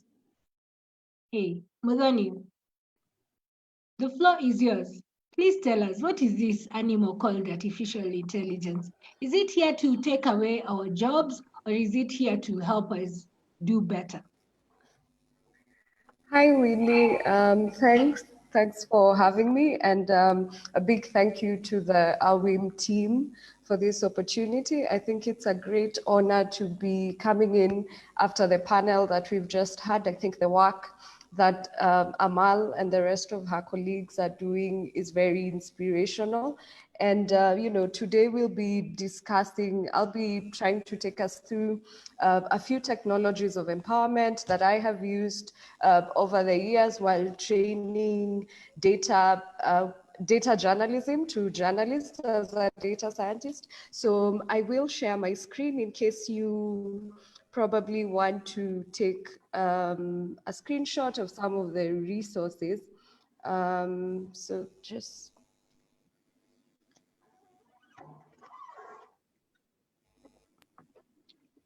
You can share your screen. Okay. Wow, okay. So interestingly, that cannot happen. Let me just, okay, great, found it. So I hope you can see my screen. Yes, we can. Okay, great.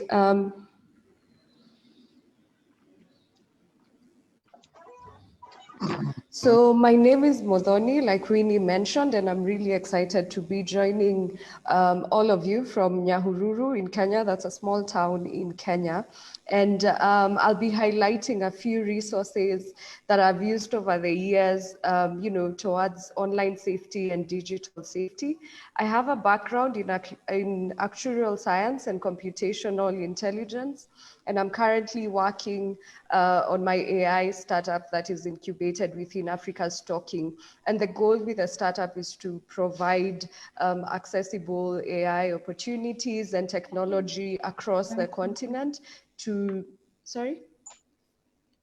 Oh, okay. To people who need it. So, and I'll be looking at three main things in the next few minutes. That is education and technology, online safety, and misinformation and fake news, which I think are at the core of, journalism and technology.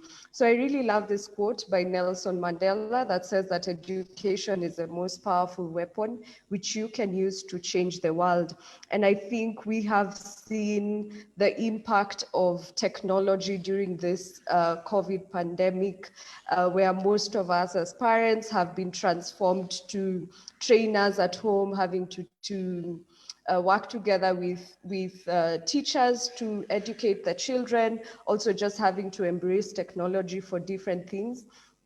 And in COVID-19, I think, has presented us with an opportunity to explore the different things that artificial intelligence brings to the table.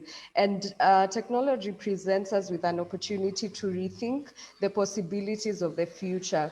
And while schools are in a sort of, break from normal learnings, and now parents and learners are having to learn how to access resources from a different platform, I think it's interesting for us to look at some of the things that have happened this year. So for example, every 60 seconds, we have up to 500 hours of YouTube videos being shared. Being uploaded. Then we also have close to 300 billion emails being sent every minute. We have 54 million WhatsApp messages are shared every minute, from your family WhatsApp group to your work WhatsApp group. And that's a lot of content. And in a short span of time, we can see that the world has fallen in love with social media, and we are all automatically, turning to online platforms to research and to buy products and services. So for example, personally, while I was trying to, understand Instagram and how the algorithm works, most of the world had already sort of shifted to TikTok and Snapchat and all these other things that are quite difficult to embrace. And we have also embraced, for example, the concept of really short stories, for example, that have 24-hour shelf life. And so keeping an eye on misinformation online has become a really daunting task, not just for journalists, but also for we as a general public. And photos are incredibly powerful. They influence how we see the world, and they also influence our memory of things. If you cannot tell the fake ones from the real ones, then the fake photos and fake information is really going to be very powerful. In Kenya, during the last general election, 9 out of 10 people say that they saw some form of fake news. And as we've seen this year, it's becoming more and more difficult for us to know what is fake and what is real. And fake news presents itself in different ways. So we have satire or parody, where there's no intention to harm, but there's the intention to fool. We also have false connections. This is where we have headlines and visuals that do not support the content. So more of clickbait kind of information. Then we also have misleading content that is used to frame certain situations and certain issues for different individuals. We also have imposter content, and this happens quite a lot, especially in the media, where people will impersonate media personalities and then continue to create content in their personas. So a few ways that we can use to fight practical misinformation online. This cannot be exhaustive, but I've just put in a few of the resources that are quick go-tos when you're handling information and are not very sure whether it's correct or not. So we have advanced search now available on most of the search engines. So on Twitter, on Google, you're able to do an advanced search to verify information. You could direct message the relevant people to check if what you're seeing online is true before reporting a story. Then when it comes to images, which are very powerful, I think the meme industry is one of the really thriving ones because images are very powerful. Then you're able to use, for example, Google reverse image search to confirm the authenticity of images. You can also use photo forensics and TinEye, which really help you understand the authenticity of an image, when it was created, and all that kind of information. Another tool that comes in really handy is Amnesty International's YouTube data viewer. It helps you to authenticate YouTube videos to confirm the sources, to confirm when they were created, because a lot of what happens with fake news is that videos from quite a while back will be reshared as new information, and using this YouTube data viewer, you're able to verify that. Then I really like these 3 resource hubs. They are quite excellent in terms of training journalists on how to do verification, how to embrace upcoming trends in investigative journalism or data journalism. So the Bellingcat.com provides resources that have been curated by researchers, by investigative journalists, by citizen journalists, and it provides very innovative approaches to using publicly available data sets. So currently they have ongoing workshops on social media and on verification that provide quite key information if you want to get into that space, or to, I think, augment the knowledge that you have in terms of digital content creation. Then the latest version of the verification handbook comes in really handy as the information environment continues to become more chaotic and easier to manipulate than ever. So the handbook provides journalists with knowledge to investigate social media accounts, bots, private messaging apps, deep fakes, as well as other forms of misinformation. Then finally, Security in a Box provides basic principles on mobile phone use, social media use, and just how to keep your information private, and also to stay away from digital hacks and digital attacks. So something else that I added after Dr. Yemisi shared about the visibility project is that Google have recently added an option to include your profile on search, which I think is really key for African women in media, because instead of now relying on other people to create your profiles, you can create very simply, like you can see on this screen, you can simply go to Google and Google Edit My People card.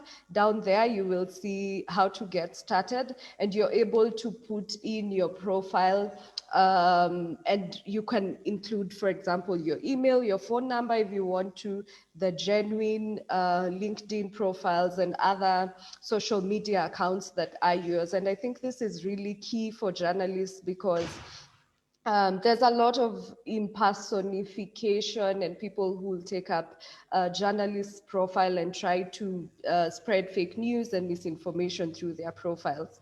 So as I conclude my remarks, I think one of the important things for us to consider while we think about online safety is to do this quick risk assessment, which helps you then identify what would be important for you as you're looking at staying safe online.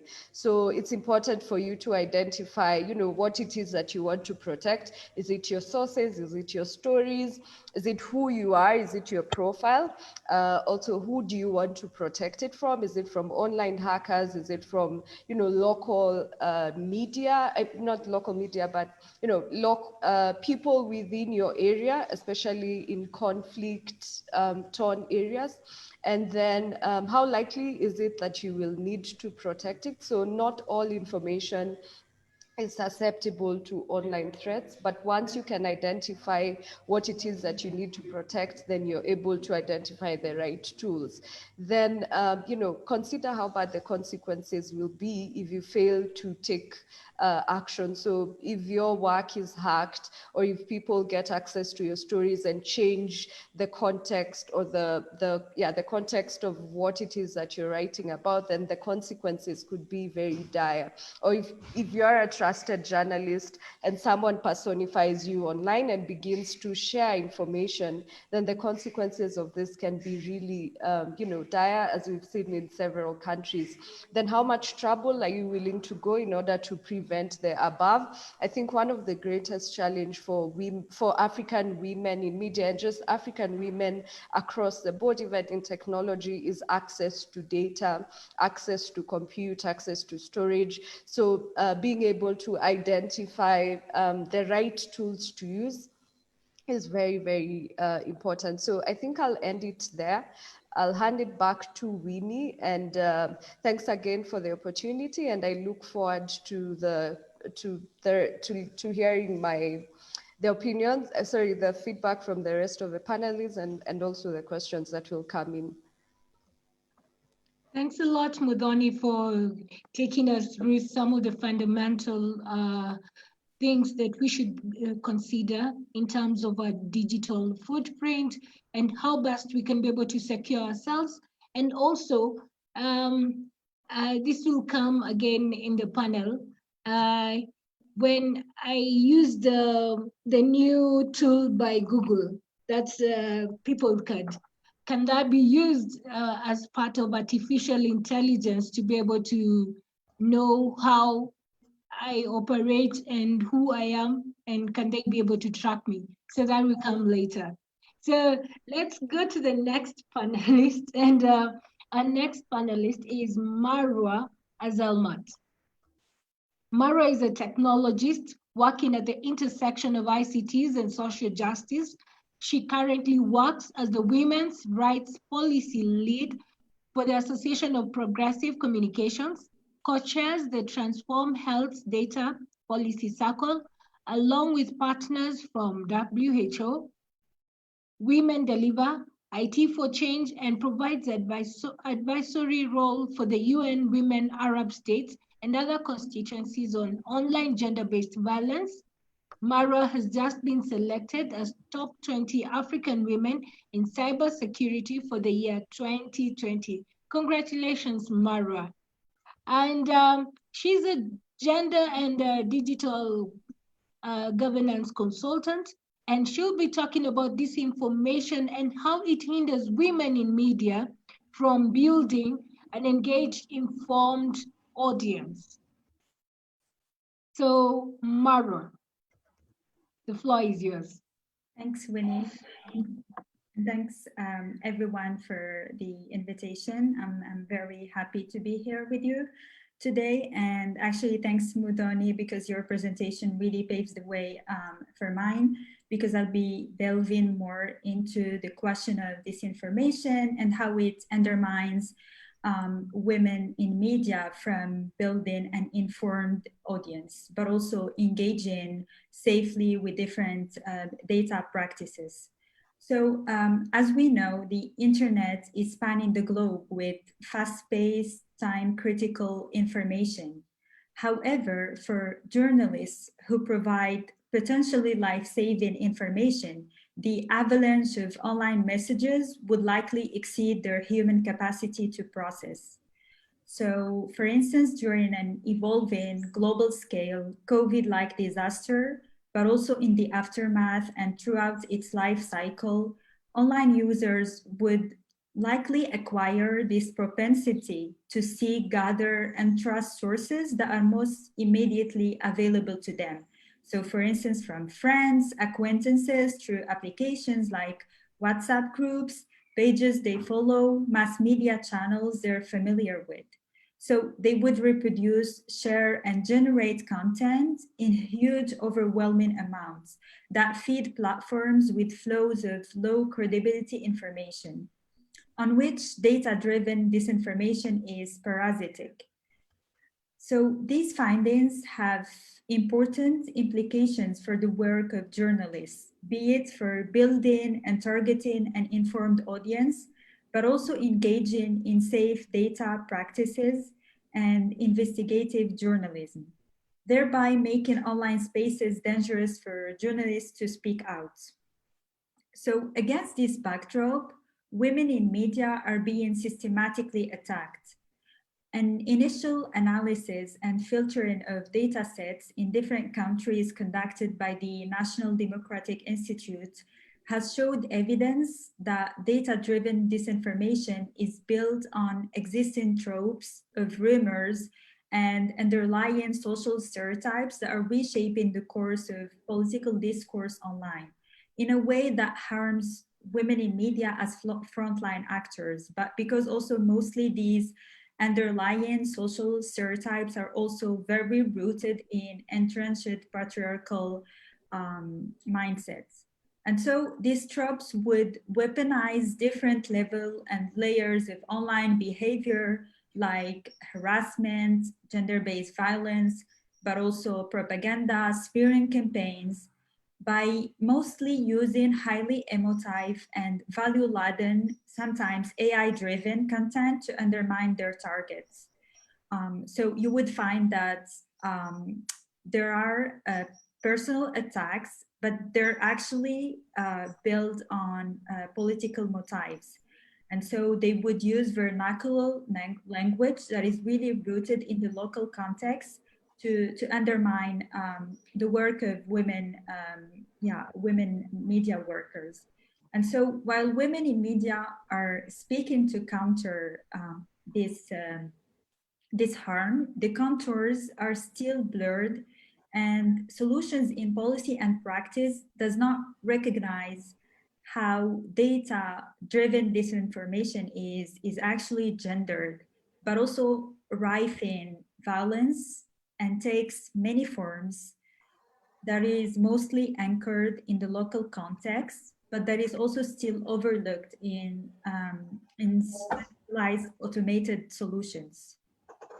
And so the issue here is that we need to draw the line between disinformation and other disinformation, but we also need to build more capacity in policy and practice, and not only provide technical expertise, because again, from these in-country expertise studies that have been done, the issue is how content policy guidelines are not rooted in their context, specifically in Africa, and they're not coherent in the way that you would find content policy guidelines in Europe, for instance. They're more consistent.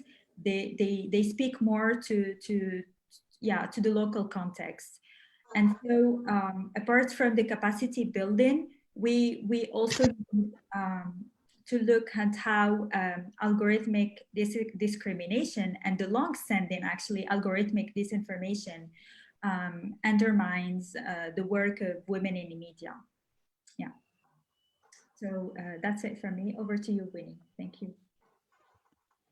Thank you, Mara. Thank you very much. You've brought a very good angle of algorithmic disinformation. And just recently, AWiM had a series of classes And one of the class that I really liked was algorithm and artificial intelligence, and how we can use data to be able to build up.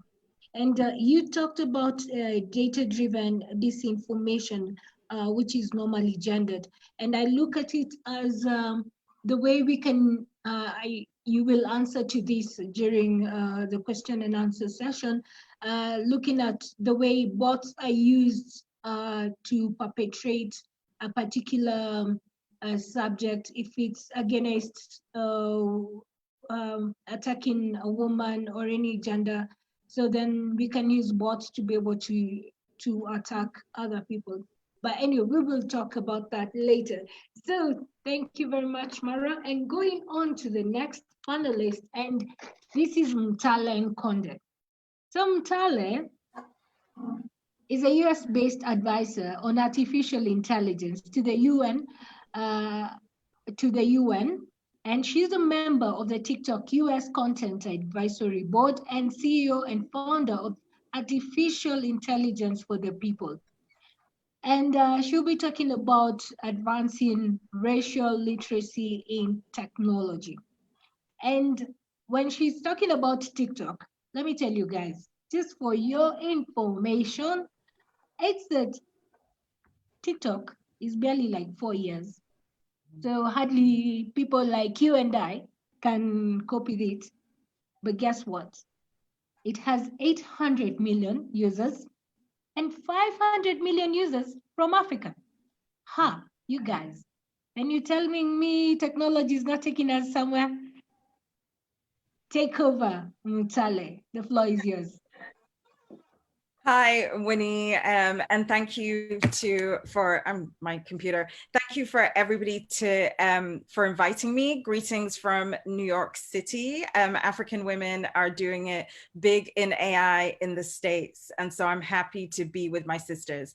So just kind of in way of introduction to my work. When I think about artificial intelligence, I'm thinking about algorithmically driven systems that give machines the ability to take on human-like processes. So technologies that can see in the form of something like facial recognition, technologies that can hear when we think about Clubhouse, which is a new app that has I'm seeing African rooms being opened there, as well as apps like TikTok and Twitter and other social media processes.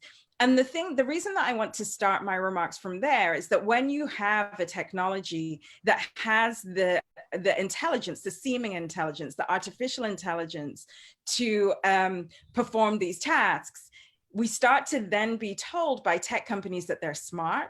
We start to be told by tech companies that they're efficient. We start to be told that by tech companies they're fair.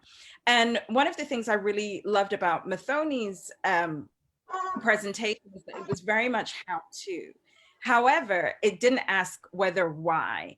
And one of the things that's really happening in the United States, and Marwa really spoke to this as well, is as we are doing research, I work as a researcher, I am also a journalist, but really key to that, I'm a communicator. As we look at these technologies, we're finding evidence that they are racially biased.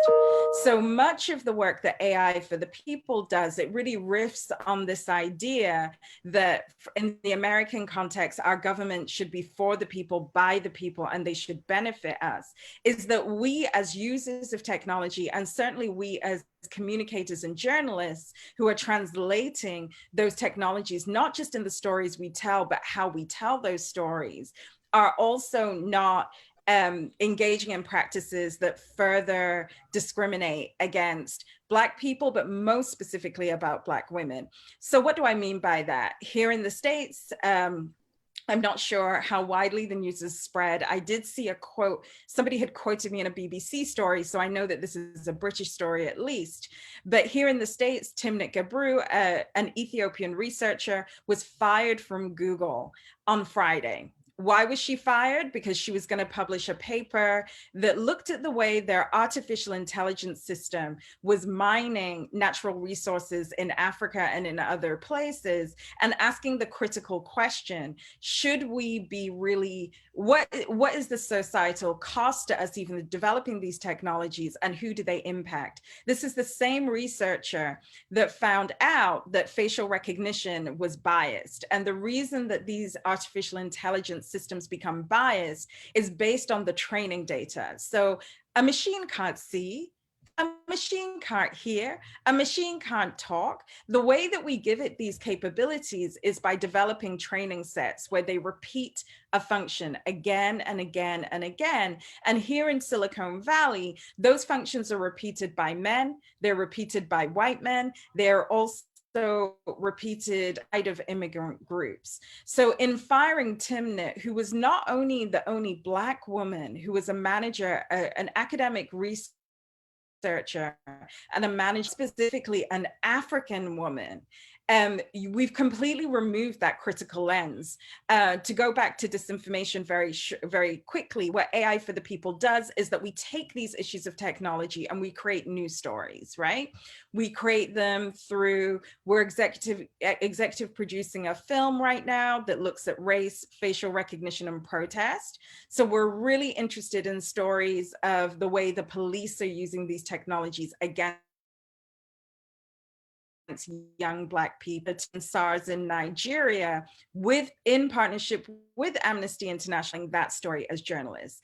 In the case of misinformation, we, this past election cycle in the United States, were very interested in disinformation agents that targeted Black groups, targeted Black women, and in our case found targeted Black African women in a very particular way. These were organic campaigns, which meant that they weren't mechanical in the way that Marwa was describing. These were real people that were posting content that was, we had a Twitter universe of 3.5 million tweets, did find evidence even within that there was mechanical amplification, and that amplification takes place through, again, this artificial intelligence. If you think about in real time, we would sort through which information that we want to share with our friends and family, right? That's the way that we think social media works.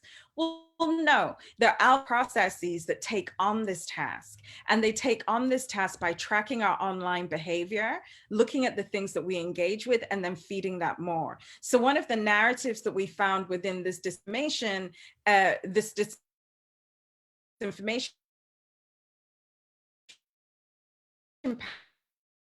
pattern on Twitter, Black Africans and other Black immigrants to America, but specifically Black women to African, you shouldn't vote. The Africans are coming to America. They're taking your jobs. Look at what's happening. And I've just told this story of Timnit, who is an Ethiopian woman living in Africa, as I am a Zambian woman, even though I have the passport. The truth of it is I'm from Zambia. I am from the continent, and I'm here doing this role, and then using that to kind of split the Black community and encourage them not to vote, giving benefit to Donald Trump. We were able to break that story. We were able to analyze those data sets, and we were then able to launch a counter. So one of the things I also want to point out, at least in my remarks, is just as these algorithmic systems can be gamed for evil and for bad, we as journalists, we as African journalists have the power to game those algorithms for good. We developed a counter narrative, which was Vote Down COVID, where we used video content that was made by Black people from across the diaspora. So that's Black people. I have to admit, though, there were sub-Saharan Africans, so please excuse my bias in that sense, but we were talking about the impact of COVID on our lives, the impact of COVID on health, the impact of COVID on travel. And in that last week before the US election, our campaign, along with MoveOn.org, which is an organization here, got 8.4 million Twitter and Facebook impressions, and Vote Down COVID, which was the disinformation pattern, wound up getting 2.3 million. So even as we speak about, that was a case where we talk about advancing racial literacy, but guess what? When we talked to Twitter to take this down, they had no idea what they were saying, what was being said. Because when you're looking at disinformation that sits within a Black community or an African community, whether that community is speaking their tribal language, whether they're making in-group references, in this case, the tension between Black Americans and Black people from elsewhere, but specifically from Africa and African women, because these companies are largely staffed by white people would say it's not a problem, it's not a threat. And I felt like we were screaming against a brick wall because we understood how the algorithm worked. We had the data set, we had the analysis, but because there wasn't that racially literate lens, that disinformation looks different across the world, even here in America, when we think about Black people.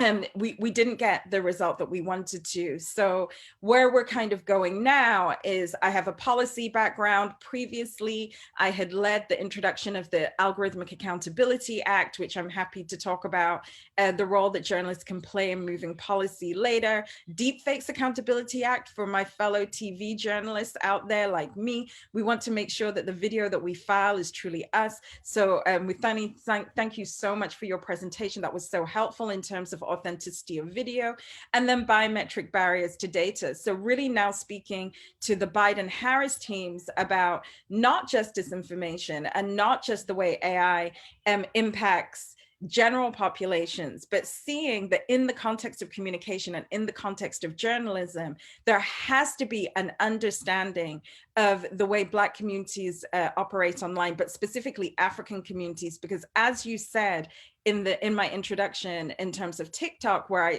I sit on this advisory board, the next billion users are from Africa. People in the US are not logging on Facebook. We are scared. We are scared of being tracked. We are scared of another Donald Trump. We don't want to have false messages. So people are divesting from that platform. And the people that are really, really excited about social media sit in the African subcontinent. So in closing, most of AI for the People's partnerships have been with large white multinational organizations, whether we're talking about Amnesty International or the UN or some of our other partners, but we don't have partners in Africa. We want to be able to have those partnerships, to share resources, to share how we were able to build our data sets and analyze them, because you guys are really, really the future. And by you guys, I mean me. We're really, really the future. I may live here now, but my heart is in Africa and I will die in Africa. And I want to make sure that in the African context, that we have the same protections as if we lived in California. Wow, amazing. Thank you, Mutale. So that tells me that, okay, so TikTok is looking for partnership in Africa.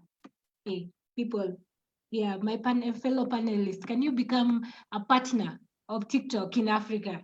Mutale wants you to join. All of them. Google needs partnership. Twitter needs partnership. TikTok, all of them. Because the truth of it is, I can tell you what my data set says from this situation of the diaspora, right? I cannot tell you what's happening in Nigeria, what's happening in Kenya, and neither should I. And one of the things I really fight for is they will pay me one piece of money, one type of payment, because I sit in the US, and then they want to go and pay my friend local. And I'm saying, no, that is racism, that is colonialism. Pay people for their work, because we don't have those expertise. Wow, thank you very much. Before we come back to you, Mutale, you give us connections, because Madam Yamisi, we talked about connecting people in the first panel. So let's go to the next one. Now this one is where the rubber meets the road. We have Professor Moha Enaji. He's the only male panelist I've seen. Yay! Thank you, Professor, for honoring us, because I put it up on one of the WhatsApp groups and they're like, these women love themselves. I'm like, there's a man here in our panel. So Professor Moha Enaji is one of the leading researchers and writers in North Africa. He's a professor of linguistics and cultural studies affiliated to Sidi Mohammed Ben Abdallah University at Fes, Morocco. He holds a PhD from the University of Essex and is currently the director of the International Institute for Languages and Cultures at Fes. He has published over 50 academic and newspaper articles. His many books include Muslim Moroccan Migrants in Europe, published by Palgrave, and Multiculturalism, Cultural Identity and Education in Morocco, published by Springer. He has also edited several books, and the most recent of which is the Maghreb Europe Paradigm, and this was published by Cambridge Scholars. Minorities, Women, and the State in North Africa, published by Red Sea Press. Moroccan, published by Africa World Press. Professor Moha Enaji has been a visiting scholar at Rutgers University and at the universities of Pennsylvania, one of the strongholds, Arizona, the University of Arizona, and the University of Essex. His main areas of research cover language, gender, migration, and ethnicity in North Africa. Professor, please talk to us about the role of mobile technologies in the empowerment of African migrants, and specifically the female, if you can. The floor is yours. Thank you. Thank you very much, Winnie Kamo, for this introduction. It's good to be in this conference. I thank very much Dr. Yamisi for inviting me to take part in this wonderful event, which talks about women, African women and media. And I'm very honored to be the only man participating. It's a great honor. I have published a lot on gender and women in North Africa and edited a book on gender and violence in the Middle East a few years ago. So today I'm going to talk very briefly about another topic, which is the role of technologies, smartphones and social media with regard to migration, with a focus on women migrants. For undocumented migrants and refugees traveling to new countries, accurate information is vital. And because of this, smartphones have become an important tool for a lot of African migrants coming to Morocco with the hope to cross to Europe. So they give migrants access to applications, as you mentioned, like Twitter, WhatsApp, Facebook, and so on. And these can provide them with information that is really necessary for their destination. In a recent study, an article that was published in 2019, at the end of 2019, co-authored by myself and my colleague from Switzerland, Filippo Beniami, we investigated the role of smartphones in irregular migration. And we wanted to know how they helped migrants reach their destination and what kind of information migrants accessed using them. And our focus was on sub-Saharan African migrants arriving in Morocco, especially in the city of Fez, on their way to Europe. And we found that smartphones supported migrant flows by providing migrants with access to online information before, during, and when they arrived at their destination country. And they affected also their migration routes and choice of final destination. And also they helped migrants to share information with each other. And of course, from what we have seen, smartphones are being increasingly used to minimize risks and address migration challenges. And in my view, policymakers today are also making use of this information, or if not, they should, to better support migrants and their journeys and ensure their safety by engaging them enough through smartphone applications. So we talked to 45 migrants. From these 45 migrants, only 6 were women. Okay, And we wondered why there were not so many women in the public sphere. And we thought that perhaps, according to our analysis, it's because a lot of these African women were irregular migrants and they did not feel safe to be in the public sphere on themselves, on their own. Some of them had children to take care of, so they had to stay at home. And others did not want to do those small jobs that irregular migrants usually do, like doing vending, activities on the streets. So we met the migrants in the neighborhoods where they lived, in the streets and in the cafes, and we had conversations with them about the use of technology, their migratory routes, their profiles, their daily lives, and relations with society, and their migration projects. So it made sense for us to focus our study on Morocco, which since the end of 2000 has been a transit country for many refugees and African migrants wishing to reach Europe. And they do this through the Spanish enclaves of Ceuta and Melilla, or through other, coastal cities like Tangier, or through the Canary Islands sometimes. And it is estimated that all these migrants reaching Morocco come from at least 10 African countries. I mentioned, for example, Senegal, Mali, Nigeria, Togo, Cote d'Ivoire, Guinea, Benin, and Ghana, and Niger, and Cameroon. And according to the Moroccan Statistics Office, between 15,000 and 25,000 African migrants enter Morocco each year, and 40% of them are women. Okay, and it's believed that over 8,000 irregular sub-Saharan migrants cross to Spain each year. And again, at least 30% of those who cross are women. So we found that the intention to migrate was significantly influenced by mobile technologies.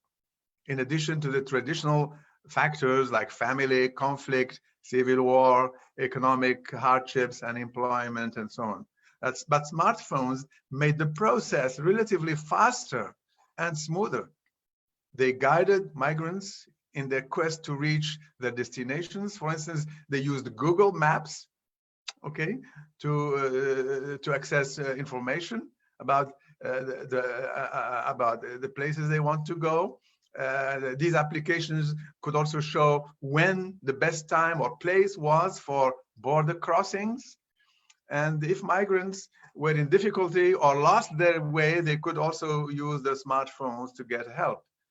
And I mean, this is, of course, male and female. But we met a few who were computer illiterate and did not have smartphones because they said they did not have money to buy a smartphone. So they relied on their friends who had smartphones.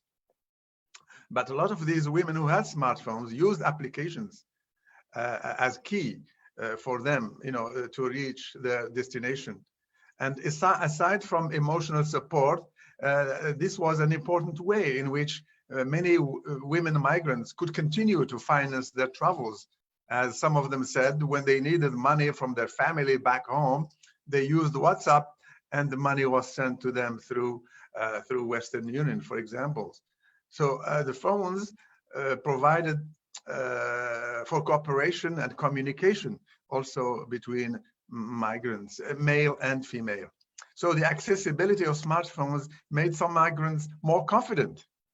So a lot of women became more confident to take the risk on taking the journey for irregular migration. And of course, these smartphones allowed a lot of them to cross to Europe, as I mentioned, and also some of them stayed in Morocco and still use the smartphones to integrate into the Moroccan society or into the job market. So we have seen evidence of how mobile technologies are transforming these migrants, male and female migrants, especially female migrants. Also, the technologies are transforming the migration movements and processes and migrants' lives and aspirations. So this information could be used to develop, policies, for example, to protect women's rights or migrants' rights in general, and to support their participation and integration in the host society. So this knowledge is a good starting point for policy making as well, to revise the current regulations so as to integrate the migrants in education, in healthcare, and housing facilities, in the job market, and other domains. So smartphones and social media are reshaping not only women migrants, but migration movements as a whole, but also migration policies, on a daily basis. And also in Morocco, I did some research a few years ago on the importance of technologies and new media in the prevention of violence against women. And I argued that the new media can improve women's lives and gender relations and promote social change at the individual, institutional, country, and broader social levels. And the internet, as some of the speakers mentioned, is an effective tool to attract young people, young women, to think about social change. And today, according to research, more girls use the internet than their mothers, and they use it differently from boys. They do not zap from one website to another. They spend more time on one website, and they return emails more quickly, or more than boys. So I said in this research also that preventing violence against women and increasing women's access to justice is a primary concern of the Moroccan civil society, and using modern technologies to debate violence against women and to exchange experiences is necessary, in my view, to sensitize women and men to the dangerous consequences of violence and adopt efficient strategies and methods to prevent it. So these are just a few reflections on the use of smartphones and new technologies and new media in the empowerment of women, be they migrant or not, and also in the prevention of violence against women. I thank you very much for your attention. Thank you very much, Professor. You've just brought in a different angle of how technology is being used by migrants to be able to help themselves and to be able to get information on which routes. I mean, I'm just thinking about the way we use Uber, like when you're using Google Maps and it shows you the shortest route to a particular place and the one that doesn't have traffic. So this one shows you the shortest route to the sea and the one that doesn't have traffic and doesn't have traffic policemen. That's very interesting. Anyway, thanks a lot, Professor. And without further ado, last but not least, we have Paula Molina. Paula is a radio host and broadcast journalist based in Chile. She's a Harvard Nieman Fellow, 13. It should be 2013 Fellow. And she's a founder and editor-in-chief of Cooperative Podcasts and board member of Comunidad Mujer, a Chilean civil society organization for women equality. She has over 20 years of experience in creating and developing news content for radio, podcasts, digital, and print media. She's here all the way from Chile. What's the time in Chile, Paula? You've been awake since morning till now. Hello, I'm so happy to be here, and it's noon, 25 minutes past noon here in Santiago, in Chile. It's hot, it's warm, we are approaching summer here, and I'm so honored and so happy to be with you all, and I have already learned so much from your comments and your thoughts and experience and research. So I would like to maybe, I want to talk about a different perspective. I want to talk about podcasts. I want to talk about audio. And I want to talk about the challenges that not only artificial intelligence poses for women, but human intelligence or this intelligence poses for women too. And so I would like to tell you part of my experience. I'm a journalist, I'm a radio host, I'm an editor at Cooperativa Radio. This is an 80 years radio. It's a very long history, long-standing radio. It's a very strong and very appreciated media news company in our country. The radio is committed to truth and democracy, and it has been so even during the years a military regime took power in Chile. So this is a very, very strong commitment with truth and democracy. So I'm part of a tradition, but I'm also someone who lives in the present and who sees the future.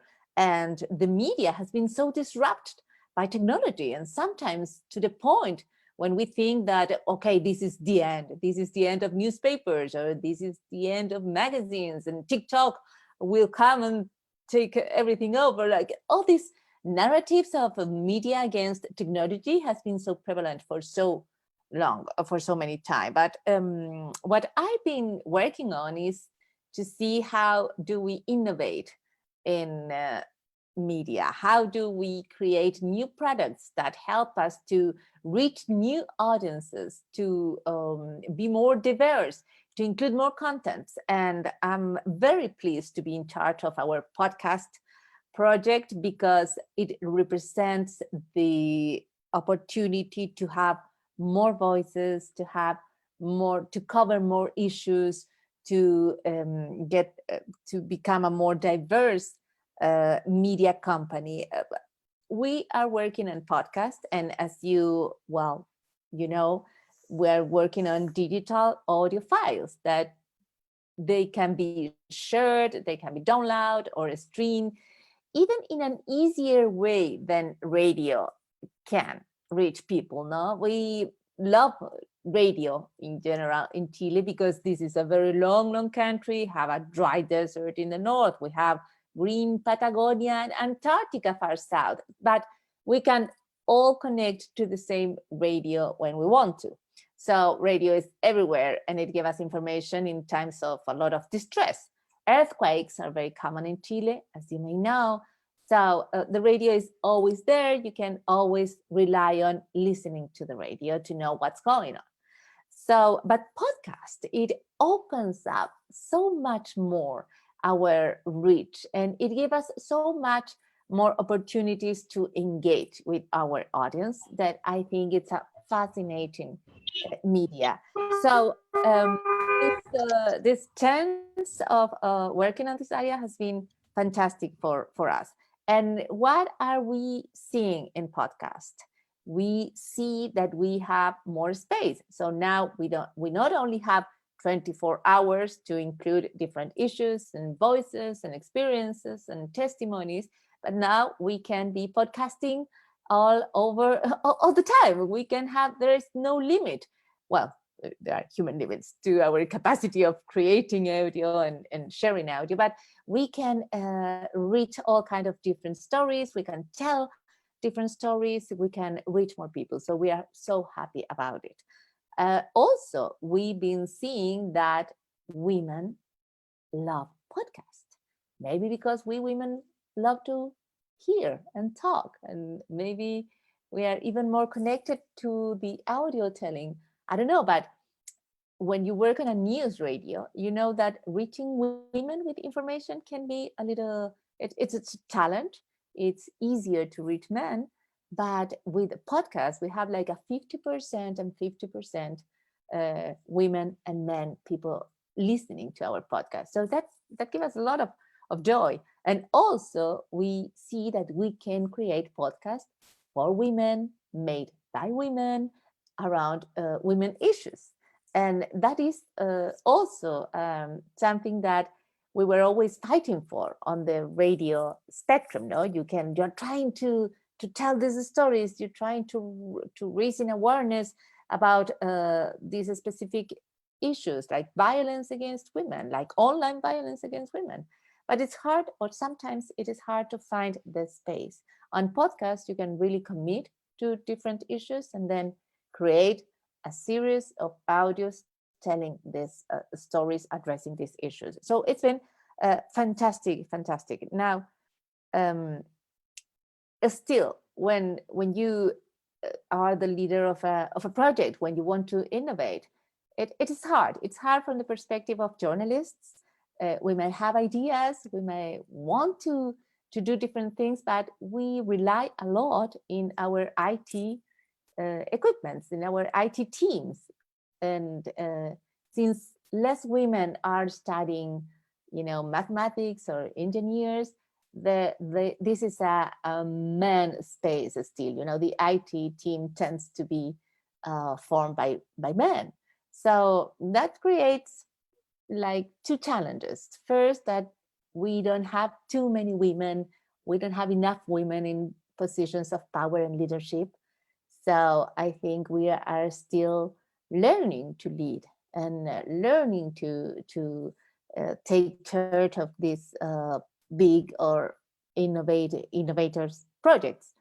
And on top of that, we are most of the time missing more women in the IT teams in order to maybe to have a better connection. So there are so many issues that we're facing with technology, but I would like to finish my remarks telling you that I see that we have a lot of challenges, but also huge, fantastic, wonderful options.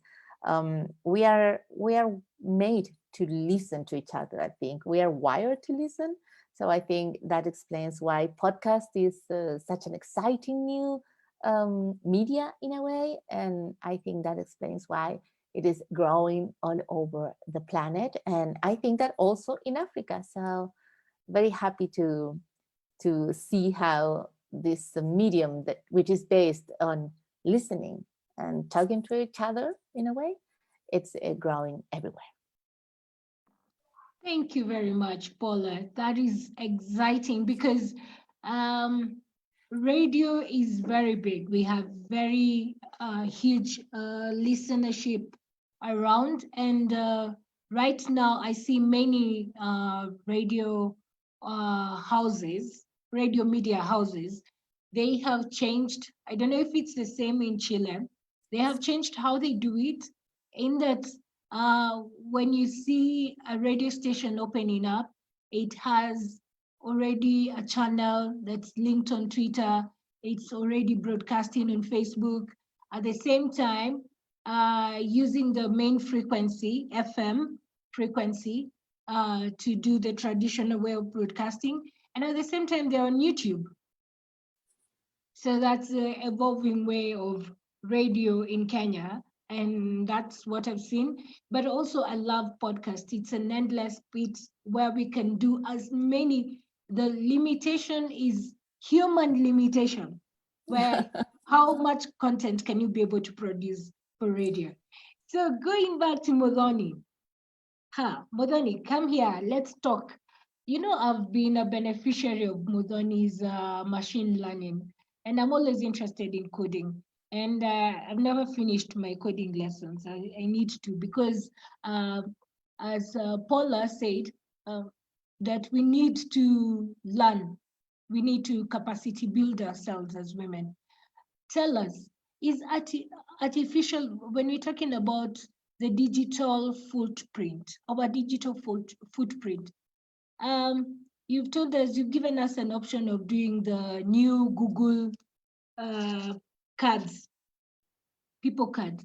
Are we at risk of you monitoring us as an artificial intelligence expert? Well, I think the question of being monitored online is a very interesting question, because the devices we carry, everything we have around us, we even have like light bulbs that are transmitting information to different data centers. Everything now that is being created has an aspect of IoT in it, embedded systems. So I think the question of monitoring is and this is not probably not like expert kind of information, it's just my personal information. I think we're at a point where it's very difficult now to not be connected in some way to the internet. So you'll buy, I recently bought books and was very surprised to find that they had this barcode in them that had very strange chips in them.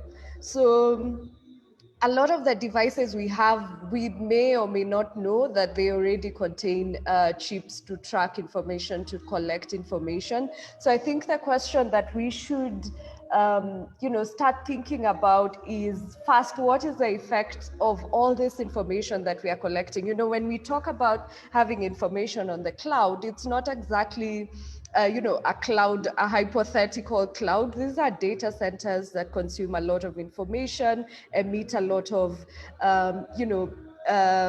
risks to the environment. So, and do we need to be collecting this much information? If I have 2 mobile phones, 1 laptop, books are collecting information, my bulbs are collecting information, my microwave, my fridge, it's just insane.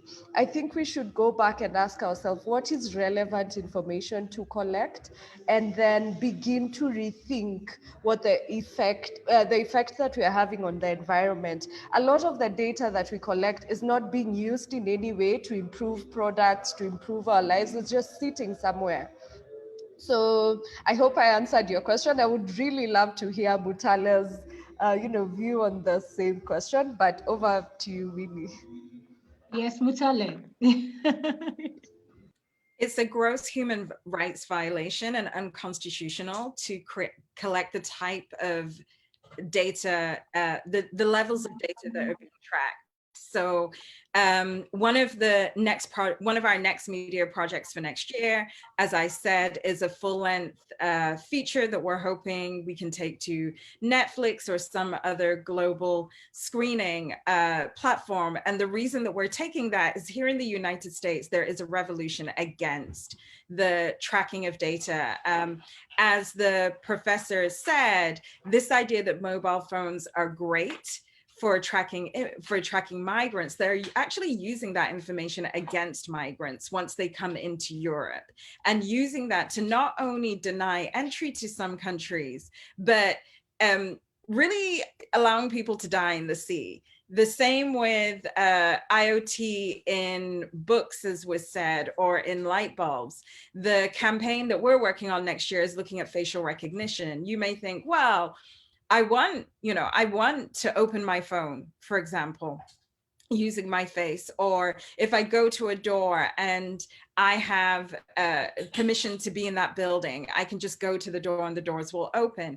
The issue is the secondary and the tertiary markets, right? So here in the US and across the world, and China is actually a huge producer of this, and this is why there's so much tension between TikTok and the American government. But what happens in facial recognition is that it's sold as a security measure.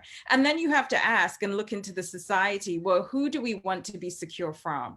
In the American context, you want to be secure from people who are racialized as Black and Muslims. Why? Because after 9/11, Muslim people became terrorists. You couldn't just be Muslim. And Black people from the years of enslavement, so we're going back to the 1600s, have been coded as dangerous. This is not new. Simone Brown, who is a professor here in the US, wrote a book called Dark Matters, where she was able to find that in New York, the city that I live in, as far back as 1850, African enslaved people were over the age of 14 were asked to hold lights up against their faces in the dark. Because if they were out in the dark, suspicious by white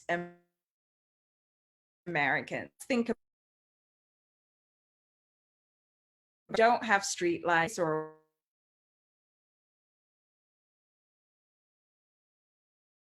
white face, it's dark.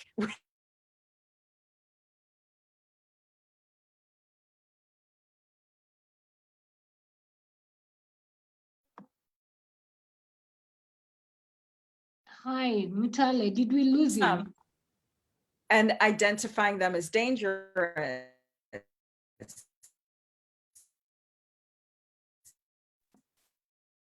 And sorry, Mtale, your connection is a bit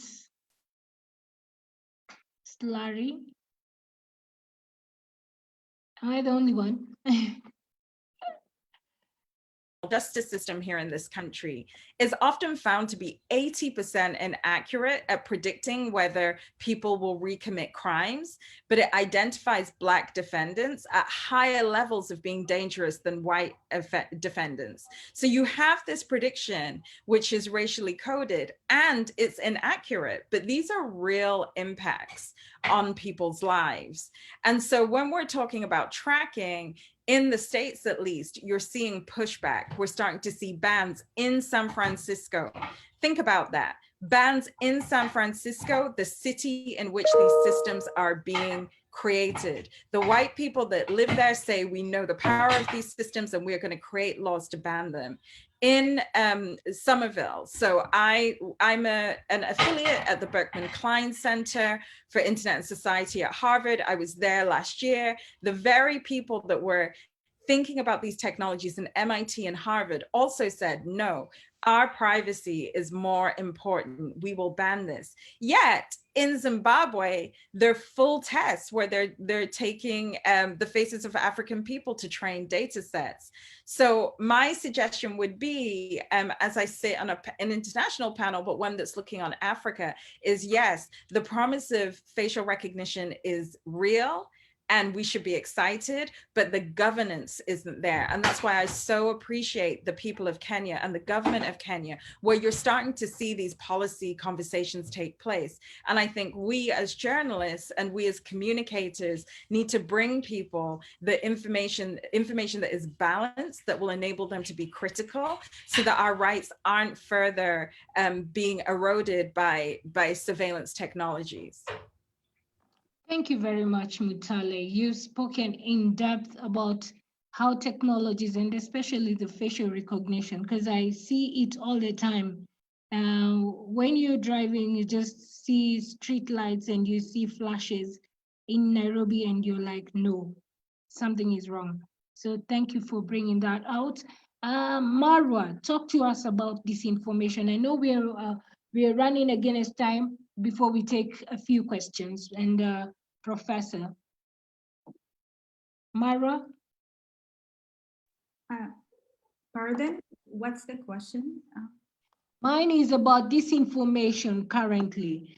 You talked about algorithmic disinformation. Are the use of bots part of it that are attacking women? Yeah, definitely. I mean, again, we're talking about not just the use of bots to target women, but also the use of centralized automated solutions that don't provide really accurate solutions for content moderators or policy practitioners, or even like, yeah, I mean, tech giants. And so the question is how we can work at the very intersection of policy and practice. And I guess that's where lies really the challenge, because again, analyzing data is not a panacea for us. What we need to do, and I guess Mutale has covered that, is that we need first to mobilize the local expertise. That's very important. And you can tell that we have so many findings that are US focused, that are they're pertaining to Western Europe, but still we don't really have a clear picture of what's happening in Africa, in some parts of the world where we need, or where we face authoritarian governments, and where we face the heavily use of surveillance technologies, and we don't know who's behind that. And so, I guess the question here is how we can really mobilize this expertise and try to strike the balance between automated solutions, because they're necessary, because it exceeds human capacity. And we can see that with the Facebook Oversight Board. I guess they would receive hundreds and thousands of appeals, but at the very end, they would just choose dozens because they can't do everything. And so how we can work on these automated solutions is by mobilizing local expertise so that we can have more accurate pictures. We can be more understanding of what's appropriate, like locally, in terms of cultural behavior online, in terms of what we call like the platformization of disinformation. And that's what we're currently facing, and how platforms are just manipulating and gaslighting sort of these whole flows of information. And so the thing is that we need to permeate these algorithmics with our views, with our cultures, with our, I would say, skin colors, with everything that's really pertaining to us, so that they can speak to us and they can be more relevant and they can be more mobilized in a good direction. Because technology, yes, is positive, but if it's not used for good, for social good, and I would say for gendered social good, then we can't do much about it. Over to you, Willie. Thanks a lot, Mara, and thank you. Professor, you come in because Mara has already said we need to mobilize local experts, and you're an expert. You've done enough in terms of talking to people, and you've done research, in-depth research. Tell us, how is it? Do you think this is something that we can work on after this conference, mobilize ourselves? Professor?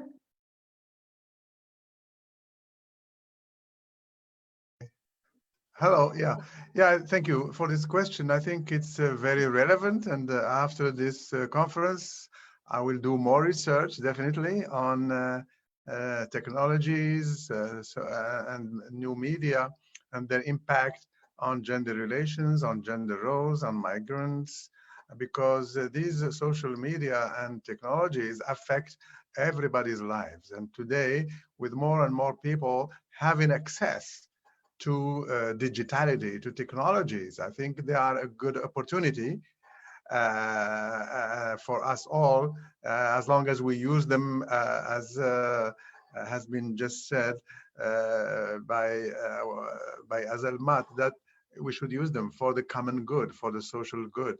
And there are lots of things we can do to help each other using these technologies, okay, for safety, for development, for transactions, for financial transactions, for building,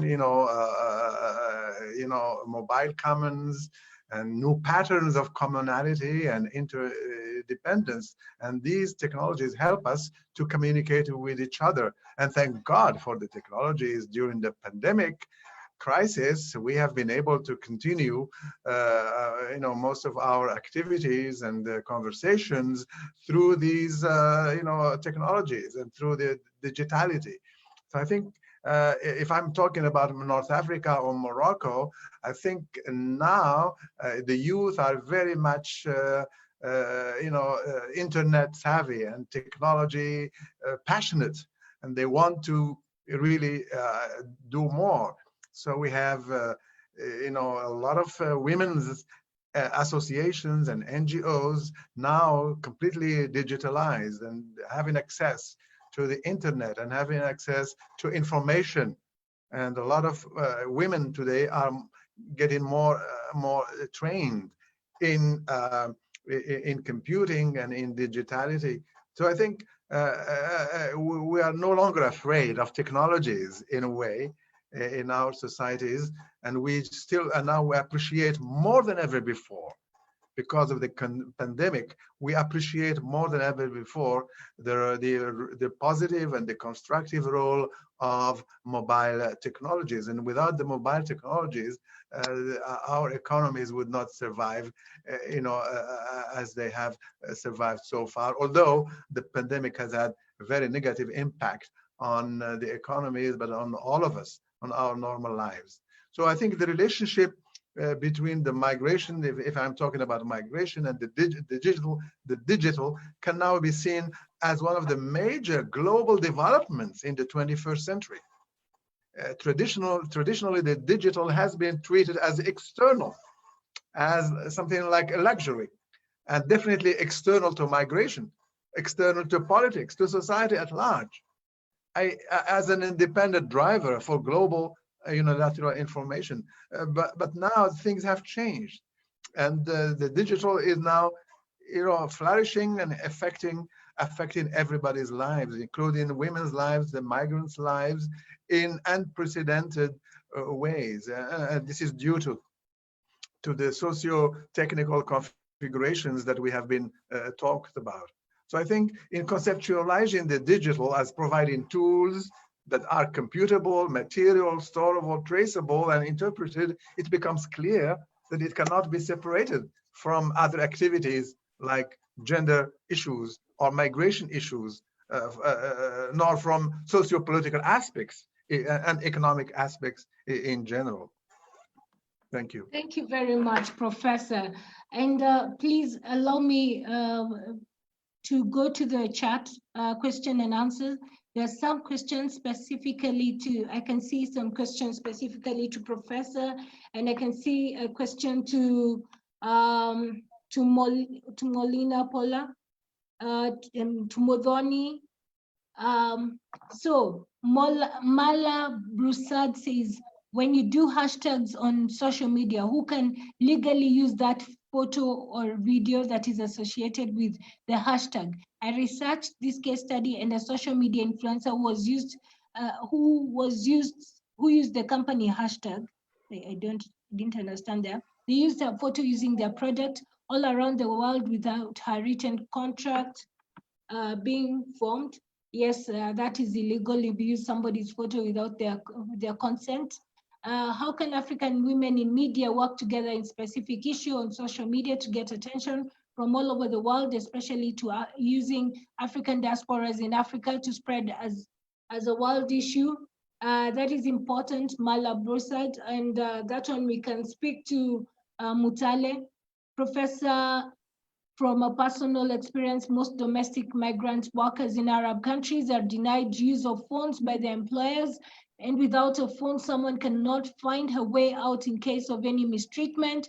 I went through the same situation. You know how annoying and traumatizing it is as an organization try to follow the life of an immigrant. Then in Botswana, most undocumented migrants use it to evade possible arrest and planned arrest at roadblocks. Yeah, that's the use of technology.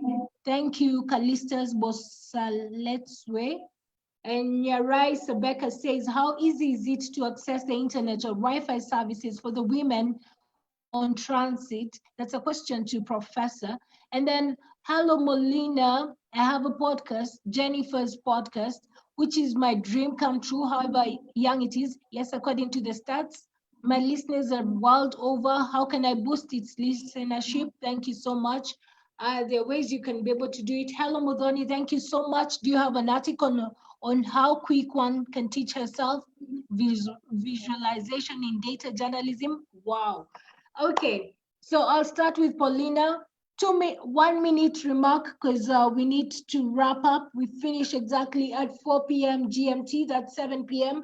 GMT. So 1 minute, please come in.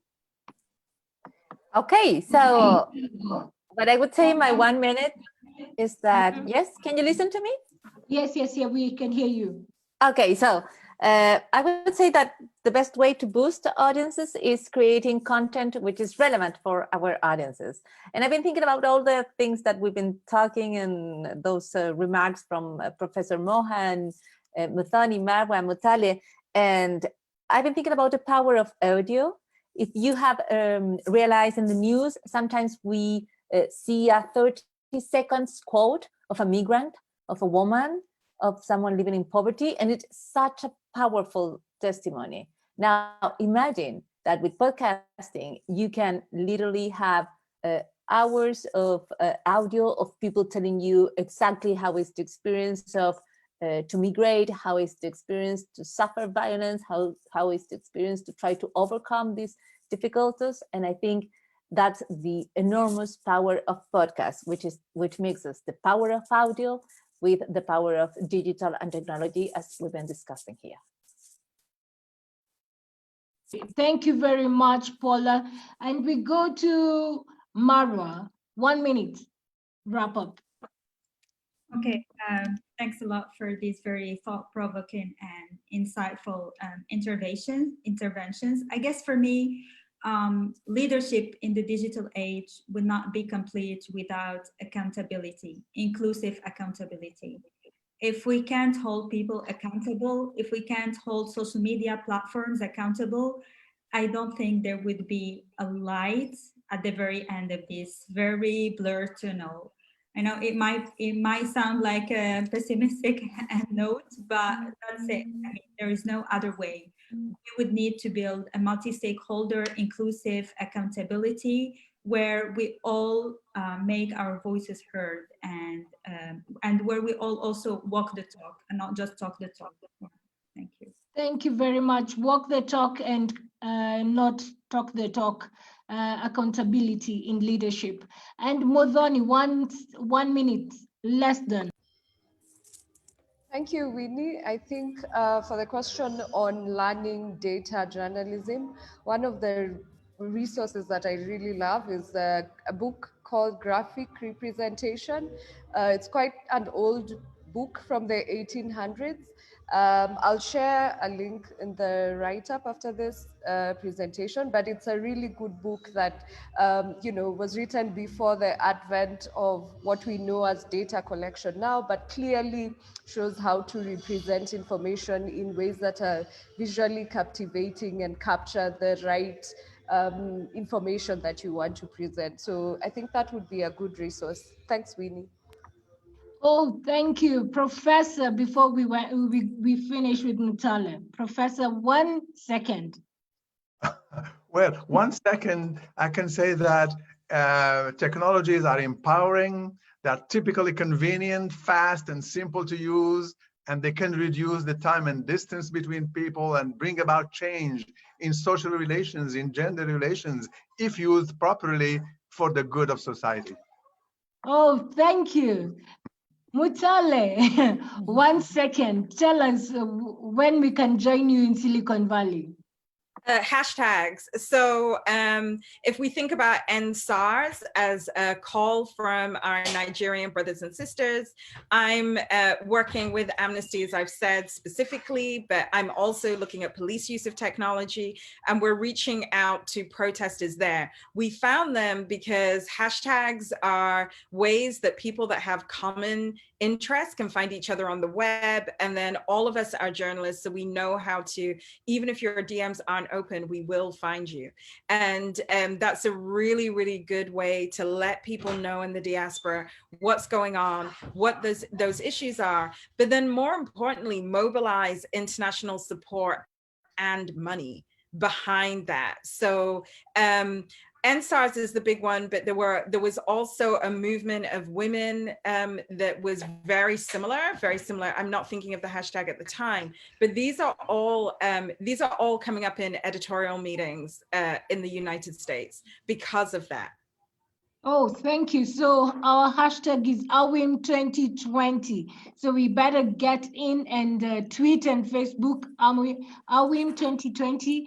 And thank you guys. It's been amazing. As in you guys, you're a resource and a half. Thank you, Yamisi. Thank you, team, for everything that you've done for us, bringing us together and talking about technologies. And even as we wrap up, I want to leave you with this.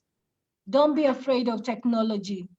You're the one who will control where it will take us. So don't be afraid. Let's continue engaging on Twitter and on Facebook. Over to you, Tariro.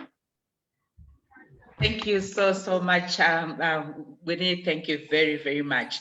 And I would also like to take this opportunity to thank all our panelists, our moderators from morning until now. We've had a very interesting discussions, and I'm sure we're all looking forward now to AWiM 2021 because really this has been quite enlightening to all of us. And I would now like to hand over to a sister of mine, the time that we've been waiting for, the time for the awards. So I'm now handing over the Director of Ceremonyship over to her. That's Mrs. Wayne Sabayana from the African Union. Over to you.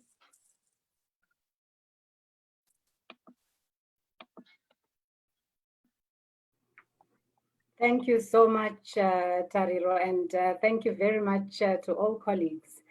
While I'm at the point of thanking you, let me also congratulate my dear sister Yemisi and her team at AWiM, along with the African Union and the European Union, for successfully organizing this AWiM 2020 virtual conference.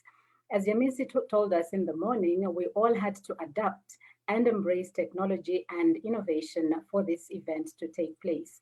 So it's a big congratulations to the organizers and to all of you colleagues for taking part.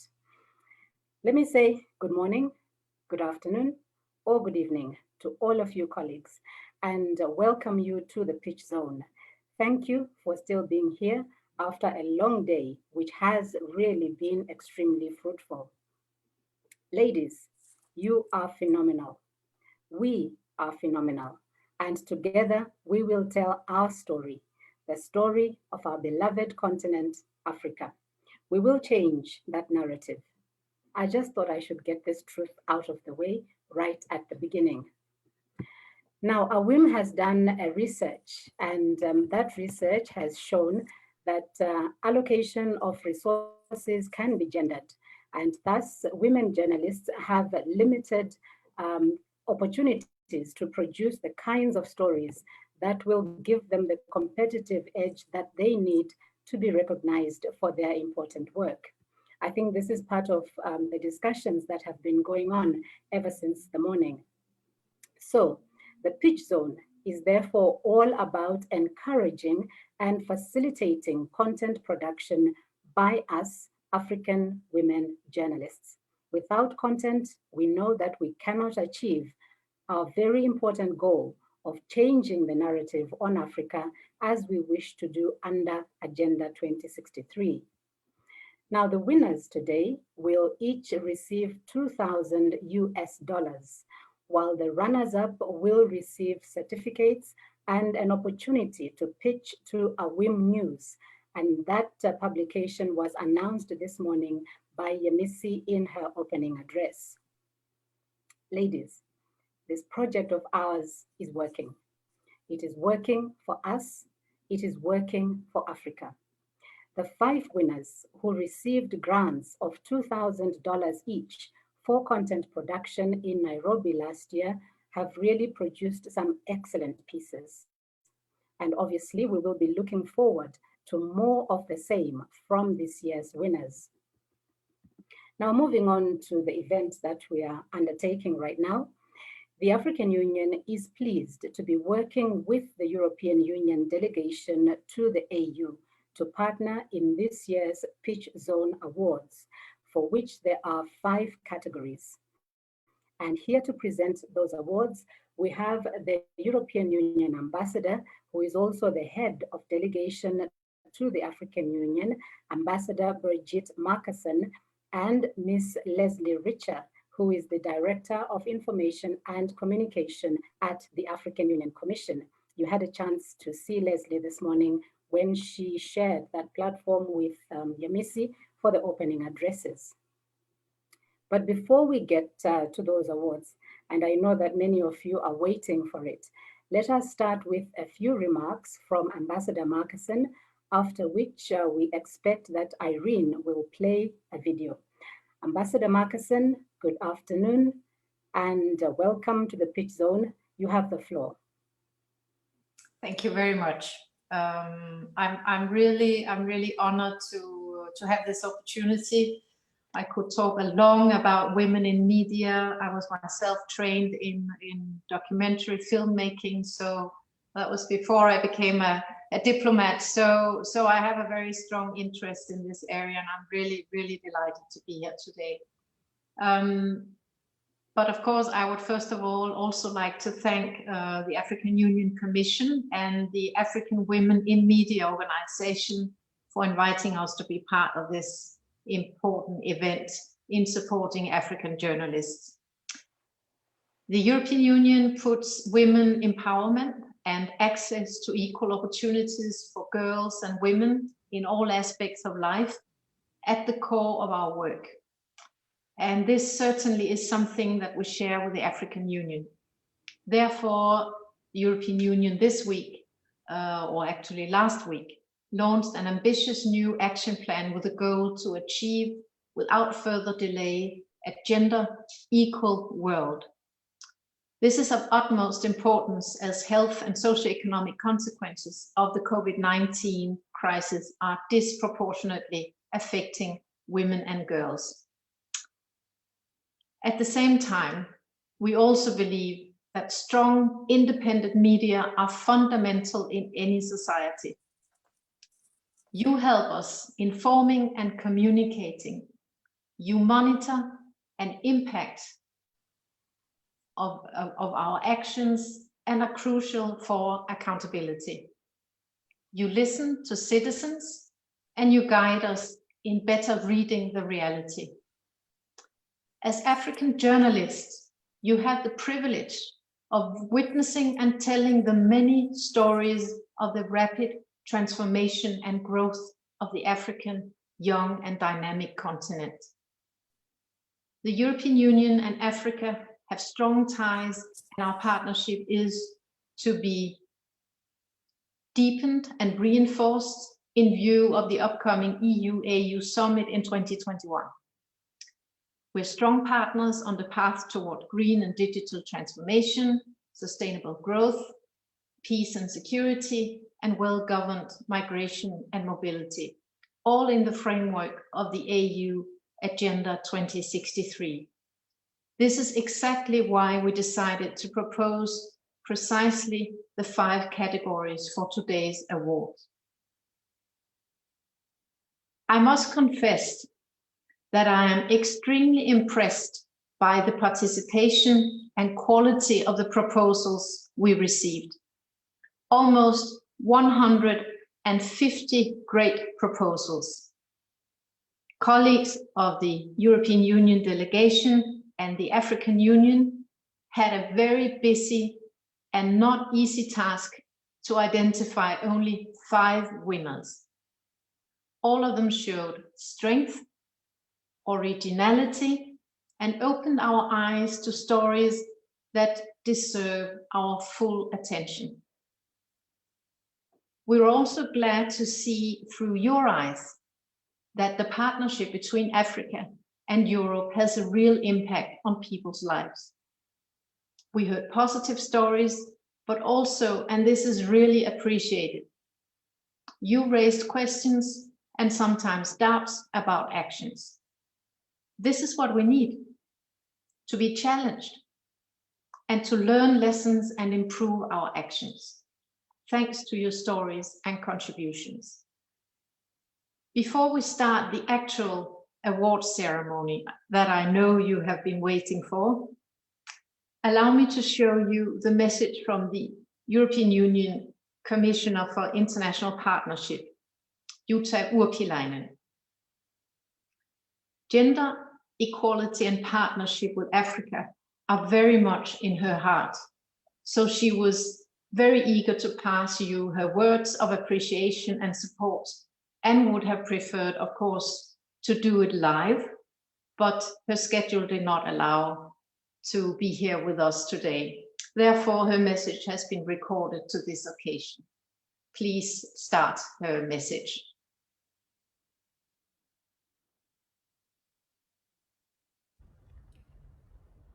Good afternoon.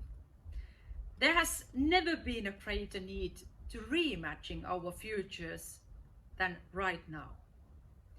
We must reimagine a future where Europe and Africa have a stronger and deeper partnership.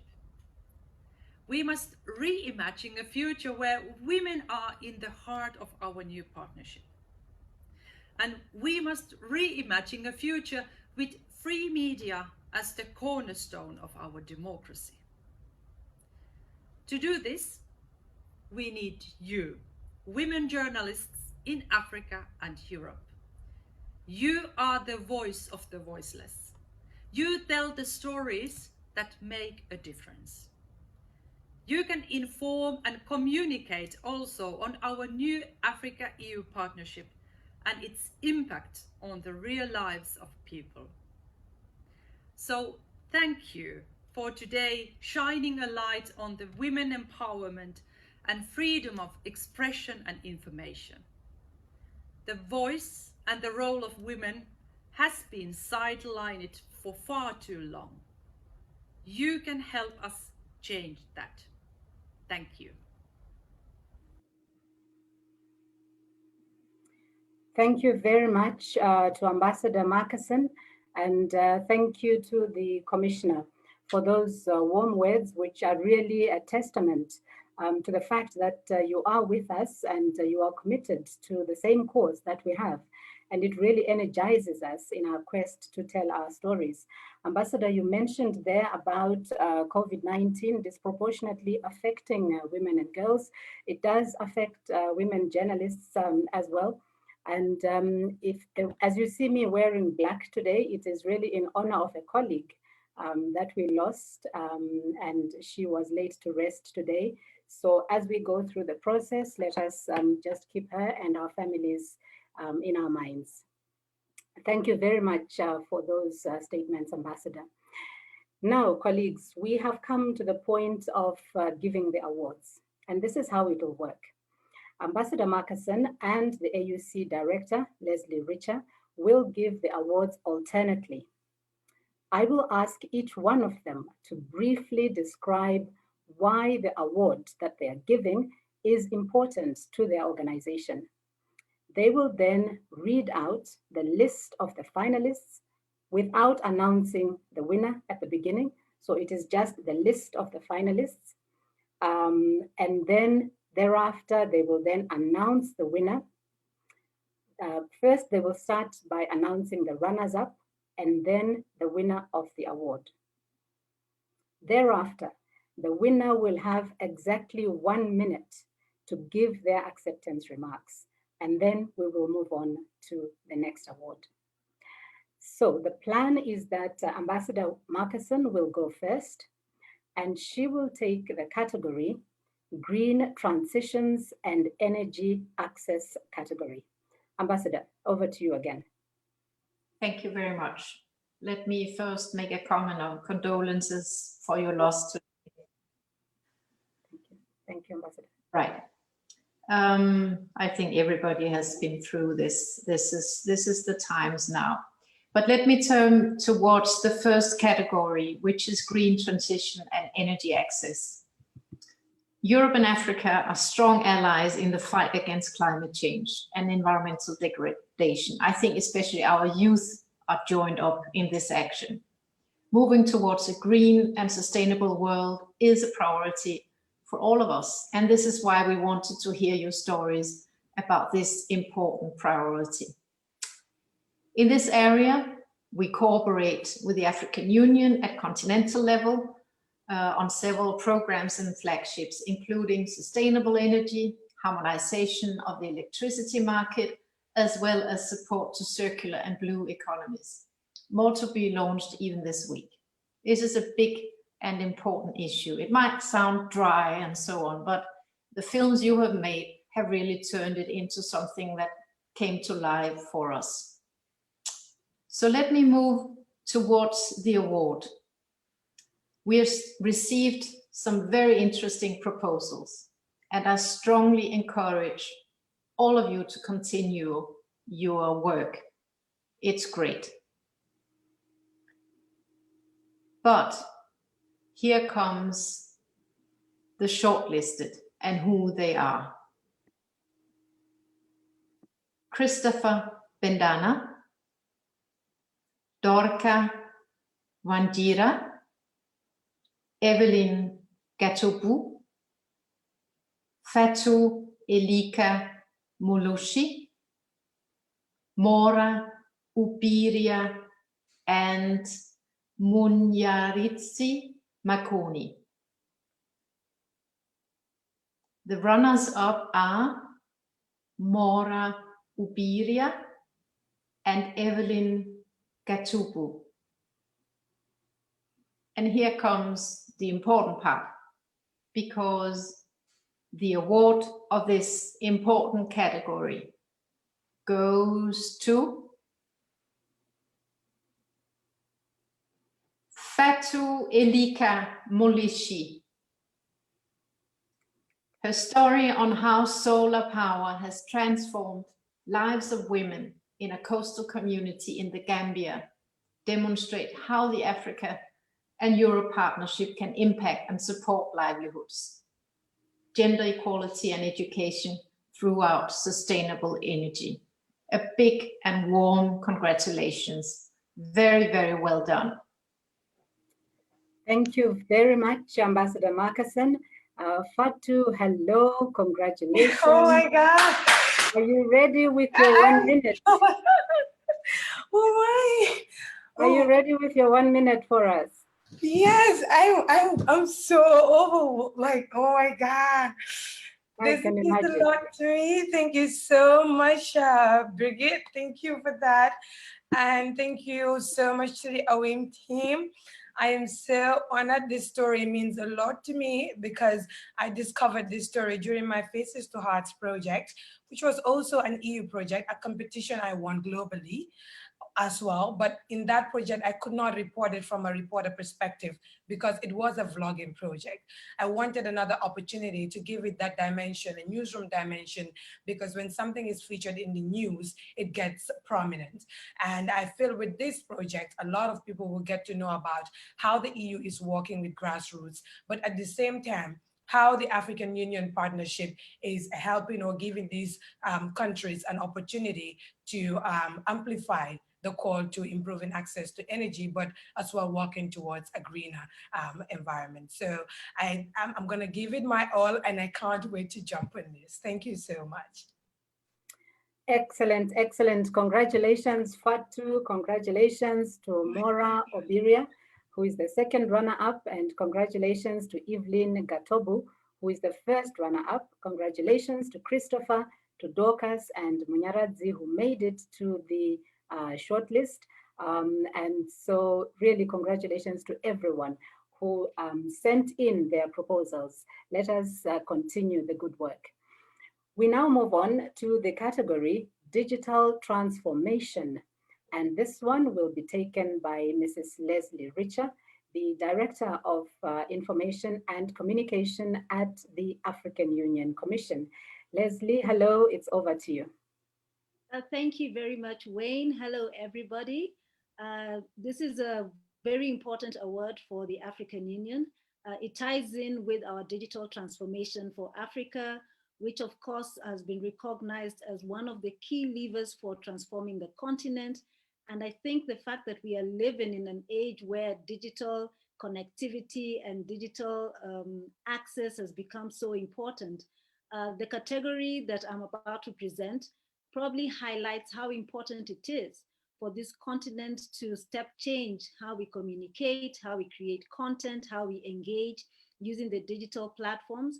And this particular award is also very important for us because it ties in very much with the work that we are doing around the African Union Convention on Cybersecurity and Personal Data Protection. So I'm looking forward to hearing what the winners have to say around their work. So without much further ado, I will read the names of the finalists.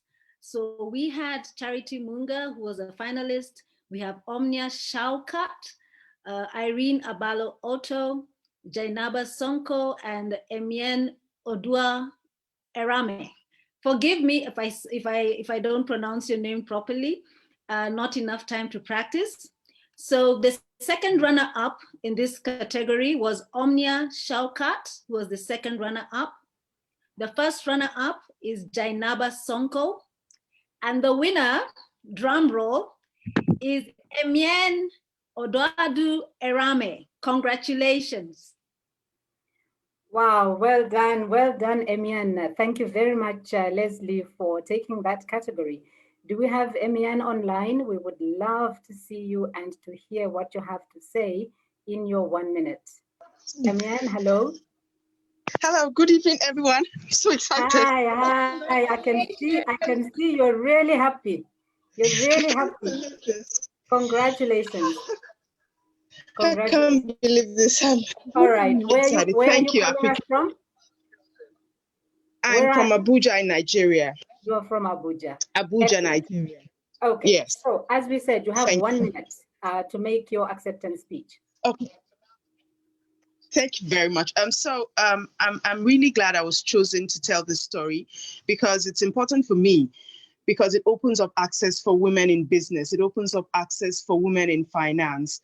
My story is about women who use the digital platform to sell their wares from all ends of the FCT. The FCT is Nigeria's federal capital. So these women use the digital platforms to sell their wares. There's no form of contact whatsoever. And I think it's revolutionary because women are, in spite of their large numbers, in some way a minority. They have no access to money. They're treated in some way as second-class citizens. So I'm hoping that this story will inspire other women to venture out, go into businesses, become economically empowered. Because once a woman is empowered, she becomes a more useful member of society. So I'm hoping that this story will give me the platform to do so. I'm sorry, I really don't have much to say. I'm overwhelmed. I wasn't expecting this. I'm really happy. And so I'm hoping that my story will have the desired impact that I hope it will get. Thank you very much. Thank you. Thank you, African Union. Thank you, European Union. Thank you, AWiM. Thank you very much. Thank you very much. Don't be sorry at all, Emian. Congratulations, very well deserved. And also congratulations to the first runner-up and the second runner-up, as well as to Irene Abalo Otto and to Charity Munga, and for everybody who did send in their videos for that. All right, we move on now. We are now on to our third category, and that category is sustainable growth and jobs, really critical. And we come back to Ambassador Markison. Ambassador? Thank you very much. And this is one of the best sessions I've been in for a long, long time, seeing all these happy women. But this category, the third category, is the category of sustainable growth and jobs.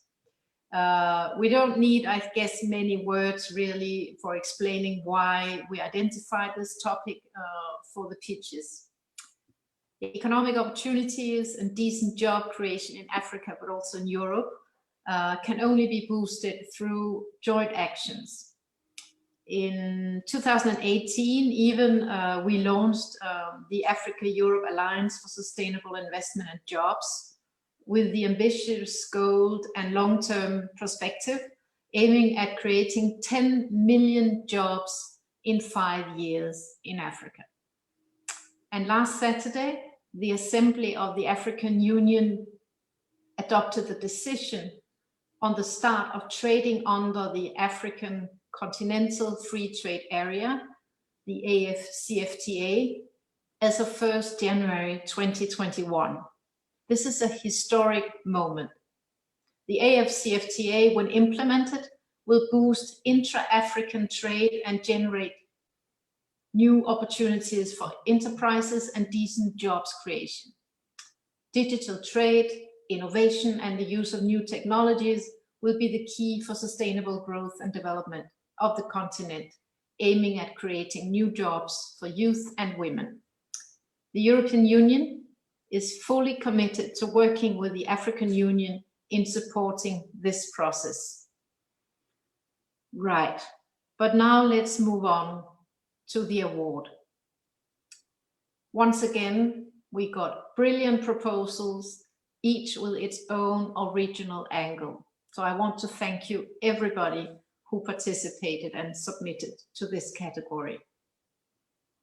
Let me now mention the finalists. And like my colleague, I also excuse myself if I don't pronounce all names in the right way. But I can assure you I'm doing my best. So the finalists are Charity Munga,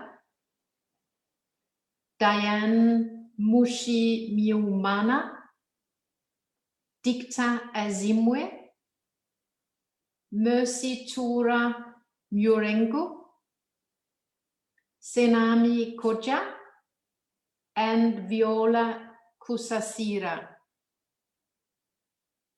The second runner-up is Dicta Azimwe, and the first runner-up is Senami Koja,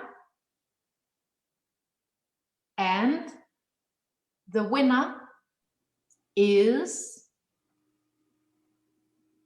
Charity Monga, with her story about the application of artificial intelligence platforms in Zambia to support sustainable growth and jobs creation. The story focuses on an important aspect of our partnership, how innovation and technology can be used to improve people's lives and giving us an understanding of the real challenges and opportunities. A very, very big and warm congratulations. Hello, Charity. Hello, Charity. Please unmute your microphone. Please unmute your mic. Hello, Charity. Hi, I've Hi. unmuted. We can Wow. hear you now. We can hear you now. Are you in Lusaka? Yes, I'm in Lusaka. Sorry, I just can't believe. Yeah. Well done. Well done. Thank you. Well done. All right. You have a minute. You have a minute to tell us how you feel and to thank anyone that you might feel like thanking at this point. Okay, thank you very, very much. I'm sorry, I'm even tongue-tied. I would like to just thank the European Union and the AU, as well as the African Women in Media. So this was quite unexpected for me, but I should confess that I put in a lot of hard work. Yeah, so I just want to thank you for this initiative that has helped us women to work hard, and we promise to deliver and continue to push the agenda for the women. Thank you very much. Thank you, Charity. Very brief, thank you for that. And congratulations, your hard work has paid off. So we look forward to you continuing, and then we will see the product that will come out of this grant that you're going to be receiving. So congratulations there to our winner, Charity. Congratulations to the others, the other finalists, Senami Koja, Dicta Asimwe, Viola Kusasira, Diane Mushimiana, and Mercy Tyra Murengu. Thank you very much, and thanks, Ambassador, for doing the honors there. So we come back to Mrs. Richa, and she is going to be giving the award for areas that are really flagship issues within the African Union, which reflects their importance on the continent. And those are the issues of peace and governance. Leslie, it's over to you. Thank you very much, Wayne, and congratulations to all the winners so far.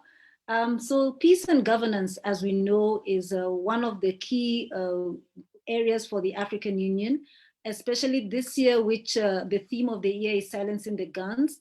And as much as we've done a lot as a continent to make sure that the guns have fallen silent, we still have incidences arising around the continent on issues of terrorism.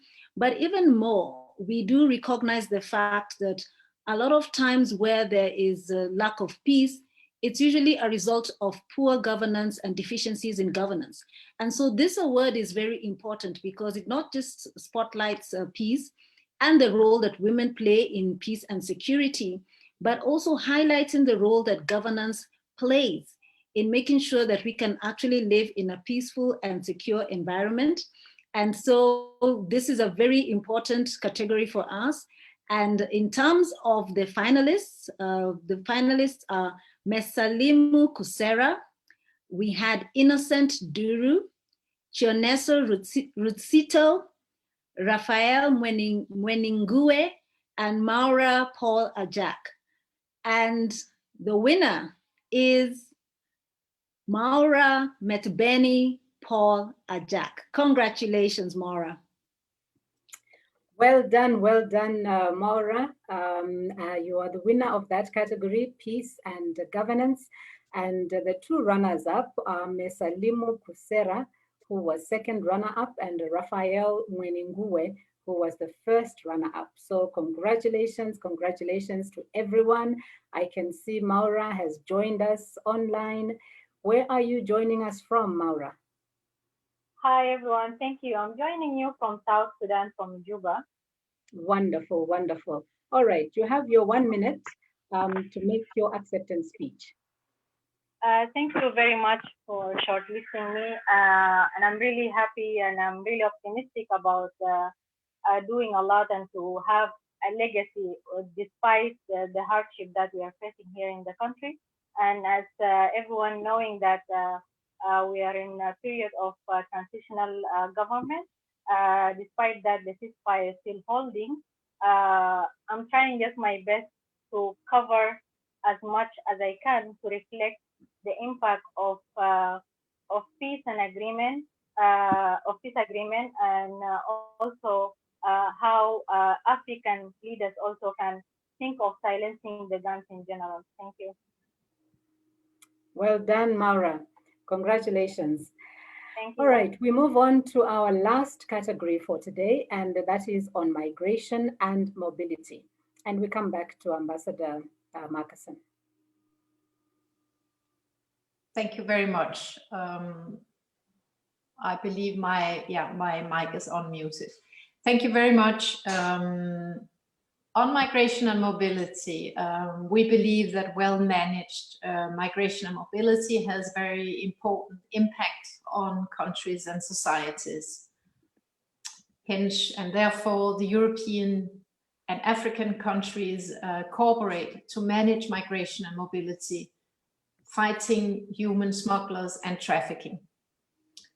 On this, let me mention two important processes that those of you who work with migration and mobility will know that the Khartoum and Rabat processes are key. This cooperation is essential to well manage the mobility to Europe, but even more so the migration and mobility within the African continent that accounts for the largest part of people's movements. Most Africans are not crossing oceans, as you all know, but land borders within Africa. This intra-African aspect of migration was particularly clear from your proposals. We read stories about returnees from Europe, but what was very present in your pitches was the focus on Africans migrating to other African countries and the associated challenges while on that journey. You shed light on touching stories of solidarity and daily life challenges. Now I will move on to the finalists of this category, and they are Anibi Ajili,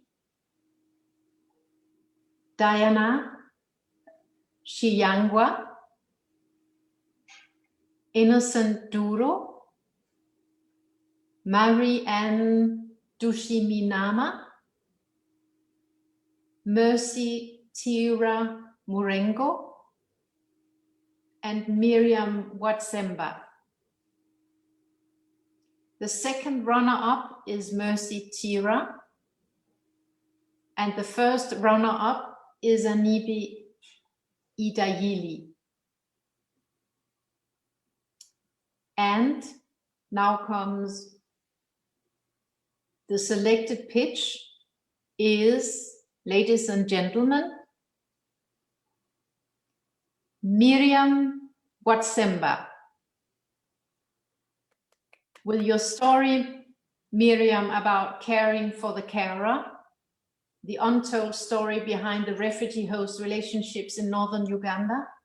Miriam aims at investigating the relationship between refugees and former IDPs, now becoming the hosting community, and the policies put in place to support both groups. A very, again, warm and great congratulations. This is excellent. I had my I have myself worked in Uganda and served there and been to the northern regions of Uganda. A warm congratulations. Over to you. Thank you very much, Ambassador. And we can see Miriam is ready to speak to us. Congratulations, Miriam. Please, you have your 1 minute to give your acceptance statement. Miriam, we cannot hear you.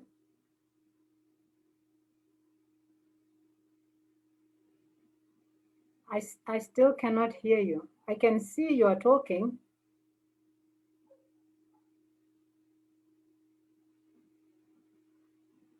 Hello, Miriam.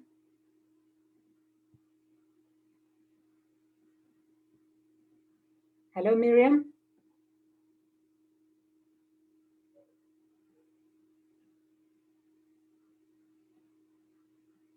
Miriam, can you quickly indicate, all right, we can see you.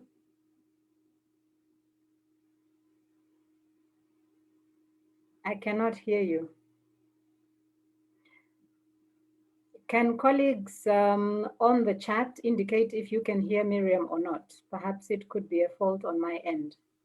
No, we can't hear Miriam. Perhaps there's a fault with the audio, I suspect. But congratulations, Miriam. Very well deserved. You would have other opportunities for us to spotlight each of the winners. So please don't worry. Yeah. Thank No, you. that's true. Thanks, Yamisi. Miriam, unfortunately, we cannot hear you, but we had a chance to see you, so we know what you look like, and we are all really wishing you well. Do you want to give it one more try? Because I can see you. No, it's not working. No, it's not working. I'm sorry, Miriam, we cannot hear you. But anyway, congratulations. We really wish you well as you receive this grant and as you start to use it to continue the good work that you have been doing. Similarly, we say congratulations to Anibe Idajili, who was the first runner-up, and to Mercy Tyra, who was the second runner-up, to Diana Chiangwa, to Innocent Duru, or Duru, I'm not sure, and Mari-Anne Dushimimana. Congratulations to all our finalists and to our runners-up and to our winners. Well, colleagues, we have come to the end. We have come to the end of this session where we were giving the awards, and it has gone very well. Unfortunately, our last winner there could not come to us, but anyway, we did see her, and I believe that she's going to be okay, and we will be seeing her products in the very near future. So let me end by thanking you. I said at the beginning that you are phenomenal, and we are phenomenal as African women in the media because we are determined to tell our stories. We are also determined to be recognized for the work that we are doing. And projects such as this are really instrumental in terms of helping us to get there. Talking about phenomenal women, let me end by thanking Ambassador Birgit Markerson, who has been with us for the past 30 or 40 minutes. Let me say thank you to Mrs. Leslie Richer from the African Union Commission, the Director of Information and Communication. And also let me say a big thank you and congratulations to Dr. Yemisi Akinbobola, who is the co-founder of AWiM. I think that AWiM 2020 has been really successful. So let me hand over now to Tariro to continue with the rest of the program. Tariro, it's over to you. Thank you very much, Win. Tariro, before you jump in, I'm sorry, I would love to have all the winners put on their cameras so that we can take a group picture with everybody, please. And Tariro, if you could take a screenshot of all the winners as well. So could also my colleagues from AWiM as well put on your cameras, and other colleagues from the EU and the AU also, so that we can take a group picture with everybody there. Congratulations once again. So I'm gonna take a print screen.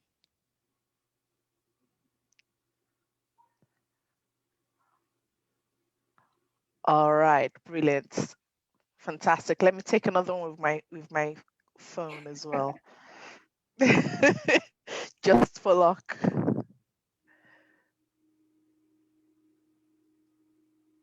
Brilliant. Thank you very much. And congratulations again.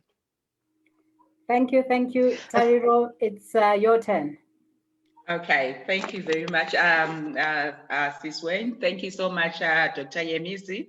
And congratulations to all our winners. You did deserve it. And congratulations even to everyone who actually entered. I'm sure we all, like I said before, looking forward to AWiM 2021. We will be having other exciting initiatives. The Pitch Zone, as usual, will be there. So we better start preparing now.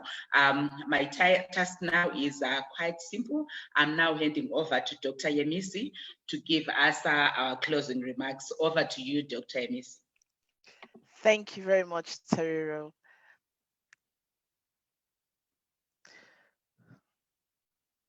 Okay. Thank you all for staying with us. It's been a long day, but majority of you are still here tonight. So thank you so much for what has been an amazing and insightful set of panels and discussions. Congratulations again to all the 5 winners and the runners-up and all those who submitted the pitches, because I listened to a lot of them and they were excellent. Thank you. We have come to the end of the 4th African Women in Media Conference and begin another year of action on some of the key areas that we discussed here today. We started the day with a vibrant discussion on the lived experiences of women in media, and many of our panelists spoke to us about the need to grab the opportunities available to us. But also for AWiM, we were asked to work more closely with male leaders of media in order to galvanize more champions and male supporters of gender equality, so that there'll be institutional level commitment to gender equality in the media. Our second panel was on peace and movements, an important discussion because the continental agenda this year was to silence the guns in Africa. We learned about the importance of the respect for press freedom, speaking up for marginalized voices, and how the media needs to be included in national action plans. How might we, as women journalists, help to ensure the voices of women peace builders and survivors get into mainstream media? Our final panel spoke to the variety of threats and opportunities that technologies present for us for empowerment, for audience engagement, and in relation to issues on movement and migration and racial profiling. The gender parity in podcast audiences presents an alternative and new form of reaching new audiences and women audiences. Such rich expertise and insights that I'm sure we will all be building on over the next year. Thank you once again to our panelists and to all our speakers. Once again, I'd like to congratulate all the winners of the 5 categories of our pitch this year. We'll be in touch. And thank you to our partners, the African Union and the European Union, Ambassador Birgit Makusin and Director Leslie Richard. Thank you very much for awarding the awards this year. And thank you also to our audiences who have been with us all throughout the whole day, our speakers, our moderators, our sponsors, but also to my team, because I did not do this alone. Thank you, Dele, my co-founder. Thank you, Irene, our program officer. Thank you, Tariro, our able MC. Thank you, Joy, for the social media activities, and Sumaya, our editor. Thank you, everybody, for the collaborative effort in making today a successful activity. See you all again in 2021. And in the meantime, don't forget to visit our website at africanwomeninmedia.com to join the AWiM movement. Thank you and good evening.